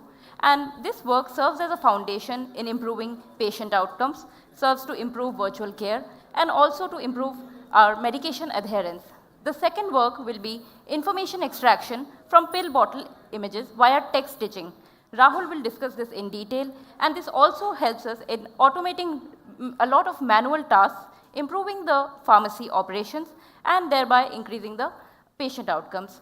So our overall impact is to improve the customer experience and reduce the financial losses. Now, going through the problem which we have at hand, today, prescriptions come in the form of e-prescriptions. So a doctor will write something like, take one tablet twice daily. Now, today it is up to the pharmacist to interpret the components such as dosage, frequency, and there could be various other components, and assign a SIG code. Now, what is the SIG code? SIG code is an industry-wide practice where pharmacists try to standardize the directions given by a doctor into something like an abbreviation, which is later expanded and printed onto a medical bottle or a pill bottle. Now you can see that, can we go to the, yeah. A doctor can write the directions in various forms. So you can see on the slide that he can put it in abbreviations, he can put various complex structures to it, which may not be always easy for the pharmacist to read. So what we try to do is, we will try to take and automate this task of constructing the SIG code and identifying the components. Yeah. So the key aspects of the problem at hand was to identify a set of data, a real-world historical set of data from the prescription text, and this text can contain various components like name of the drug, the dosage, frequency, duration. For instance, in this direction, we have take 1.5 tablet in morning and 1 in evening for 5 weeks. Now it has the dosage as 1.5, 1, the frequency as morning, evening, and the duration as 5 weeks. However, we will focus on two of the concepts, dosage and frequency. To achieve the model, the machine learning model, we have 3 dataset components. The golden dataset, which is an SME verified dataset of 8,000 samples, and a regular dataset of 100,000 plus samples on which we train and test our models, and a holdout dataset to finally evaluate our models, which has 55,000 plus prescriptions. Now this concept extraction is carried out using a two-pronged approach, a rule-based expert system and a DL-based method. So our first approach was to arrive at a rule-based expert system where we take domain knowledge, interact with the domain experts, and create a set of rules through some commonly occurring phases. For instance, one or a numerical followed by a tablet could easily be identified as a dosage. So we have created over 500 rules after interacting with the domain experts. And this has a lot of advantages in the terms of improved explainability, transparency, and it also gives us a simple way to label the data by leveraging the domain knowledge. This also has some shortcomings in the fact that we face difficulty in generalizing some of the phrases. For instance, if we don't have something in our rules and a new phrase comes up, we may not be able to label it using rules. Also, it involves a tedious process of adding and updating the rules. So to overcome this, we also approached it with the DL-based method, where concept extraction is carried out separately for dosage and frequency. Now, dosage extraction is treated as a named entity recognition task, and frequency extraction is treated as a multi-label classification task as we have a limited number of frequencies. Now, the advantages of a DL-based method is that we can circumvent the tedious process of adding and updating the rules, which we had to do with the rule-based, and we can handle spelling errors much better. The shortcomings for this is that we require to create a clean label dataset, which can be time-taking as well, and can lack explainability to a certain extent. So to overcome the shortcomings of each of the individual methods, we arrived at a final architecture, which is our hybrid approach. Our hybrid approach takes the direction and tries to extract the components first through a DL-based model. So our DL-based models in this case are gram CNN, which is fine-tuned for dosage, and for frequency we have a fine-tuned BERT model. So this is our first layer of model, and we also see what is the confidence score which we get along with this. If this confidence score passes a certain threshold, then we use that as the output. If not, we use our rule-based system and we then assign the final outputs. So this is our overall system. Yeah. So if we look at the results, how did we actually, what are the kinds of variations we saw? So we saw in some directions actually rule-based was giving better results, and in some it was the other way around. So you can see in the second example, 1 to 2 TS. Because TS was not a part of the rules, we could not identify through the rule base, but the deep learning was able to identify that this is related to dosage. Similarly, for the last example, deep learning got confused, but rule-based was able to identify the dosage here. Now, if we look at the overall evaluation on our holdout dataset, our hybrid approach outperforms the individual approaches. So we got an F1 of 0.97 for frequency and 0.95 for dosage. To conclude, I can say that we have created an intelligent labeling method which can also generate a significant number of labeled data which we can use to improve our machine learning models further through bootstrapping. Now, this hybrid approach yields accurate results and it overcomes the shortcomings of the individual methods, thus leading to improved patient outcomes and improved pharmacy operations. Now, I will invite Rahul to discuss about our second work. Thank you, Silka. So good afternoon, everyone. So I'll be discussing our another area of work where we have utilized computer vision and NLP. So earlier in the Walmart Wellness app, the patients were asked to upload the 4 set of images of their pharmacy pill bottles. And in the backend, we will be processing these 4 images and manually extracting the information like patient name, drug, doses, pharmacy phone number, etc. But the disadvantage of this method was it was manual as well as it took a lot of time to process all these informations. So we wanted to automate this process of extracting all the information from a pill bottle. So we found another related work in this context where given a set of 4 images, can we try the image stitching method? So given these 4 images, we found the image panorama, but as you can see here, this image panorama is not complete. Most of the informations are lost here, like the drug, dosage, etc. are not complete. So that's why we have proposed another method, which is based on text. So as these images are very text heavy, so we are not dependent on the overlapping pixel on these alternate images. We'll rather focus on the text. So here, by using the text stitching method, we have the stitched text And from this text, we will use an NER module to detect the entities like medicine, drug, doses, quantity, direction, pharmacy phone number, etc. Now I will walk you through the flow diagram of our proposed method. So given 4 sets of images, we'll first pass it through a label detection module, which was fine-tuned using a faster RCNN model. So basically, whenever a patient takes a picture of a pill bottle, sometimes we see that there is a lot of background clutter as there. So that's why we use label detection to remove all those background using our label detection method. Once we have the labels from these 4 sets of images, we'll pass it through a dewarping module, which will basically dewarp our cylindrical image into a planar ones. Now these planar ones will be sent back to the optical OCR, where we'll detect the bounding box of all the text which are present in these images. Now we'll have the OCR from these 4 sets of images. Now let's take the first and second one. So in the first one, we'll look at the right edge, and the second one we'll look at the right edge, and then we'll find the matching between these bounding boxes using the shift matching algorithm. Once we found that there is a maximum overlap between these bounding boxes, we'll try to stitch them using a KMP-based search algorithm, which will basically look at the prefix and suffix of these text and stitch them. So finally, we'll have a stitched text, and this text will be passed to an NER module to detect the entities like medicine, drug, doses, quantity, pharmacy phone number. So for medicine, we have done a fuzzy-wuzzy based method where we look at each of the words and try to find a match in our drug corpus. For the quantity, doses, pharmacy phone, as they follow a certain patterns, so we have developed a rule-based or regex-based approach to detect these entities.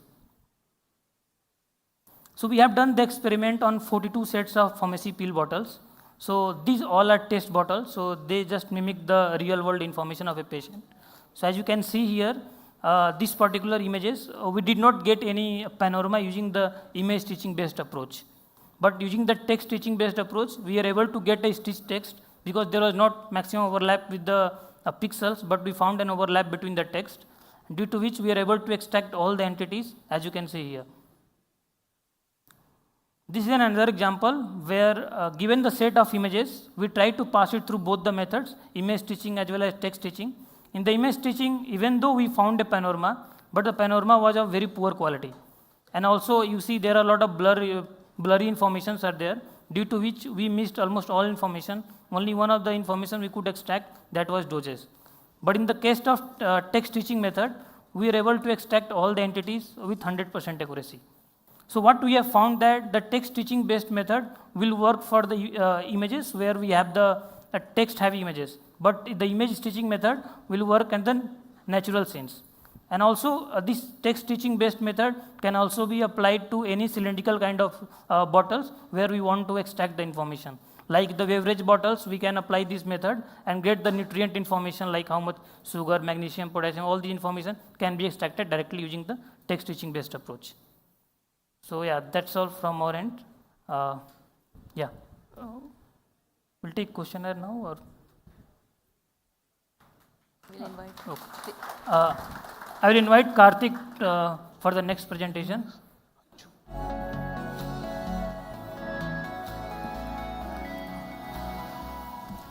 Hello everyone, I am Karthik and I'll be talking about the work, a scalable solution for the extended multi-channel facility location problem. Yeah, let me first describe the problem. Assume that we have a supply chain network where different facilities like the fulfillment centers are used to service the demand happening at different client locations. The problem is to identify the set of facilities to be open from a user provided list of facilities such that some notion of cost is being minimized, where the cost is a combination of shipment cost, which is a cost that is incurred while transporting any item from the fulfillment center to a client location where the demand happens, and also the cost of opening the facility. The input is, we have the network diagram which shows about the connection of facilities, the shipment channels that are used to transport the items from the fulfillment centers to the client location, and also different shipment cost. And the input is also where the user provides some possible list of facilities that can be opened, and also the facility cost. Our algorithm will kind of decide the subset of facilities that needs to be opened so that some notion of cost is being minimized. So the problem description is as follows. As I said, each facilities have some notion of a facility capacity which indicates the number of items or number of demand that they can fulfill. And the facilities are connected to the client location through multiple shipment channels. For example, ground transportation, 1-day flight, 2-day flight, etc. The demand happens at different client points where we have some notion of expected demand at each client location. And through the shipment channels, we also have some notion of channel capacity, which indicates the number of items that can be shipped through a particular shipment channel.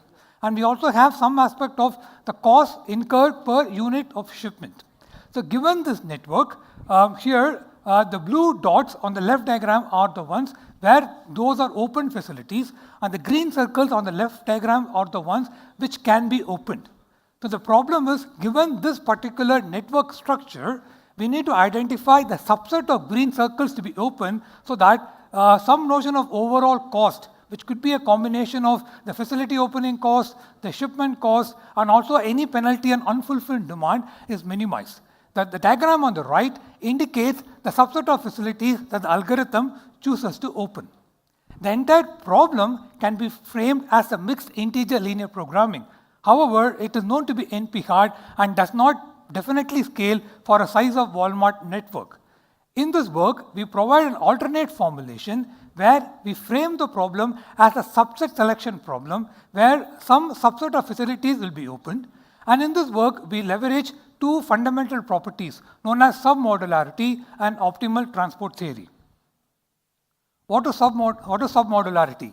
Submodularity is a property of a set function with something known as property of diminishing returns, where the incremental gain or the benefit of adding a new facility to a subset is higher than adding the same facility to a superset. For instance, here we showed two subset of networks, S1 and S2, where S1 is a subset of S2. And we want to add a facility F to these subsets. The incremental gain, also known as the change in the function value, is higher when the same facility F is added to a smaller subset S1 compared to adding the same facility F to a superset S2. Any objective function or a cost function that satisfies this notion of diminishing returns is known to be a submodular function. And optimal transport theory. The theory of optimal transport involves with identifying optimal allocation of resources between a facility and the client, such that this optimal allocation leads to some aspect of profit maximization. The one on in the equation on the left, we show the objective function that is being maximized, where Pij is the profit per unit allocation of item between a facility and a client, and Xij is the allocation matrix that we need to compute.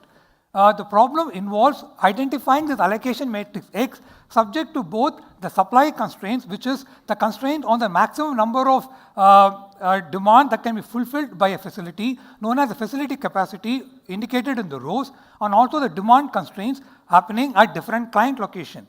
The problem is identifying this variable X such that it maximizes the linear equation subject to this row and column constraint. Even though this is a subset of a linear program, the specific structure of the problem is amenable for faster computation, where the cubic complexity of the linear program can actually be reduced to a linear complexity. We will involve these two properties of our objective function in coming up with faster alternative to the simple MILP formulation, where the exponential complexity of the MILP actually gets reduced to a linear complexity. So, the equivalent formulation, as I said, our objective is to identify a subset of facilities that minimizes some aspect of cost, which is a combination of the operation cost involved in shipping an item and the facility opening cost. The same objective can be represented as maximizing another set function f, which can be written as a difference between two functions g and h, where the function h is involved with the cost in opening a facility, and the set function g is a demand allocation linear function which can be shown to be monotone and submodular. We use the submodular property of this function D in developing a fast algorithm. For maximizing a set function which can be described as a difference between this function G and H, an algorithm was proposed known as a distorted greedy algorithm by Arshan et al. In the year 2019 at ICML. We use the same algorithm to our setup with some modification as I'll describe. So to obtain the set of facilities, the algorithm works like follows. We either start with an empty set of facilities in scenarios where it's a greenfield network and no facilities are open. In scenarios where the network has to be evolved, the set S can be the set of existing facilities. And the set M denotes the possible set of facilities that from which a subset has to be chosen. The algorithm works like follows. We choose every possible facility E to be added, for which we compute the incremental gain, known as where the change in the function value when the facility E has been added versus the function value prior to adding E. For every possible E, we compute the incremental gain shown in the middle box in the Boolean diagram, and we apply a distortion factor. Post which that facility E star, which has the maximum distorted incremental gain, is chosen in that iteration and appended to the set of facilities S. And then the entire process is repeated till some notion of convergence is obtained.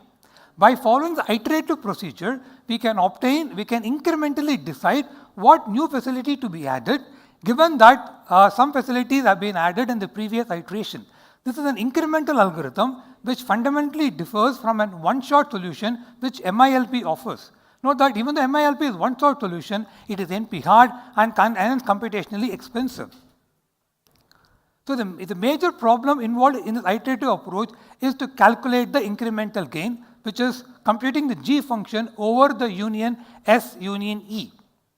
Even though this is a simple linear program, solving this linear program for every possible facilities for different iterations is expensive. This is where we use the property of submodularity. But submodularity is only applicable in setup where there is only single fulfillment channel between a facility and a client. In our setup, the facility can satisfy the demand at the client locations through multiple fulfillment channels like ground transportation, 1 day air, 2 day air, etc. So we have a multi-channel setup. So to this end, we propose a multi-stage optimal transportation algorithm to solve the multi-channel facility location problem. The algorithm works like follows. In stage 1, we merge these different channels to form an abstract channel between a facility and a client pair, as shown in the diagram to the left. So now there is only one channel between a facility and a client, and this reduces to a standard optimal transportation problem, and we solve it. So at the end of stage 1, what we have is the portion of demand that would be satisfied by each facility for a client. We do not know what portion of the demand will be satisfied by each of the channels. That is where the stage 2 comes in. In stage 2, we again split these abstract channels into the individual channels, and we use the portion of demand that is being obtained from stage 1 as the column constraint. And for each of the facility, we again solve an optimal transportation problem where the facilities can be solved, where the problem for each of the facilities can be solved in parallel.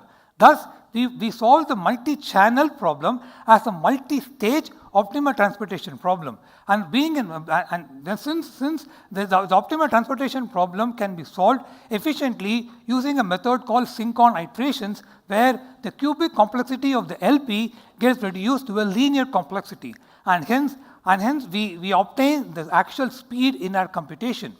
So we have replaced the exponential complexity of an mixed integer linear program into multiple sub-problems, each incurring only linear complexity. And hence, we see tremendous reduction in the computation speed without degrading on the solution quality. An algorithm also has an advantage that the facilities are added in an incremental fashion. In a way, some notion of rank can be associated to a facility, where the rank is actually the iteration number in which a facility gets added to the set. This rank indicates the incremental benefit or the reduction in the operation cost when a facility gets added, given that better rank facilities are added in the earlier iteration. This notion of defining benefit based on incremental gain is more informative to business compared to using other standard notion of ranks like facility capacity. In the scatter plot on the left, we show the rank as computed by an algorithm in the y-axis versus the rank of the facilities computed just based on facility capacity. All the plots above the slanted 45-degree line indicates those facilities which have higher capacity but lower rank, which means that just because a facility has a higher capacity doesn't mean that it is beneficial to add the facility to our network, because that facility might not lead the best bang for the buck. That is, it might not give you the best reduction in the operation cost. So here we actually identify the sequence of facilities which, when added, leads to maximum incremental gain. This notion of rank is very useful in scenarios where the experimenter doesn't know the number of facilities to open. So by having some kind of a threshold on the incremental gain, the experimenter can choose the number of facilities to open with just one run on the algorithm. This is much more advantageous compared to techniques like MILP, where the number of facilities have to be chosen a priori and the algorithm has to be run multiple times. And to highlight on our results, we actually show 3 different plots of the timing plots for 3 different methods. Method 1 is the standard MILP problem. The method 2 is where the incremental gain is solved using a linear program. And method 3 is our proposed method, where we compute the incremental gain using multi-stage optimal transport. We see that our method is about 100 times faster than the MILP algorithm. And we actually do not see any degradation in quality. For example, in the graphs here, we compare the global optima obtained from the MILP algorithm with the objective function obtained from our algorithm. The difference in the objective value is less than 3%, even though we get more than 100% speed in the computational gain. And also, when we compute the actual overlap of the facilities, we see that the facilities that we compute has about 80% match compared to the global optima. Thereby, we are able to achieve 100 times speed up with very minimal degradation in the solution quality. To summarize, so we have developed a method that recommends new facilities to be opened to meet the demand at different client locations. And our algorithm, being much faster and scalable, is very well adaptable to a large supply chain network like in Walmart. And importantly, since facilities are added in an iterative method, we can have a notion of rank which can be used to decide how many facilities to be opened. And lastly, as I said, the solution is developed in a fraction of computational time compared to other techniques like MILP. Thank you. I'll introduce Anju for the next talk.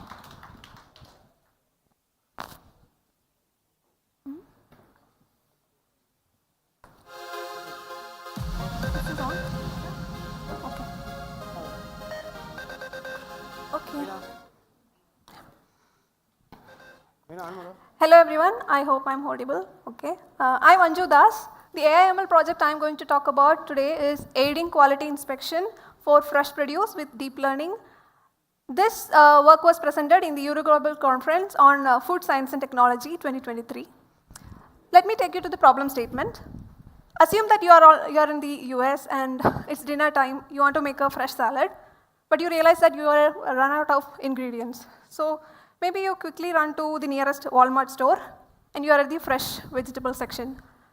While you are there, did you know that all those vegetables are here after going through an extensive quality inspection process by our associates? If not, then let me tell you yes. The image that you see here are some samples of defects identified by United States Department of Agriculture on lime and strawberries. Our associates, quality control associates, need to inspect each of these instances and grade them following the guideline. Quality control is an integral part of the retail because that helps to reject low quality produce and avoids it from going to the store.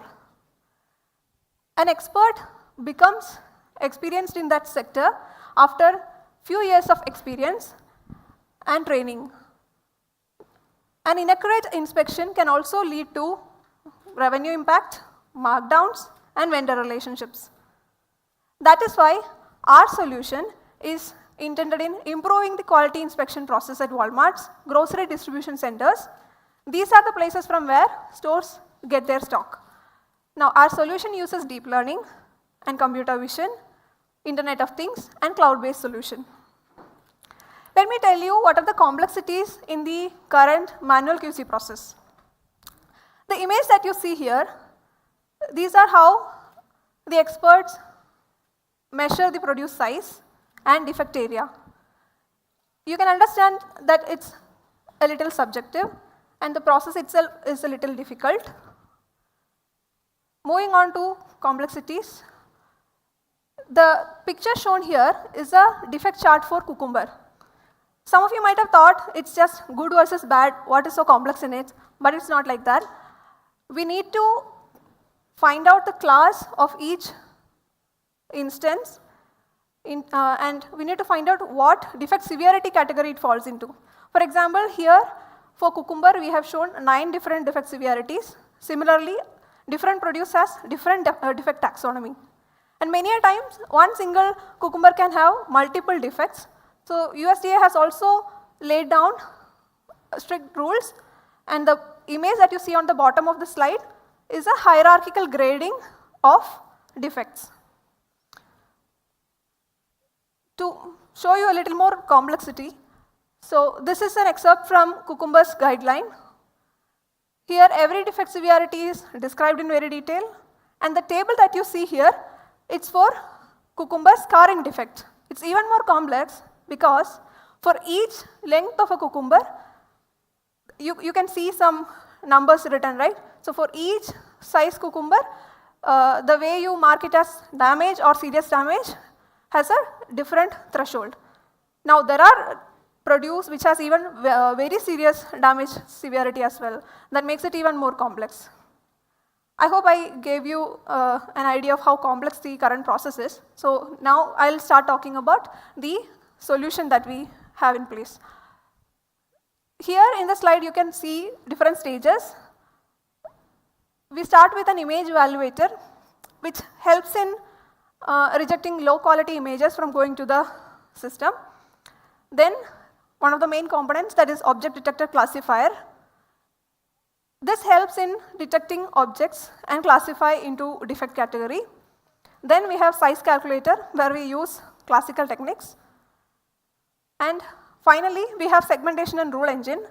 This is for the kind of defects which has severities. So in order to predict severity, you need to know at pixel level what is the class. So segmentation models help us do that. We'll do a little deep dive into each stage. Image evaluator keeps our data quality better, and we raise a warning to the user when we detect an issue. We look for whether an image is poorly lit, whether it is blurry or not, and does the user has complied with our mandatory requirements. For blur detection and poor illumination detection, we calculate a metric and compare it against a threshold and raise a warning accordingly. Color card is important because for size calculation we need a reference object. So here we use color card as a reference object. We use a color card detector and raise a warning if it is missing. We also need the produce to be laid in a particular manner because we want to avoid occlusion, which can lead to loss of information. So we detect contour area, and if the area is beyond a threshold, then we raise a warning. Moving on, the object detector classifier is where we are using our deep learning techniques. All the defects that we see here, it is vision-based defects. So we use computer vision technology, And we use deep neural networks for image feature extraction. The model that we use here is a faster recognition-based convolution network. We do data balancing and augmentation to improve the model. You might be thinking, how are we managing to get the training data set? So what we have done is, we have a patented device. We have designed a data capture device equipped with cameras. We ask the users to collect objects which belong to the same category, put it inside the box, use our user interface, click an image. So thereby, we are managing to get a lot of label data at scale. This data is split to test, train, and validation by ensuring that there is no data leakage. The image that you see on the screen is how our output looks on our user interface. Moving on to segmentation model. In order to obtain pixel level classification, we use segmentation model which generates dense pixel-wise segmentation map of an image where each pixel is assigned to a class. We use semantic segmentation because that helps us distinguish between objects from background region. The challenge here is getting annotated data. The image that you see here is an output from our segmentation model. You can see that the area is irregular, it is thin, it could be scattered as well. Now what we do is, we take some sample images from the previous step and we do manual annotation. We train an intermediate model. We use that model to train, to predict on the rest of the images, review it, and thereby we increase our training corpus. The result from segmentation goes to rule engine. Rule engine is how we have materialized the USDA guideline. We have used our tuning algorithms to come up with a set of if-else conditions. From the defect area, thereby we get the defect severity prediction. This step makes our solution unambiguous, and the reports that we get from this step makes it an explainable AI. Now, going to size calculation, although this is a small algorithm, but this is very effective. We have heard very good feedback from our users because it helps them to compute defect size easily and efficiently. What we do is, we detect the contour area, fit an ellipse, get major and minor axis, and thereby we get the length and width. So that's about the solution. Moving on to the key advantages that the solution is bringing to the table. As I said, the training image collection helps us do an image collection at scale, okay? And the solution acts as an expert in the loop. The solution is also an explainable AI, and rule engines are also helping us materialize the USDA guidelines. Finally, two major feedbacks that we have heard. One is from the user. So when they try to onboard new inspectors, the large data that we have helps them to onboard them faster. Now, we have captured images across different regions of the US and across seasons. So that helps the associates get a fair understanding of how each defect looks like. Another feedback is from the suppliers themselves. The inspection report, which can be accessed at any point of time, it helps them understand the reasons why something was rejected or what is accepted and what are the next steps that they can take. All this said, what are we working in right now? So we are working on few high resolution cameras. Right now, we are only looking at the top view of the image, so we want to increase the viewing area. We are experimenting with multi-view cameras. We want to improve the ergonomics of our system. We also want to increase the throughput. We also want to improve the data quality. And for the model maintenance, we are looking at MLOps. Right now, our inference is happening at cloud. We want to move it to the edge devices. So we are also looking at how enhancements to edge compute capacity. And finally, all these devices are situated at the US locations. So we are looking at getting support and maintenance for our edge systems through Edge DevOps. Yeah, that is about my presentation. I would like Tanishka to come and present her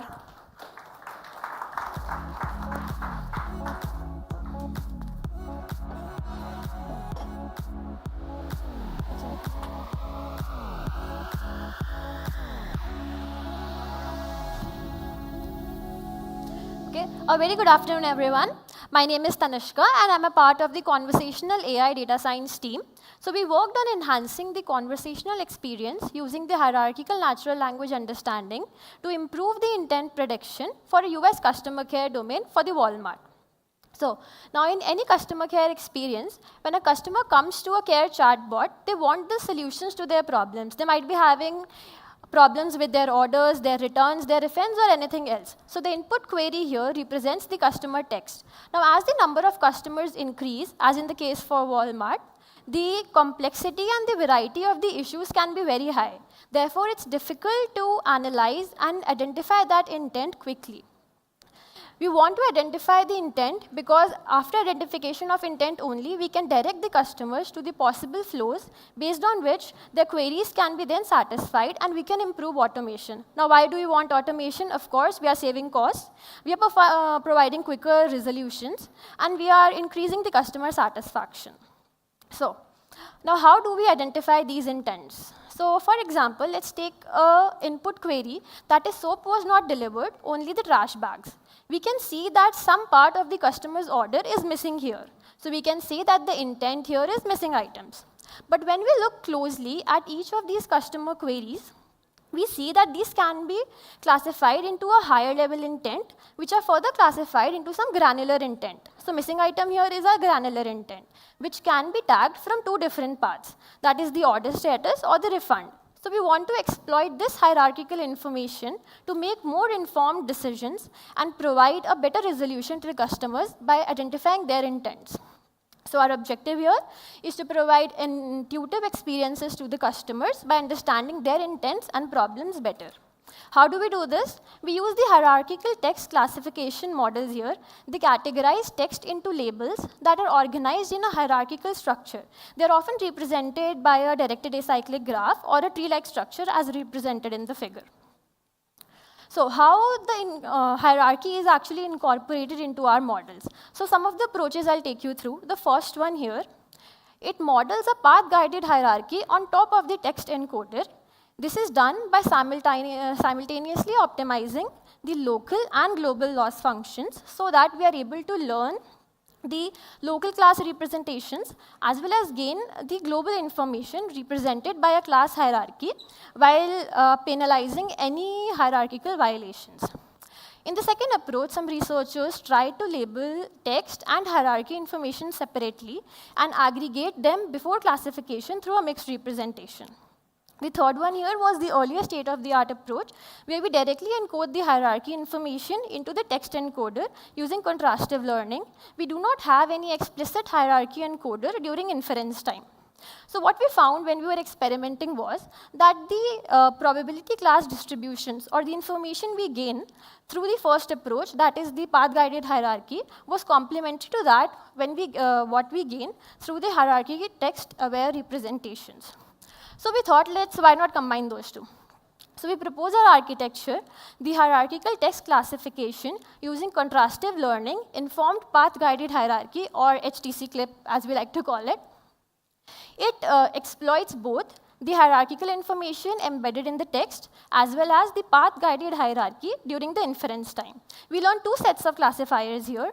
First one is the path-guided one that uses a chained architecture, and the second is a linear classifier on top of a hierarchy encoded text using contrastive learning. Now, as the information learned by both of these classifiers are complementary to each other, we use a pooling operation during the inference. So diving deep into each of the components of our architecture, the input text first is passed through the hierarchy graph encoder, which is a graph transformer model that has the taxonomic hierarchy information embedded into it, which is used to generate positive samples, which are further used in contrastive learning. We'll come to that later. For the text encoder, we use BERT here, which uses word piece algorithm. So BERT encodes the input tokens and outputs the encodings corresponding to each token. It adds two special tokens, the CLS, classify token, and SEP, the separation token, which marks the beginning and the ending of a sequence. We use the token corresponding to the, encoding corresponding to the CLS token as an input to our further classifiers. Okay, so what are the positive samples? Now, when we classify a text into some category, it's not important that each word or token of that text is important or adds meaning to identify the label. So what we want is we want a short counterpart of a sentence which has enough keywords to identify the label. So we do that by masking the unimportant tokens and calculating attention weights on each token embeddings of each label, and then keeping the tokens which have a threshold higher, which have the token weight higher than a certain threshold. Now, these positive samples are then used in the contrastive learning. Contrastive learning aims to concentrate the positive samples and bring these positive samples closer while simultaneously pushing apart the negative counterparts. So it's nothing, but you can consider it as a ratio of the similarity between the positive samples and that of the negative pairs. So through contrastive loss, what we are trying to do is we're trying to encode that hierarchy information into the text encoder itself. Now, the second classifier that I talked about was the path-guided hierarchy classifier. Path-guided hierarchy, it again optimizes the global and local loss functions at the same time to learn both local and global representations. So it forces the hierarchy structure between the levels. Configuration and so to do this, we proposed a configuration of linear layers with ReLU activation to learn the better hierarchical relationships between the child and parent classes. At each level, activations are calculated using the board pooled output P. The final activation here is the summation of the activations of the previous layer plus the summation of the plus the activation at that current level. So W here is the weight matrix and B is the bias vector, which are the learning parameters for a classifier at a level. So finally, we flatten that hierarchy and we do a multi-label classification. So we pass the output of each classifier. We concatenate the output of each classifier and pass that through a sigmoid activation to get the final class probabilities for a path-guided classifier. So how do we combine this all? So the final training loss that we have is a combination of the classification loss of the original input plus the classification loss of the positive samples generated and the contrastive loss. So classification loss here is calculated by the binary cross entropy loss for multi-label classification, and we have the lambda as the weight parameter that controls the impact of the contrastive loss. So now, during contrastive learning, what we wanted was, we wanted to encode that hierarchical information into the text encoder itself. So during inference, we do not need to use the contrastive loss again. So during inference, we use the text encoder and path-guided encoder directly, and the model degenerates to an encoder with two classification heads. So we use the maximum pool, we use the maximum pool output of both of these classifiers as the final class probabilities, which is used to assign classes for a given input text. So coming to evaluations, the dataset that we use for evaluation purposes are the WOS dataset and the NYT. WOS dataset is the Web of Science dataset that consists of the abstracts of the articles published in the Web of Science, and NYT is the dataset of the manually annotated newswire articles from New York Times. So the depth of WOS is 2, that is, it is maximum categorized up to 2 levels, and the NYT dataset is maximum categorized up to 8 levels. Now we benchmarked our model against all the recent works on the hierarchical text classification. The HIAGM here uses the mixed representation. The HTC Infomax is a modification of HIAGM. HiMatch uses the joint space embeddings to encode label and text. And HGCL was the earlier state-of-the-art which encodes hierarchy directly into text encoder. So we can see that our model outperforms all of the existing works. It achieves an improvement of over 0.9 to 2.37% over the macro F1. Now, we did few things, we added few components, but we wanted to check if actually what these components bring into our model. So we did an ablation study to study the effect of each of the component and to investigate its effect. First, we studied the effect of contrastive learning on classifiers. So we saw that adding the contrastive loss aided in the improvement in both linear and hierarchical classifiers, as after removing the classification contrastive loss from both of them, showed a dip in the performance. Further, we studied the effect of path-guided hierarchy. After removing the hierarchical classifier, we again saw a dip in the performance. Also, we tried to modify that hierarchical classifier by removing the hidden layers, which again resulted in the decrement of the performance. So we can say that adding these hidden layers and the hierarchical classifier in itself aids to the model performance. Lastly, we studied the effect of pooling classifiers output. So the individual hierarchical classifier and the linear classifier model was not able to outperform the combination of the two that we proposed. And we even tried with different pooling techniques with average and max pooling to see if we need to pool during the training only or inference, but we found that the max pooling during inference performed the best. So through this, we were able to identify what information addition each of the component did to our architecture. So yeah, that's it. Thank you.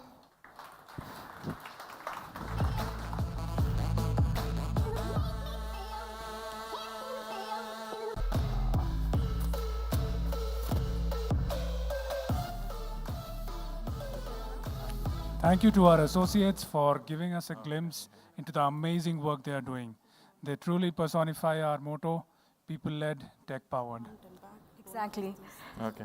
By the way, Sandeep, have you used GenAI for anything recently? Actually, I did.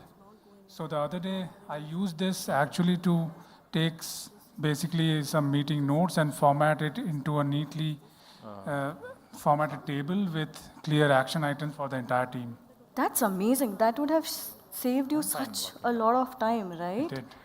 AI is a very multifaceted technology. We have so many things, GenAI, AGI, etc. Our next speaker will actually explore the immense possibilities that lie ahead and the exciting opportunities that AI can bring to us. Without further ado, please give up for Pratyush Kumar, founder of Sarvam AI.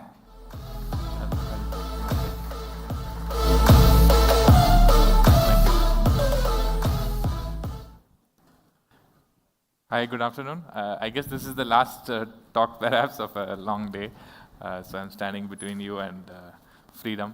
I hope it's been a good session. I was talking to people about how this thing has been set up. Seems like a good way to get a lot of people working in this area to come together, listen to what's happening. It's a bit of an interesting hall. You can't see everybody. There's this pillar on the middle, right? Thanks for the opportunity for me to present here. I'm going to little bit flip the question, right? So people talk about there is this AGI opportunity and so on. What can it do for India? What I'm trying to say is that India is a big opportunity for AGI, right? And I'll try to make a case for how we can do things very differently in India, which will power a lot of the key use cases that we will see in AGI going ahead, right? Or AI itself going ahead. Okay, so I will, the way I'll structure my talk, I'll try to sort of like give you 3 key messages to take away, right? One, just maybe show you some of the slightly older research papers, older meaning 4 years back. Typically used to look at 2 decades back papers and see what are the key ideas. But even if you look back 3-4 years back and just look at some of the key images in some of these plots, what is the story they are saying and what is uniquely different about this brand of machine learning or this brand of AI, right? One brand of machine learning was when people had to design features and then write rules on top. The next brand was doing deep learning with lots of, with much larger networks. The next brand was doing attention with one kind of kernel working across modalities. I think we are in a very new generation now. I just want to capture what that difference is, right? That's one thing I'll do. The second thing I'll talk about is, again, the myth that we have that this AI is expensive, right? Many people you might have heard, this LLM is all good, but it is very expensive. I don't want to adopt it because it's expensive. I want to make a case that actually it is very cheap. Because the notion of expense or cheapness comes from value, right? And we can actually extract significant value from these models. I'll give some use cases. I'll talk about some things we are also hearing from the market. What I'll show here is a bit on the academic side, but also to say a bit more of what's happening in the market. And I genuinely believe that if we build the right use cases and are able to show what these models are capable of delivering end users, they would look very cheap. In fact, in the history of computing, what could 1 rupee of compute ever achieve for somebody? That number, that effect has suddenly gone up much, much higher, right? When we talk about emergence and all that, what has emerged is value of 1 rupee of compute, right? And that's the second thing I'll talk about. And I'll talk about India-specific use cases. And the third thing I'll talk about is sovereignty. There are some companies either in whatever west coast of US building some models. Is that the be all and end all, or will others also build models? I'll make the case for the fact that actually you will have sovereignty requirements in communities, right? Communities would want to be sovereign. In companies, companies would want to have their models. Countries would also want to have their models, right? So I'll make a case for that. These are the three messages that I want to leave with. Okay, so on to the first pictures. All of you, I have put it here. This is a paper from 2020. This is a guy called Kaplan. How many of you recognize this image? How many of you have seen this plot? Anybody? I have to look like this. You've seen it, okay. Can you say something about it? Not much, okay. So this is actually, sorry. Correct. So, have you heard about chinchilla scaling laws? Right? You have heard about it. So, one of the things you really have to credit OpenAI for is that they genuinely believed, more than even researchers, I was a researcher in the same field, I did not believe it, that if you really keep increasing the model and the data size with which it has been trained higher and higher, you will keep getting better and better performance. Right? It's not obvious, right? There has been no physical process which suddenly if you keep scaling it becomes better and better, but they believe that you can take models that are larger and larger, neural networks, and keep throwing more and more data at it, and when you train it, what you will get are more and more accurate models. They believed that, and Kaplan was working at OpenAI amongst with other colleagues. They were trying to talk about, if you see the x-axis, take any one of these, if you see the x-axis, it is compute, notice that it is 10 orders of magnitude. No, they were not trying to do an ablation of, if I did compute of 1 unit, and then 2 units, and then 4 units. They were plotting this across 10 orders of magnitude, right? And the y-axis is test loss. Of course, lower loss is better. And they're trying to say that across this very large space of variation, there is a consistent decrease in loss, meaning the performance is increasing. And they did the same thing for data and the parameters and so on, right? Compute is an interesting combination of data and parameters, so it gets a bit tied up. You can take small model train for more, or you can take a large model train for less. There is a certain factorization there. But they show that across all three axes, there is continual improvement across scale. After this came what is called chinchilla laws, which slightly refined this and so on. Today we have crossed all of that, right? Chinchilla laws said that if you are training something like 8 billion parameter model, neural network model, then you are fine with having 200 million tokens. That's what the chinchilla laws said. In fact, even this particular plot, it is showing some efficiency frontier. It's good to be on that efficient black line rather than all those blue lines, right? But what we are finding these days is that a 8 billion sized model can be trained with 15 trillion tokens, like Meta did with Llama 3, and still get improvements, right? In fact, I personally believe that you can go to hundreds of trillions of tokens, even with the 8 billion sized model, and keep improving the performance, right? So one of the first and important things was people who believed in scaling laws and actually implemented that, right? And this is not an easy thing to do. You have to really believe it and convince somebody, get GPUs, train models, and then show that the performance improves, but they actually did that, right? This second one, another paper from, this is 2 years back now, many of you might have seen this, which is this whole idea of emergence, right? Again, the previous one, by the way, is physically not an obvious principle that as you scale, things get better. This one is emergence, also not, it is seen in nature, but we were not expecting any engineered systems to show up. What was happening here? Each plot is where on the y-axis you have accuracy, so higher is better, and x-axis you have, I think this is model scale, as you can see there, but it is in terms of compute, so model size times data. And again, a fair scale, 6 orders of magnitude scale. And what you would notice is across these very diverse tasks, there are some tasks like arithmetic, there is in fact modular arithmetic, which is harder. There is some tasks like transliterate, which is if I am writing one language in another language, how well can you do it, etc. What you are noticing is that the plots are all sleeping, that is at low accuracy, and suddenly wake up, right? So there is suddenly at certain scale, you're noticing that models learn these skills out of nowhere, right? So in other words, at certain scales, performance across tasks is emergent, right? And again, this is a principle that we were not expecting, and we saw this, right? So I just wanted to capture those two ideas, and they somehow intersect. One is believing that accuracy will steadily go down, and then suddenly seeing at some points, in fact, the improvement on tasks is even faster than you believed it, right?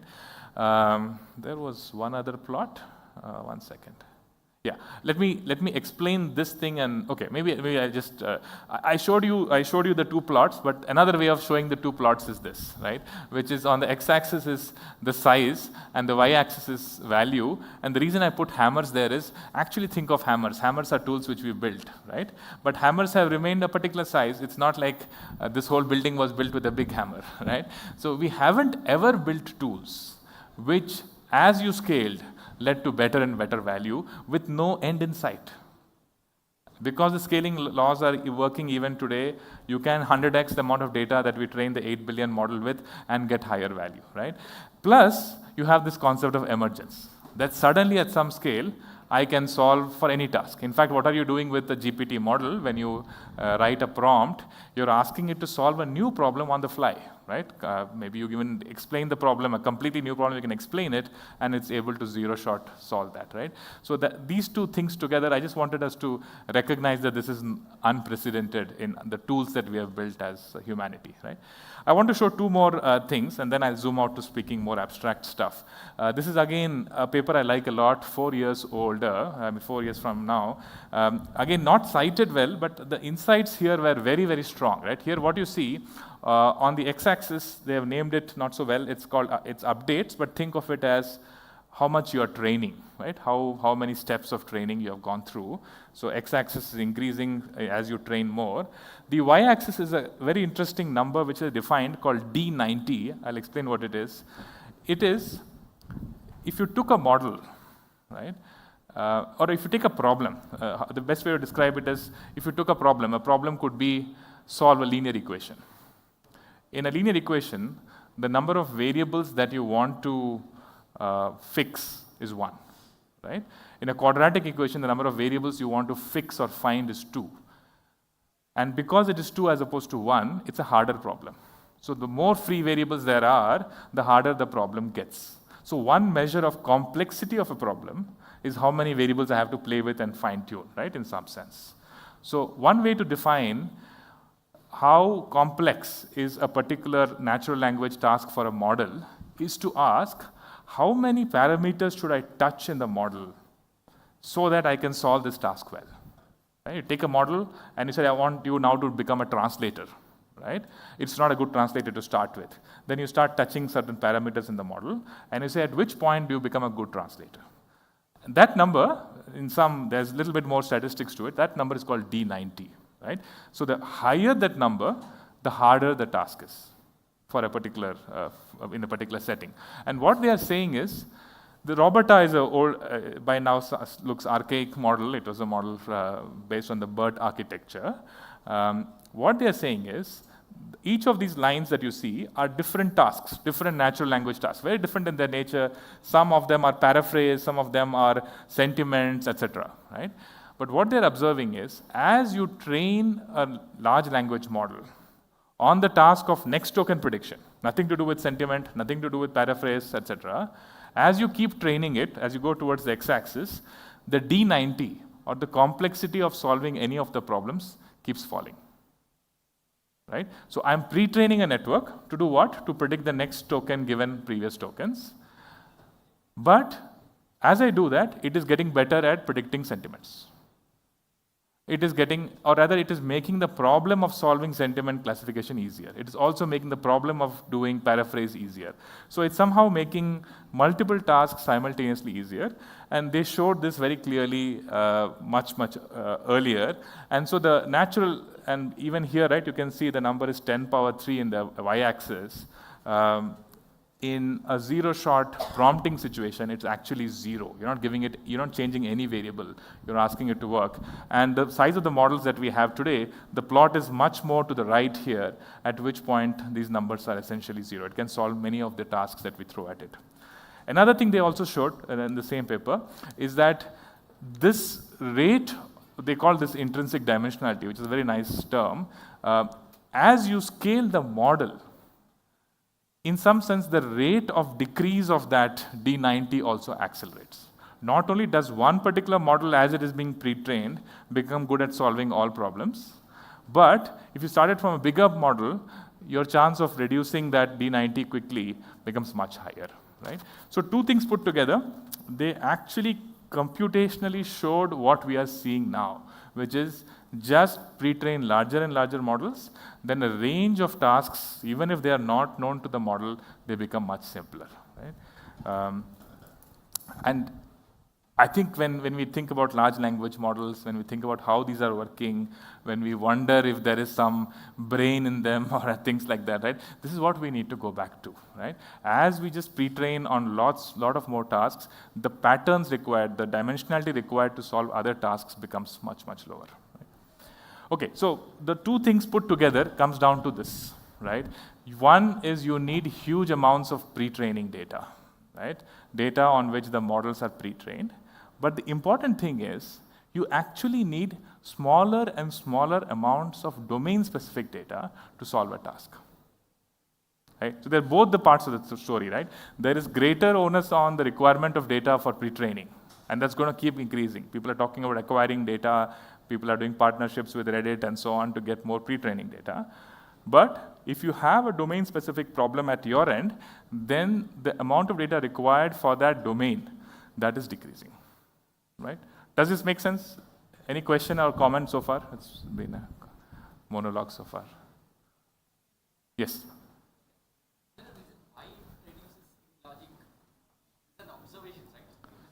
Yes. Why does it reduce? Yeah, good question. First of all, deep learning, I think, is a highly empirical science, right? Some people believe there is a logic to it, but you can have hand-wavy things. The hand-wavy answer is this, right? What is machine learning? We are trying to find features and then map those features of the input into certain classifiers that we are building, right? Often we have struggled to find what are the right features. When you have large language models, which very broadly try to model text across domains, they are learning intrinsic features of data, which are very rich, right? And mapping from those features to a particular task like sentiment and paraphrase is maybe easier, right? So within the network, there are very nice representations which are useful for the task. Yeah, you could say that. Hi. So here to your you got it. Yeah.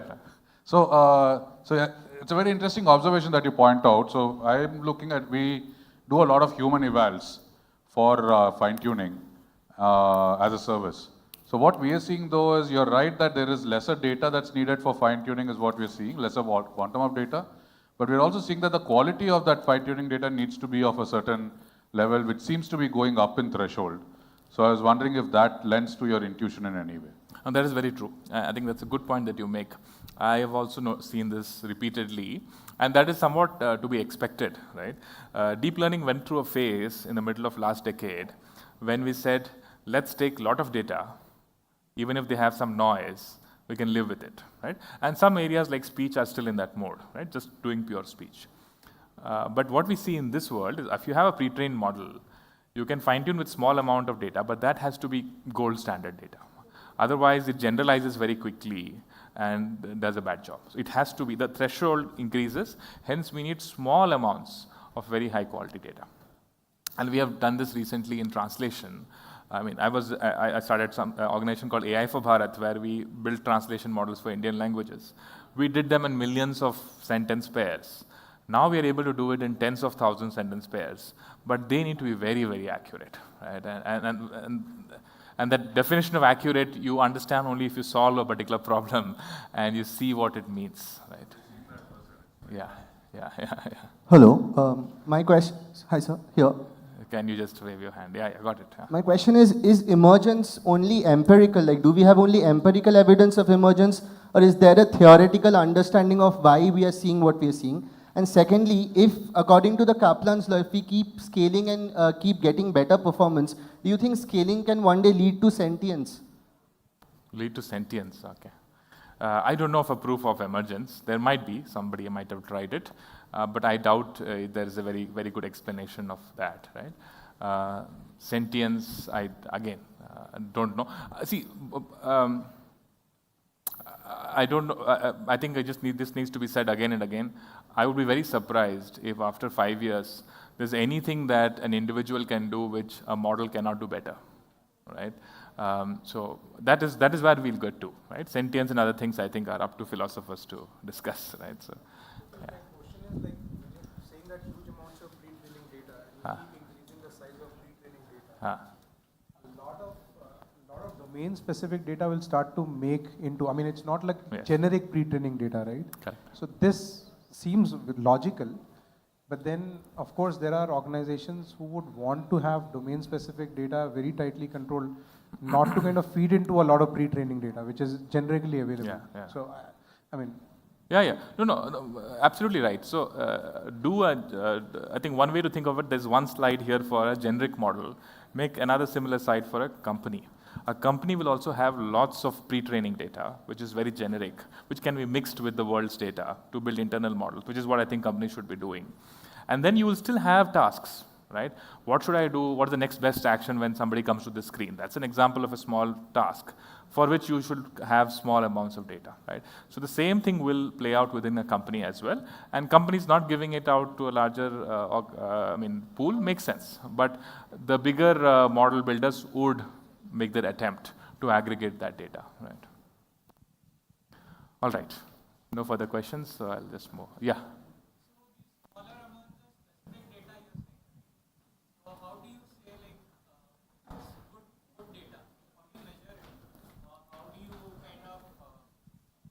Standardize it as okay, I have a small data, but it is sufficient for it to gain the domain knowledge, and I can use it for like building models? Sorry, it depends, and so it is not an easy answer. Sometimes tasks are very simple, like classifiers, where you can have ground truths. But most interesting tasks don't have ground truths, right? And it becomes subjective. That is why having good eval sets, eval processes, makes a lot of sense, right? So no easy answer. Depends on the task. You'll have to discover that. Yeah. So is it like interpretation, like one is ChatGPT and another one is Mistral, or are you speaking of more smaller data specific to domains? No. This is pre-training, that is fine-tuning. Okay. Right? Even a Mistral will go through this. Right? Okay. But by the way, one thing I wanted to say is that that big box of that data, actually just juxtaposing to India actually is data rich, right? India has been building things like digital public goods, through which we are going to be digitizing a lot of data. And that is going to make us per capita, how much data are we generating, which is available in a broader pool, might be very interesting across finance, across healthcare, across legal. I'm hoping other domains will also show up, transportation, travel. I think we are setting, and by the way, just be mindful, right? These are exponentials. The reason why these models are good today and they are being driven by the West is because the internet was there and it was 2 decades of content on the internet, right? once these models come out and there is usage, India will be sort of like driving usage, right? And we need platforms and mechanisms to collect data at scale. The second thing I wanted to say is that India will have many, this is a plot where this is a different districts of the country. You'll see many plots that look like this once elections come out results, right? next few days. Colors are neutral colors. These colors are neutral. Sorry. This is the number of languages people speak in a particular district. Just 1 second.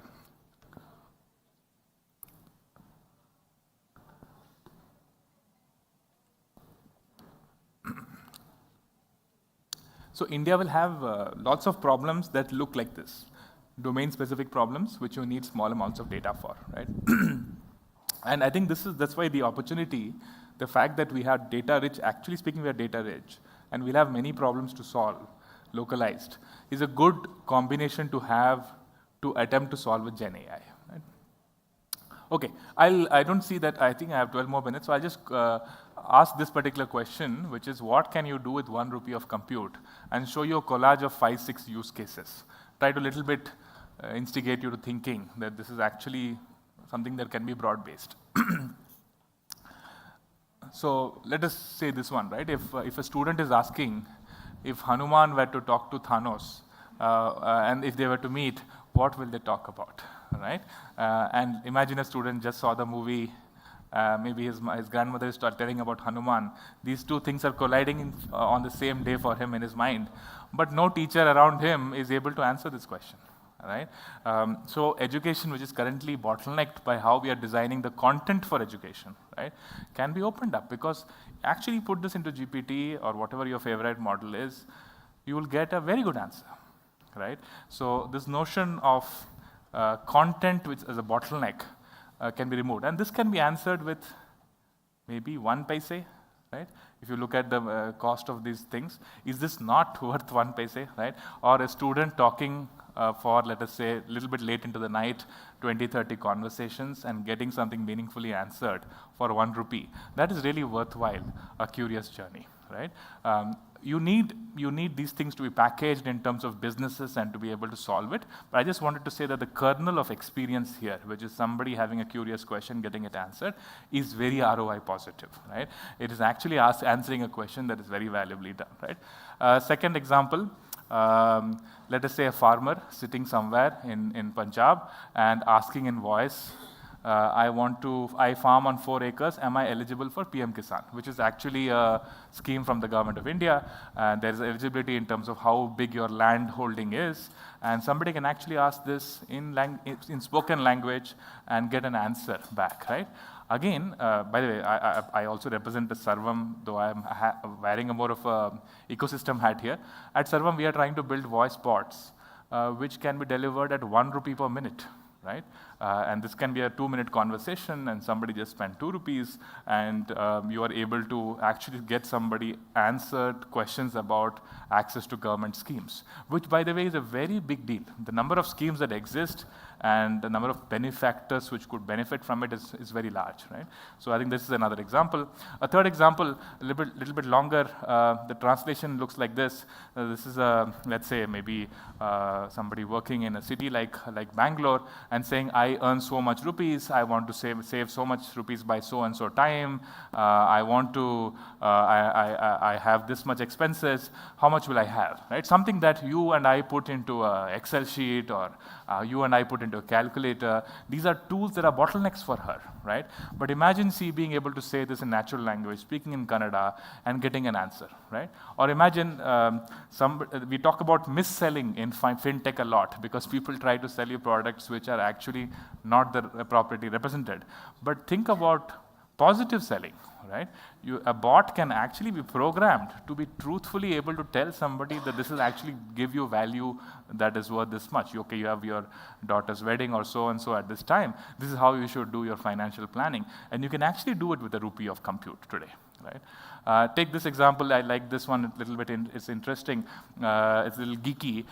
So of course you can build very nice images with DALL-E and so on today, right? Very realistic images. But imagine somebody asking, I want to draw out a rangoli, right? A rangoli is line art. And line art, of course, needs to be simple, as I can't draw it. And what the bot does is writes LaTeX code. I don't know how many of you write LaTeX code. It writes LaTeX code which draws this image, right? And it actually draws the petals of that flower using curly braces, right? It actually strung together curly braces to form that, right? Again, this is possible today with the rupee of compute. The other thing I think I've genuinely been worried about is things like collaborative filtering, right? Which is looking at lots of data across multiple people and then recommending products, which actually is a genuinely useful thing to do, but the practices around it are very hard, right? So instead of recommending next movie to watch based on looking at hundreds of people's of data or millions of people's of data, imagine somebody saying, I actually liked so-and-so movie because I liked X in that movie, I hated Y in that movie, I enjoyed this piece, and so on. And I do this for 5-6 movies I liked, right? Then these LLMs are very capable of telling you the 3 movies that you should absolutely watch and enjoy, right? They don't need to know what your neighbor saw or what somebody a same age saw in Rajkot and all that, right? You just need to know what these movies are about, what you are asking for, and intersect them, and in rupee of compute tell you what to do for the next 1.5 hours, right? And this is a genuine possibility. I feel recommender systems being designed ground up, right, with small models that are domain specific as a possibility. Another example, just to be clear, right, nobody is going to be spared by these LLMs, not even us data scientists, right? So these LLMs can also generate models themselves, right? So a small kid here could teach sign language to an LLM by giving examples. In fact, already GPT-4o is multimodal and so on. Imagine giving images and saying this means so-and-so, this means so-and-so, and doing all the signs. And it can write simple rule engines on top, which take those examples and writes a simple classifier, right? So even building a model should be possible, right? I hope with the examples I've tried to make a case, right, that even today, with the models that exist today, forget the cost going down, next generation of NVIDIA coming or TPUs coming, the cost will go further down. Even today, even in a low ARPU market like India, we just need to build the right use cases, package it appropriately, and deliver it. There is value to be created at scale, right? All right, I'll also talk a little bit about, just end with this, which is that while there is this whole motion to move towards AGI and a certain fraction of the world is animated by that, right? I think it is key to recognize that 2 things are falling. One is the cost of build is falling, right? For example, you can build a GPT by just typing it out, right? If you had to build something equivalent 5 years back, you would need a team of 10 people. Right? So the cost of build is decreasing, and this is very important because tech as a sector has been propped up by the fact that it is hard to build. Right? The cost of build is reducing, and the cost of serving is also going to reduce because we are going to serve monolithic systems to a large set of people at scale. Right? So because both of these things are falling, I think there is a natural opportunity for model diversity and sovereignty.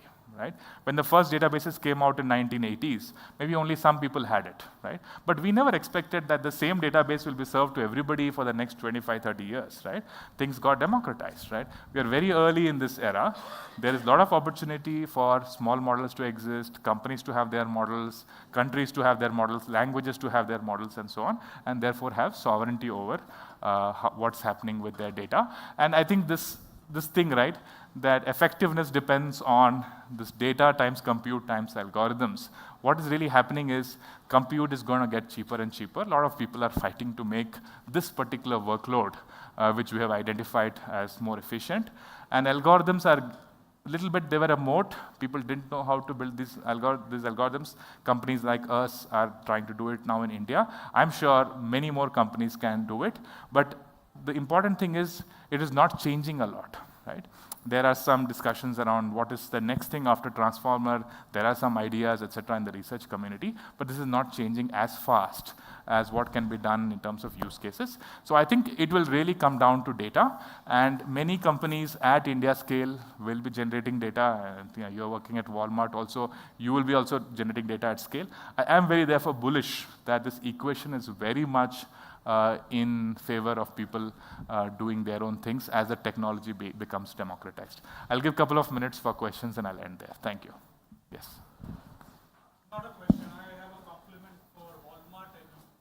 Okay. Out of all the hype on AI, so it's a compliment to both Walmart and you, and especially Mohit and the team for arranging this, because out of all the hype of AI and all the use cases being depicted in more negative bias, all your 6 use cases on what can a rupee of compute get is bang on, and hats off the way you presented the content in a very practical and possible manner without the hype. Thank you so much. Thank you. Hi, yeah, here. So all the citizen scale use cases that you talked about, I'm assuming that somebody has to solve for the connectivity issues, because the need for vernacular interactions are not necessarily in the large metros. They are deep inside India. So somebody, I'm assuming, will solve for that. But even then, you would have a question, how do you serve those models? Because these are not something like pre-trained, pre-curated kind of answers that you will be serving. So do you expect them to run on a local hardware where the farmer is sitting or where the maid is sitting, or is it going to get connected? Like, how do you see, given the connectivity gap, the digital divide that we have, that solves for this? I have not given it much thought. As you said it, I was thinking. By the way, I personally also believe that there will be a lot of compute diversity, meaning that it will not be just cloud GPUs. Already Microsoft is doing something with their PCs. You're already having accelerators in PCs. It will at some point come to phones, maybe next year in the high-end phones, right? There will be compute diversity. But at least in India, there seems to be an attempt to build these, I don't know what they are called. I think some community center something, I forget the name, which actually has broadband connection. And they are available now to most villages, right? And even think of putting small accelerators there, which are capable of solving 2-3 concurrent users, right?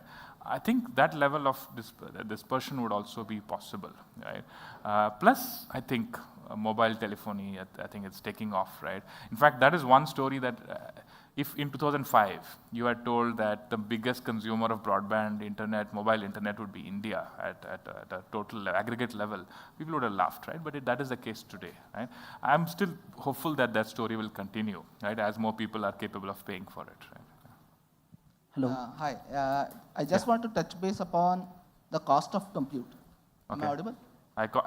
You're audible. I can't see it. That's all I need. On to the right. I am on to your right. Okay. Yeah. Hi. Yeah. So regarding the cost of compute, I just want your thoughts on that.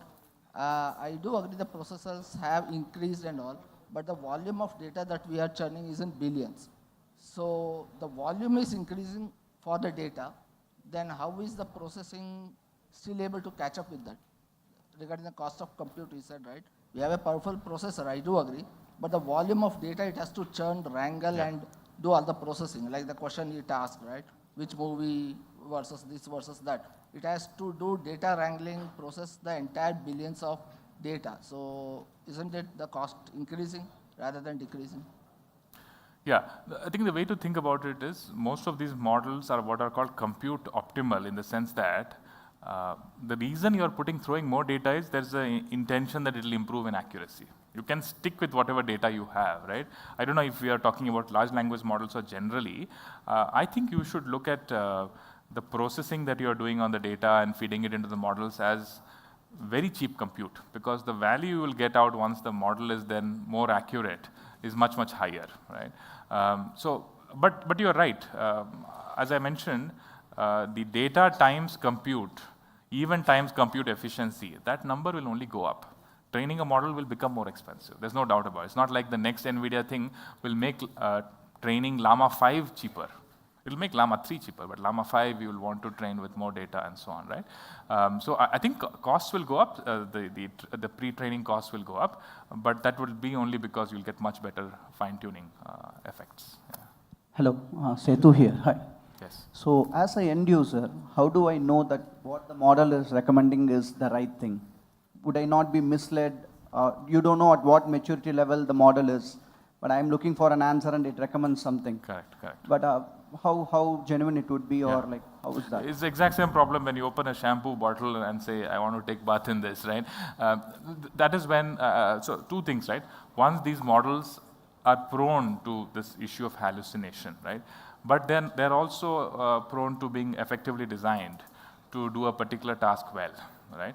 I think this itself will become important design of software systems around LLMs will become an area in itself. If I had to teach a kid something in social sciences, how to design that well, how to test it, we talked about evals and so on, right, will become a practice. So you will not trust the model, you will trust the model provider, right?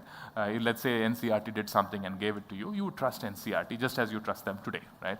And this is the kind of contract that the society has to develop. And that's why it's important also to have local nodes of trust that you can work with, right? Yeah. Hello, sir. Yes. Hi, sir.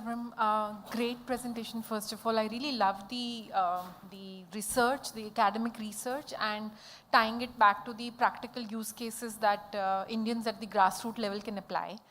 I'd like to understand your thoughts on few competing aspects. Like few days back, there was this,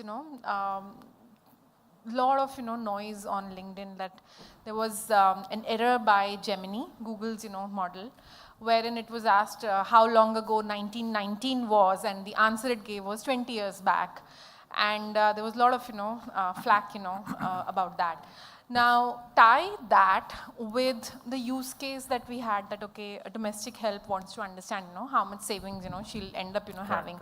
Now if models by a company like Google can do such an error, now then that is where the thought comes, if our models do such an error for domestic helps who are going to trust this, won't it lead to like an immediate shattering of, hey, I trusted this and this is what it tells me? That's one aspect.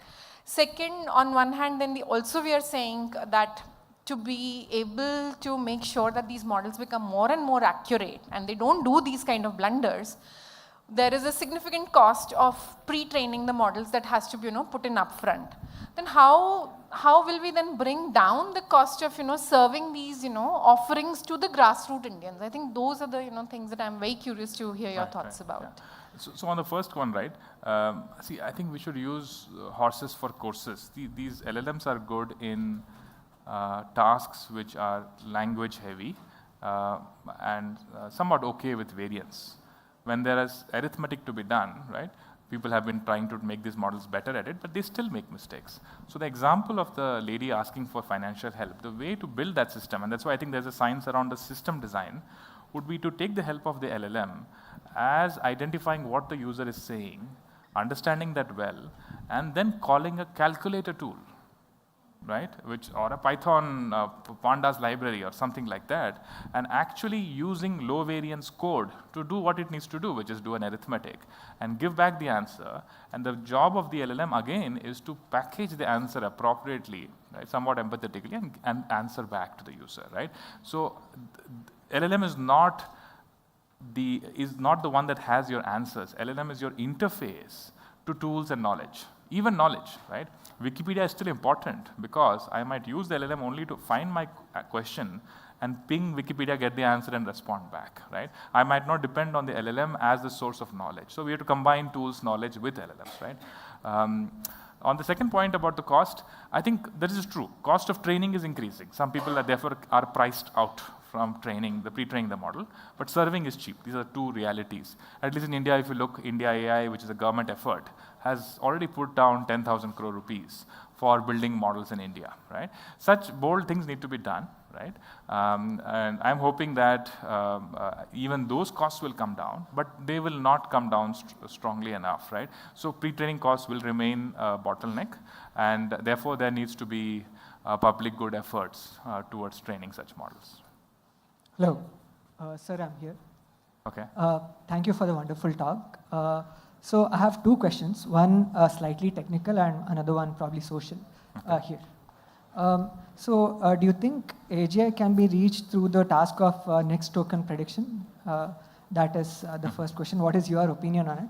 And the second one is you mentioned about how India is ahead in terms of data and how it can lead in the next phase.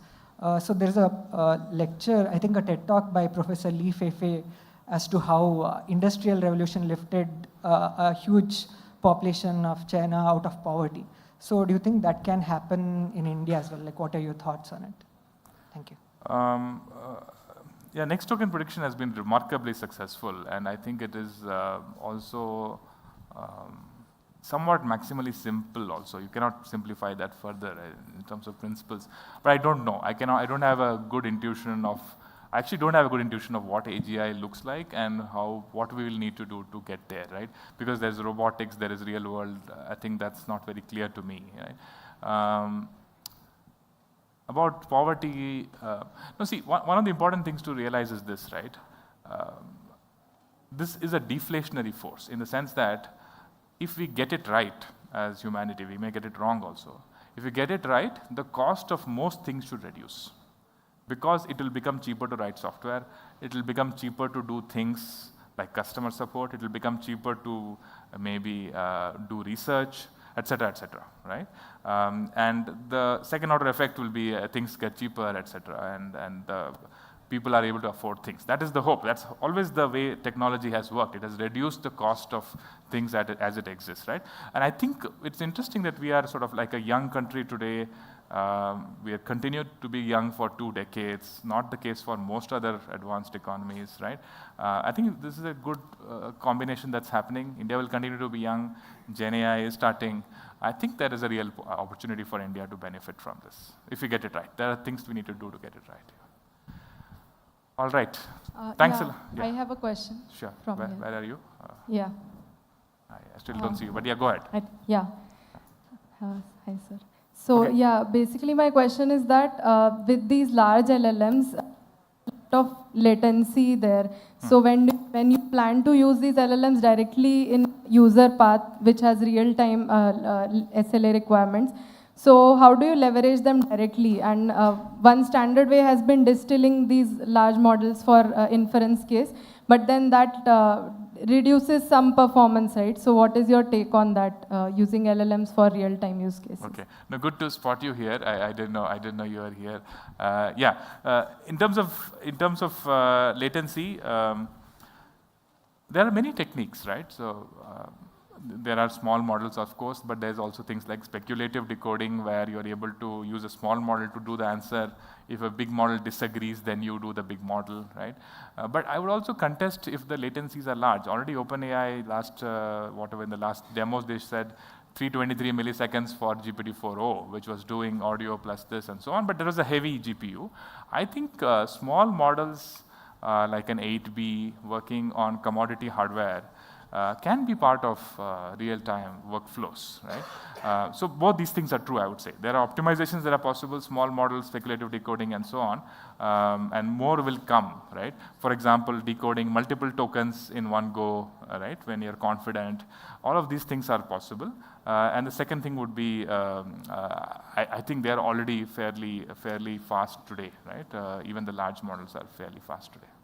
I think there is one thing that is underappreciated is the system around the LLM, right? A lot of latency is because you're not optimized for things around it, right? For example, if you do network badly, even in India, hitting a Mumbai data center with a couple of things like RAG and all that, you can add hundreds of milliseconds to it, right? Hey, Pratyush. Yes. Yeah. I'm a big fan of Sarvam, and since the first blog post that you guys wrote, I think the way the technical aspects, tokenizer expansion, I won't name it, but even the so-called AI unicorn of India didn't do anything like that. So I would like to thank your team for that. I think before Sarvam, there was not a lot of India models, but after that Gemma came in, Llama 3 came with a huge vocab. Do you still think that Sarvam can act as this Indian specific models? Because since Gemma came in, you have a lot of models from communities, Punjabi models, Tamil model, Kannada model. Where do you think Sarvam will go? Will it become like a Mistral of India? No, I cannot say where we will go. I can say what we want to do. See, one of the important things, I come from a research background, right?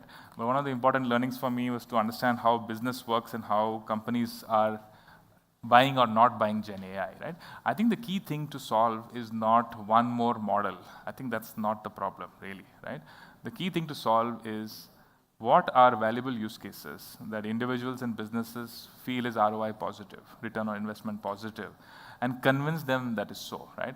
And the creative canvas here is entirely new use cases. I'll give you one example just to this thing, right? I was telling somebody before the meeting also. So let's say a sales agent on the ground, right? He just finished a 20-minute conversation with somebody, right? And he wants to now send his insights back to his organization. He might go and he might on his phone type out an email and send it, right? But imagine somebody taking a voice note on WhatsApp and sending it. You're not mediated by somebody, by a tool, you're just speaking naturally. I spoke to this guy, he was saying this, he was saying he's buying that product is sticky, this product is better. It says everything that he wants to say, and then LLM just processes that, understands the insights, and makes some 6-7 changes to some databases on product insights, competitive insights, and so on, right? Now, those are the use cases that we need to create then the pull for the models, right?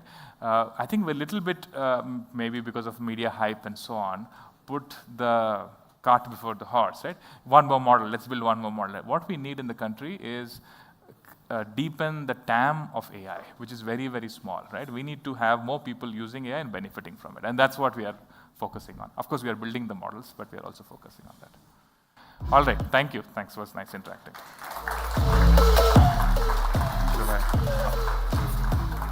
Sure. Hello.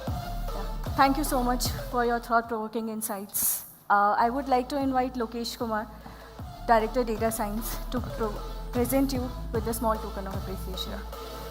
Thanks.